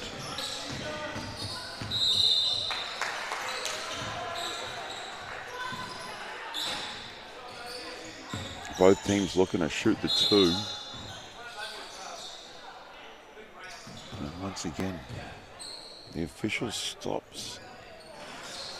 They seem to have a shot clock issue. As they reset the shot clock to 8.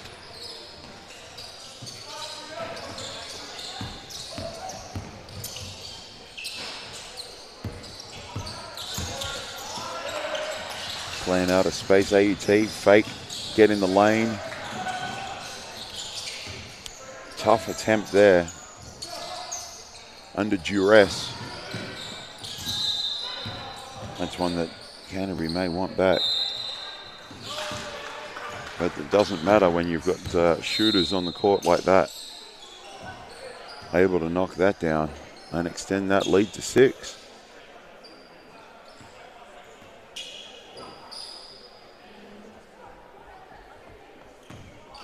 Once again, we've got some issues with the shot clock. The officials keep stopping, making sure that we're on point with that. Canterbury's pressure.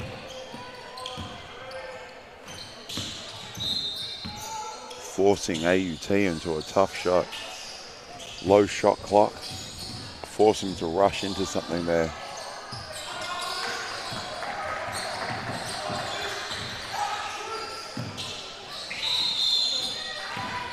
Foul.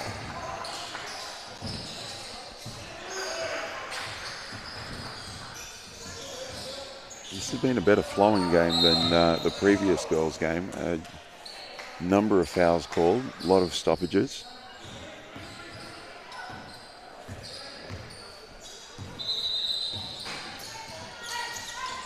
Great rebound.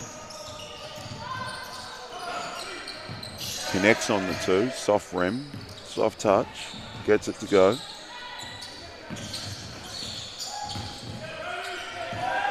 AUT eating to that lead. Back-to-back 2s. Shutting out that lead. It was 6, now only 2. Good pressure. Step back to create space, can't finish. Rebound inside AUT. 2 points. AUT, long on that one.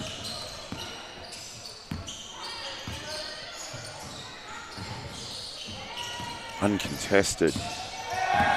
Great look there. AUT fires back quickly. And again. A little long on the rebound. Ball's out of bounds.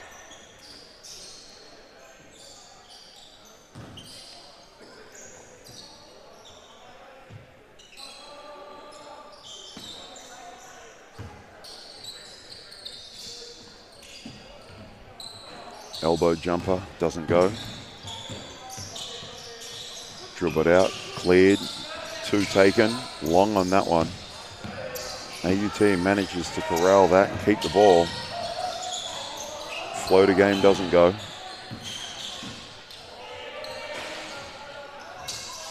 Top, shooter, money. She's knocked down a couple of 2s and probably a player to be aware of. Short on that attempt. Dribble out. Pull up game, short on that. AUT controls that one.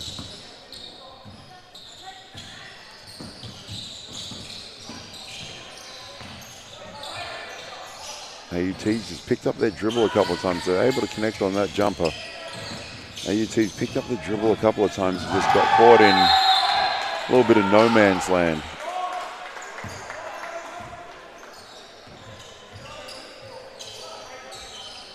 Which has hurt them a little. Canterbury holding that 5-point lead with 2:37 to go.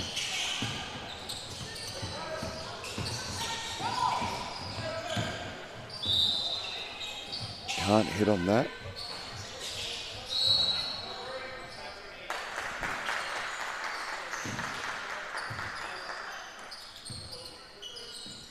Let's head to Cooper. Starts to play at the ball, deflected.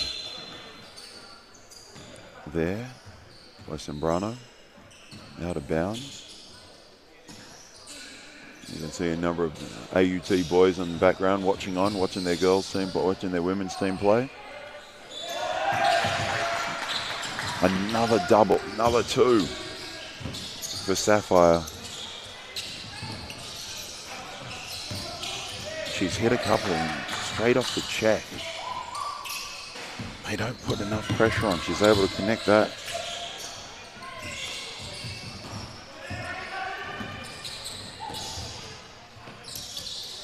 Good find, good cut, good finish.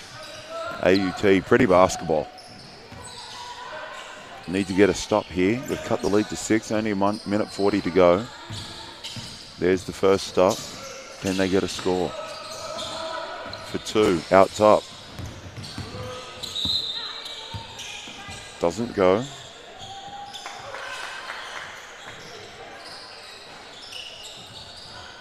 Subs roll in.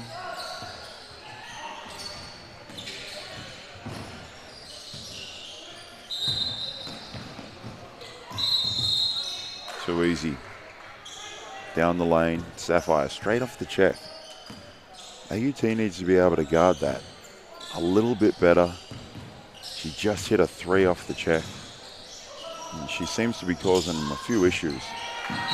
She is a very good player, and defense needs to be locked in on that as she kicks out there. Middle drive, floater game doesn't go, offensive rebound. Kick out, feet set, and another 2.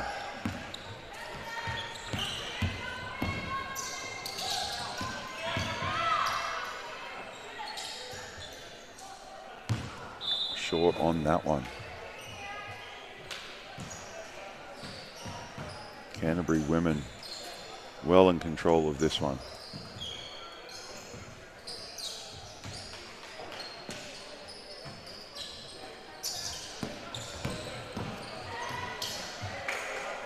Sapphire scores again, taking 19-10. Offensive rebound. AUT can't get it to go. Fumbles the ball out of bounds. I believe that will be a Canterbury ball. Canterbury women with just under a minute to go.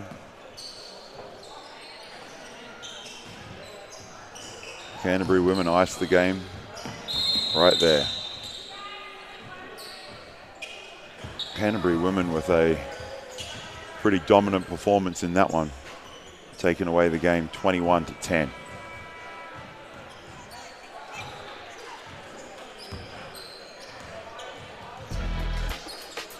And from Canterbury and AUT, we're flipping to Canterbury and AUT. We're just going from the girls' game to the boys' game. Once again, this will be a very good matchup. As we see some highlights here.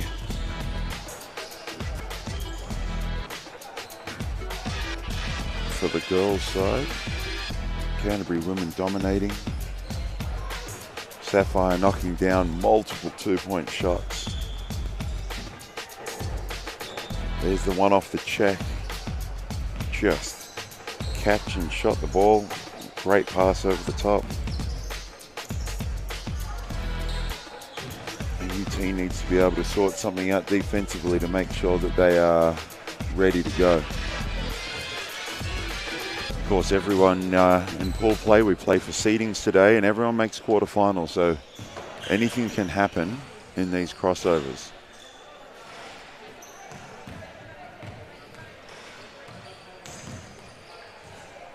As we can see the same universities lining up and warming up for the very next game. On the men's side,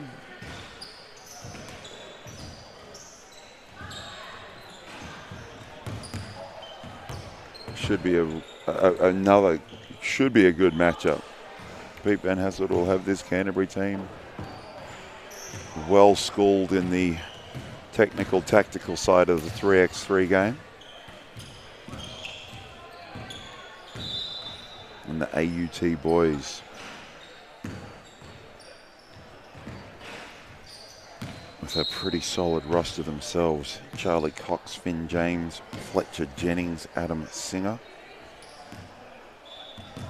Taking on the Canterbury, Jeremy Irvine, Riley, Christopher Topea and Aidan Tong. It'll be good to see how the big fella does his work. It's good to see how the big fella does his work down low. Of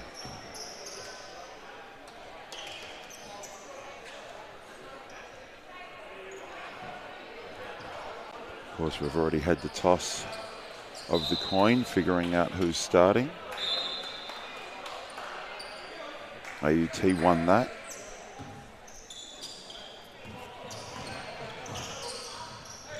As mentioned earlier today, no jump balls. Toss of the coin to see who starts, and then we're into the action. Great first bucket from AUT. Little backdoor. Canterbury fire away for two. Both teams open their scoring very quickly. Great back cut against the pressure from Canterbury. We're already on it there. Another back cut. Little overzealous on the defensive effort. Tong will get to the line to shoot that one.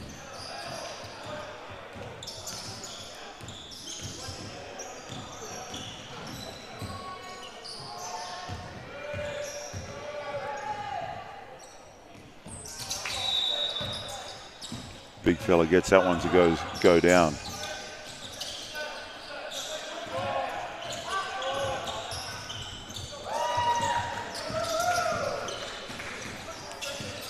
Very good game here as predicted. Short on that one, able to clean up the O board, can't get that to go.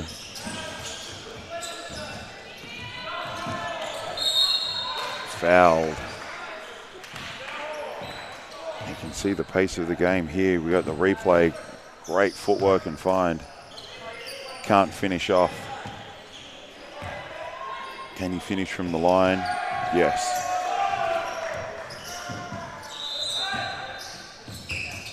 AUT extend their lead to 2. Big fella goes to work. Needs that soft touch inside. Can't quite keep it in bounds. It's there by the bench. AUT quick 3, 2.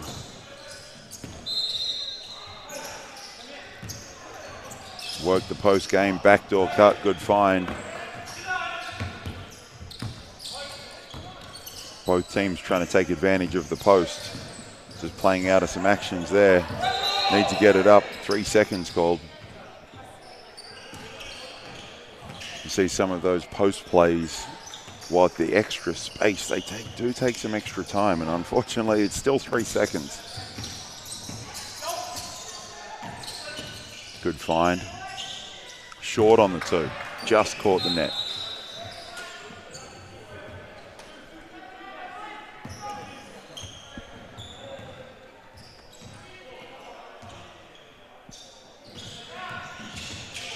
Get back into gameplay, reach there on that.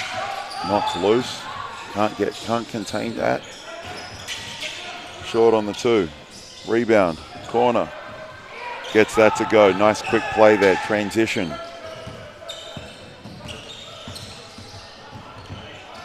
Kick out 2s. We've got another 3-second call from the baseline official.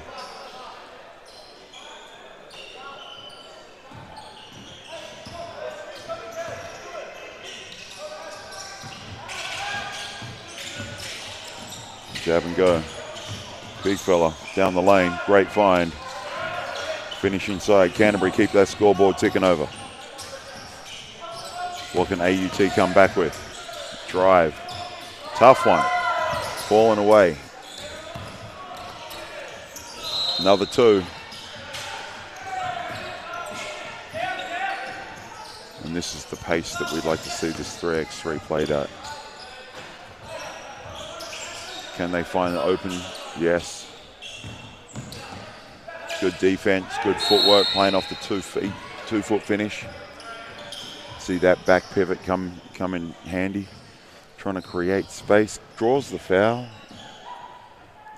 Canterbury look to extend this lead off this free throw.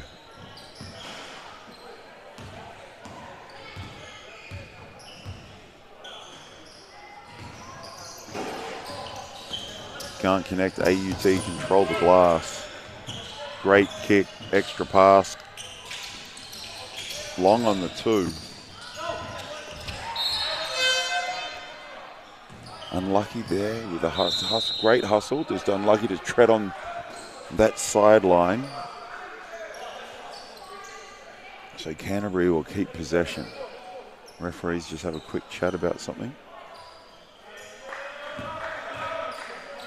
Huge part of our game here at the UTSNZ 3x3 Championship. The officials, the score benches, the volunteers. Going to work down low, and 1. Free throw to come. Canterbury men able to push that lead out a little more. Not too big of a lead right now.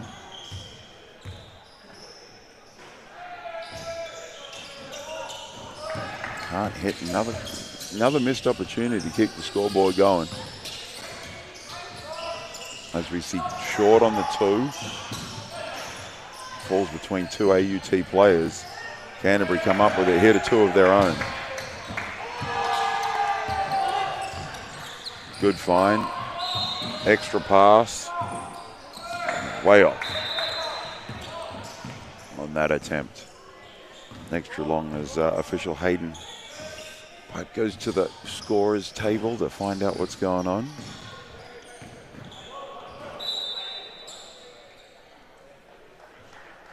The officials get together and chat. 9 on the shot clock. Get together and sort that out.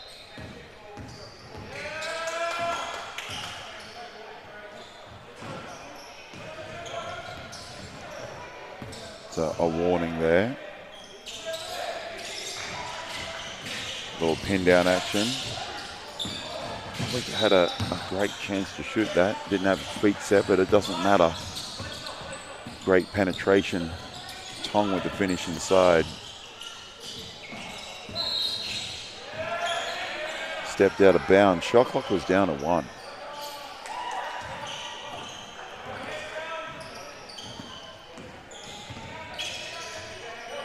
Throw to the big fat flare slip. Causes some great confusion in the defense. AUT can't keep up. Missed a gimme right at the rim. Well short. Canterbury on another back cut. There's that contested finishing spoke of earlier. A little bit of lazy defense there, reaching across without moving feet. Probably a tired foul more than anything else.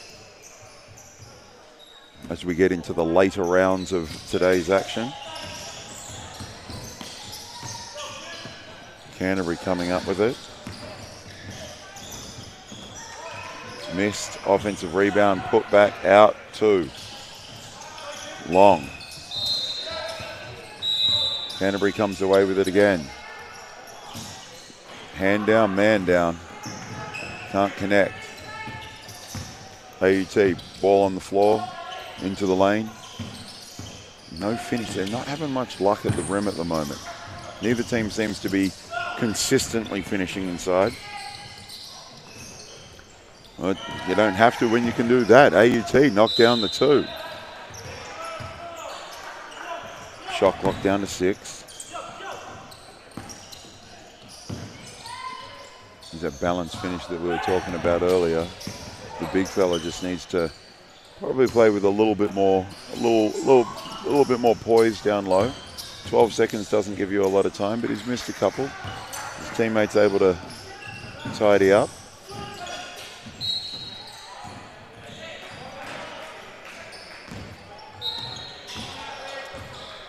Foul on the play, then timeout to Canterbury. Canterbury men up 6. Probably just want to have a chat about what's going on. And have a bit of a breather as well. You can see girls' action in the background there. As Waikato take on Auckland.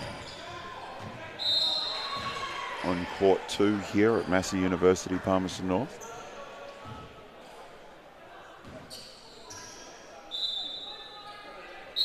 With one more round to go today. AUT will come back and get us going after this timeout. 4.5 on the clock. Bang on, clock's running. Only 12-second shot clock, as we mentioned. Going quick. Tries to split, shot clock getting low, 2. Got to get it up. Long on that one. A lot of fakes, kick out, catch and go. Like to see him finish above the rim. Great backdoor cut.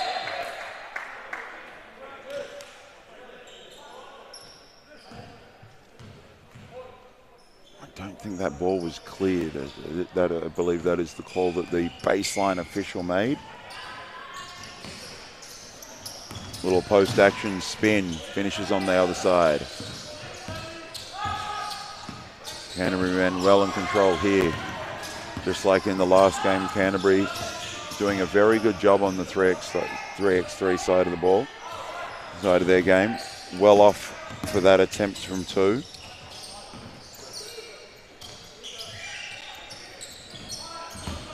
Able to play out of that. Jeremy Irvine playing very well here today.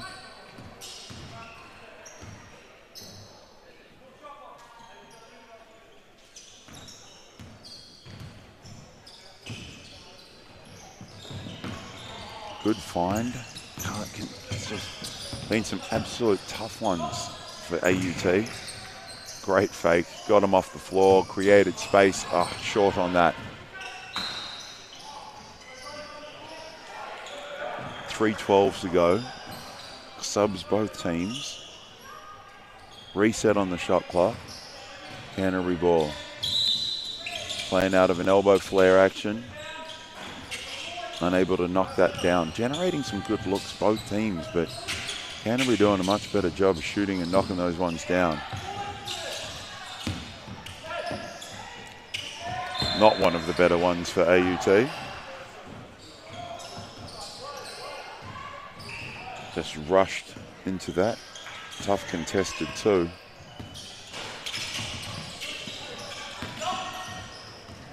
Great block. Right there. Max Goran denying that at the basket.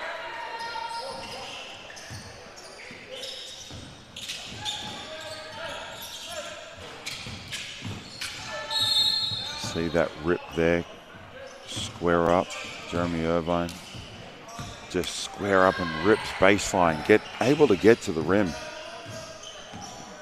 Free throw to come.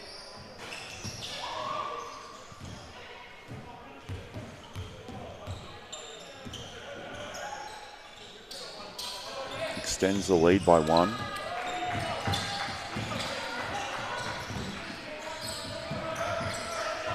Good back cut action, tries to set up some space to shoot. Long on right on that shot.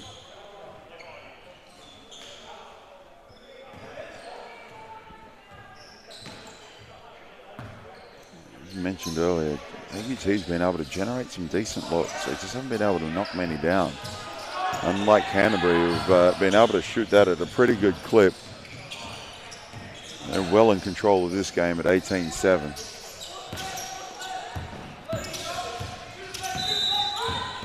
Some good defense there. Able to track down. There's the look that they're looking for. Able to knock that down.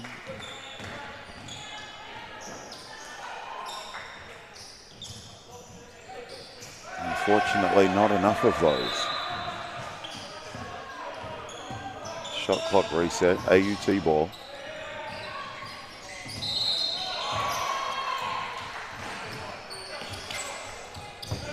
Too strong there.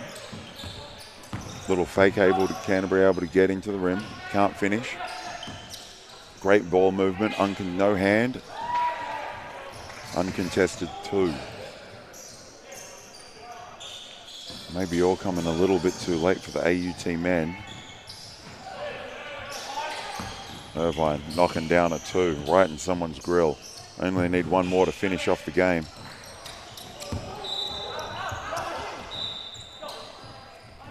Can it be done right here? No. Good hustle though, able to keep possession. Only need one. There it is. Game. Tidy that one up with just over a minute to play.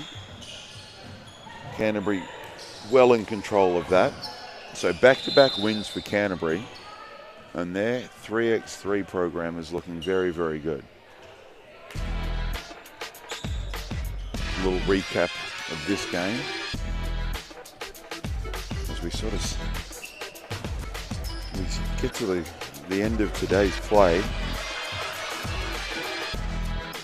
With one more round to go. Otago versus Massey on the women's side. First time we'll see Massey women here on the show court.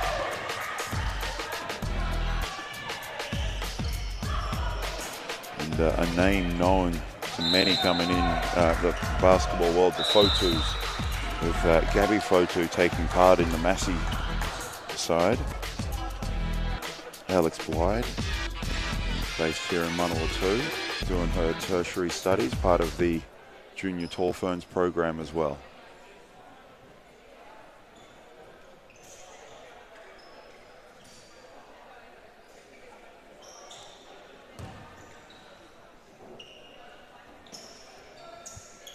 Otago women have had a couple of very good games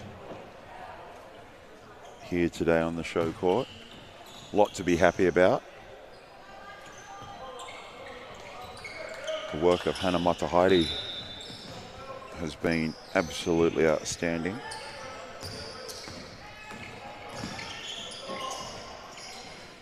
There's the Otago lineup again, as we were talking. O'Connell, Mitchell, Sparks, Matahaere. done very well. The quickness of O'Connell, the strength of Matahaere, some shooters there as well. For Massey, we see their lineup. Bergersoff, Blyde, Waldry and Fotu.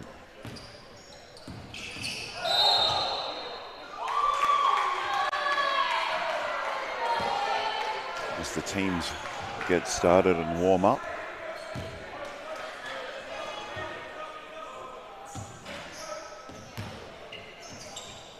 Be exciting to see how the day's play finishes with this girls' game.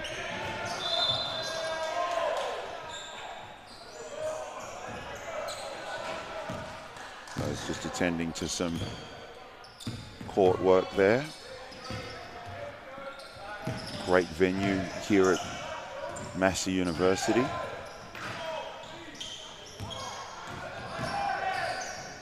Great venue for a lot of basketball and fantastic facility, weight room, courts, squash courts out the back, and a teaching gym just next door. Some fantastic facilities and some just a few hundred meters away, the New Zealand Massey Sport Rec was the Rugby Institute, now the Sports Institute, with some top-notch gear and everything going on as the girls have a last-minute huddle before they play.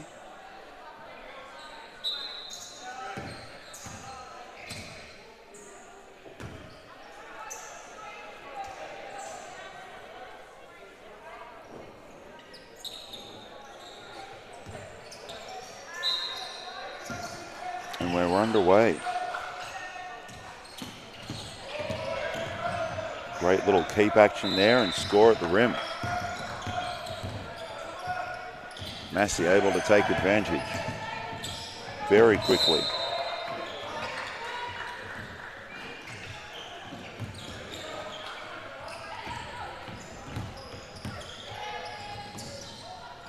Otago can't answer back, but do get the offensive rebound. Low shot clock. O'Connell's got to throw it up with the left and it goes. Gets the scoring underway for the Otago women's side.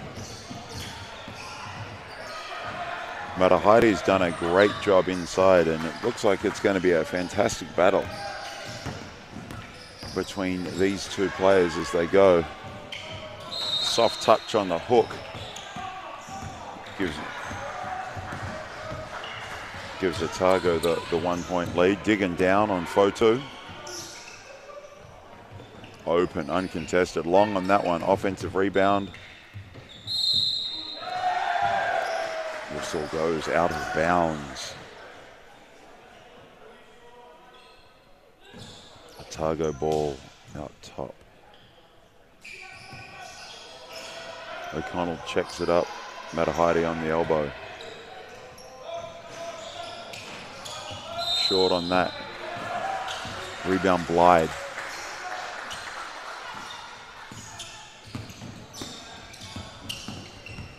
Loses the handle out of bounds. Looks like they retain possession.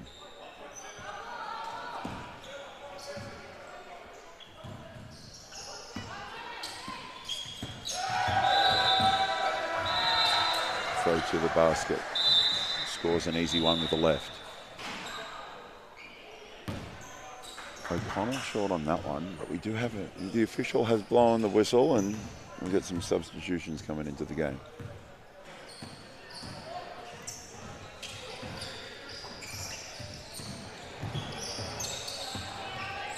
O'Connell with the handle gets caught up. Jump ball.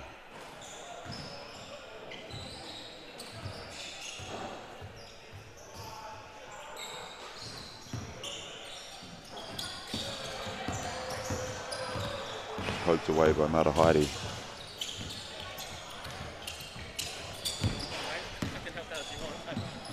And just absolutely fantastic to have Pete Van Hasselt here as part of our commentary team. He's got some good value to add, I'm sure. Pete, how are you? Oh, great, thanks, Miles. It's been a busy day. I can imagine. Some good wins for the Canterbury teams, though. Yeah, we're getting there. Day one's just about getting chemistry, and day two's the day that counts. So, yeah, all the teams are really great to see everybody out there playing some really high-level 3x3. And that's one of the. Well, now that I've got you here, it's we can see that little horns flare action. Yep. That a number of teams have been running. Yeah. And it's just talk us through some of the actions that you would like to see. You and Justine would like to see. Yeah. In for some of the younger players here and coming through to the system to the 12 Ferns and 12 Blacks 3x3 teams. Yeah, it's really interesting because obviously it's a different sort of format of the game. So with the value of the 2-point shot, that's what we're probably trying to see more action space around getting open for a 2-pointer. So yeah, definitely the flare stuff. And then honestly, it's just more about playing with speed in the first 2 seconds, sprinting out, getting open. Oh, that's a great steal for a layup there. I love that defense. And we had a chat prior to the game and in between games and all sorts of things about the disruption and denying that pass out, just being able to start that shot clock going. Yeah. So Connell misses a gimme there with the left, and oh. Matahari's there to clean it up. Come down for the ankle there. Hopefully she's okay. Yeah. She's up. Good stuff. Yeah. 3x3 players are tough. They are indeed, and I believe the Taranaki girls are even tougher. True. Yeah, basically, if you can get early pressure on the defensive transition, then you're going to take 4 or 5 seconds off the shot clock, and then it makes it really hard to actually play offense. And I've spoken to Shay was here with commentating earlier, and we were talking about that short shot clock.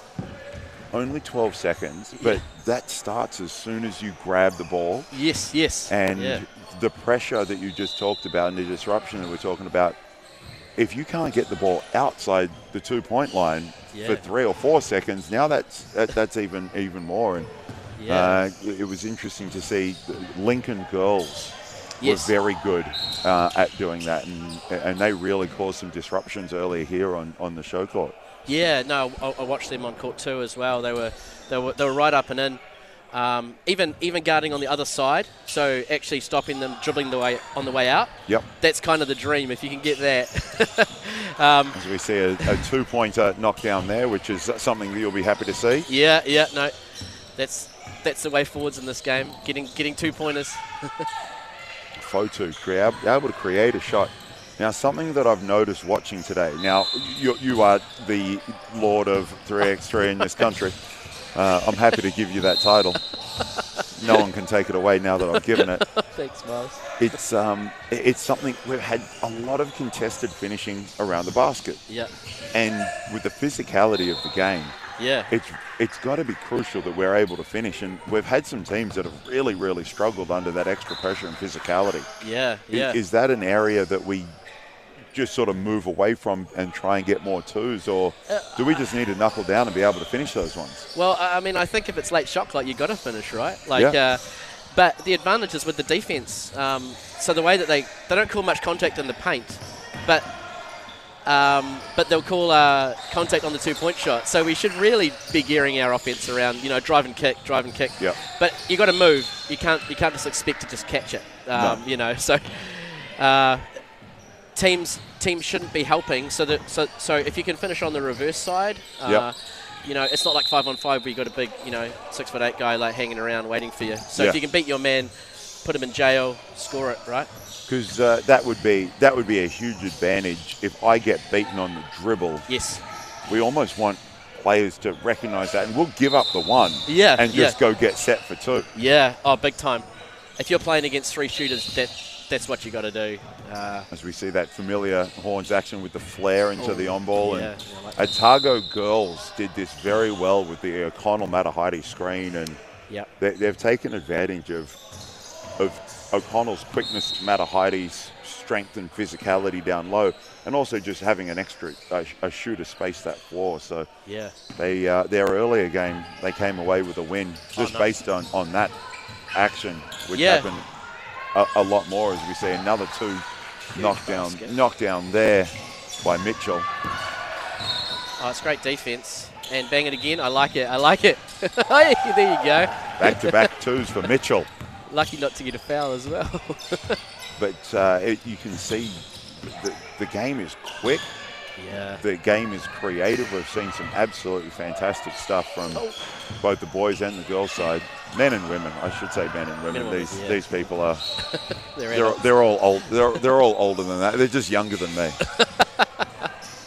But that basically goes for everyone here at the gym today. Everyone's younger than me. Oh, they're back in that horns. Oh, okay. Oh, nice. I like the number of twos going up. It's really nice. And it's great to see. I love that switching defense and the ability to be physical. Yeah, yeah. I think it just helps all levels of basketball, playing 3x3. You know, you can playing through contact, playing good defense. You know, Well, the international game is all about physicality, even in 5-on-5. So yes. Yeah, like we need to get used to it. Mitchell, another two. So I kept saying three. I've got to get out of that habit now that I'm here with you. It's an amazing thing. Europe uses a lot of 3x3 for development. Yeah. And there's the professional circuit is now good money, men and women's side, three-point shootouts, dunk contest. It really is it's a great game and a spectacle to be part of as we see that. May have been a deflection there, but well short on that 2 attempt.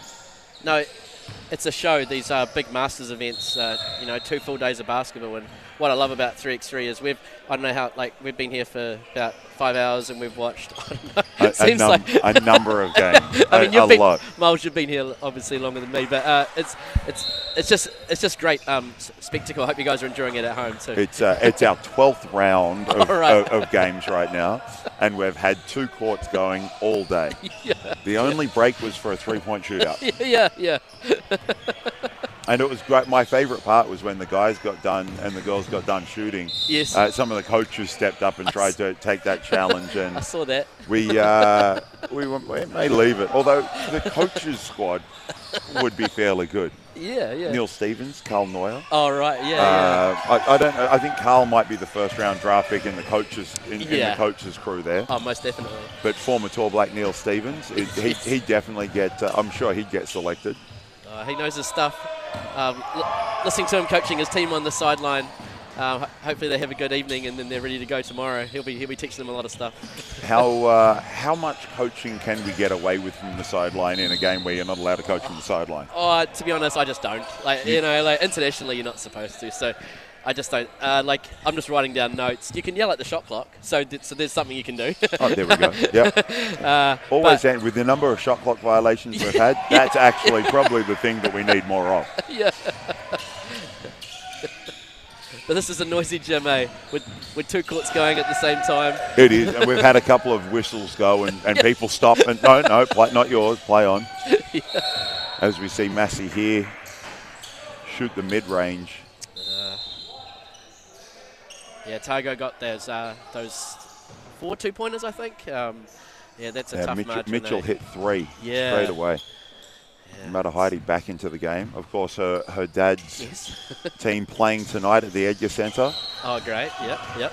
Versus the Hawks, I believe, which should be a great matchup in the Sal's NBL tonight. Yeah. I know you're doing a little bit of work with the Rams and Judd. They had a great win last night versus the Manawatu Jets here at Fly Palmy Arena. Yeah, no, it was a good game.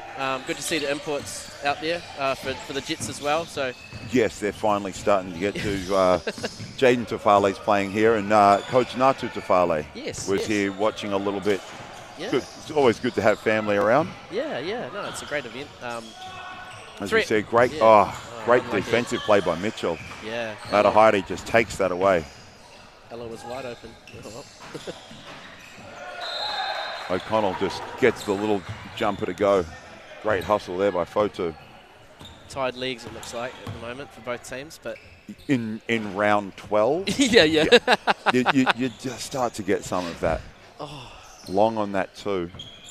Ella, of course, had a great event over in Doha with the New Zealand women's 3x3 team. Shay and I were chatting about that earlier. Cool. Can you tell us a little bit more about that? Because that was a World Cup qualifier, wasn't it? Yeah, it was a World Cup qualifier. So we were seated. Time. We got a timeout on the floor. Awesome. So we were seated 5th in both the men and the women, all there to play for. And unfortunately, Justine went down with strep throat just before they went away. So the ladies held themselves together really well, and they played excellent team ball, and we managed to get through some really tough teams in the end, actually. So both the men and the women qualified for the World Cup, which is going to be coming up rapidly soon. So mid-June over in Antwerp. That's fantastic. And you're talking about player-led, and the players stepped up, and I really love that. Coach Shahira and I were talking about that earlier. Yes. Just the timeout is all player-led, and as a 5-on-5 coach, that's what I want my guys to do, and that's what Shay was talking about with the junior tour fence. That's what we want. Yeah, I agree. And more 3x3 just gives them that opportunity to be the leaders. So even without Coach Justine Reed, just seeing the girls qualify for the Worlds is just fantastic. And we see Fotu from 2. Oh, there we go. We'll see. There's still plenty of time left. I've seen a team come back from 8-20 down. Yes. And come away and with win. the win. 21-20. Yeah. Were you watching the game, or were you coaching? Were you No, part it was of it's on YouTube. Okay. And it was a combination of a team shooting Great very finish well, at the rim there. but also the other team playing a bit dumb by not marking the 2-pointers. So yeah, that's huge. And well, we were talking about the NBA game. Yep. And how people have been really shocked as Fotu goes for another 2. There we go. Like people say, oh, they were up so many. It doesn't. But they've lost the game.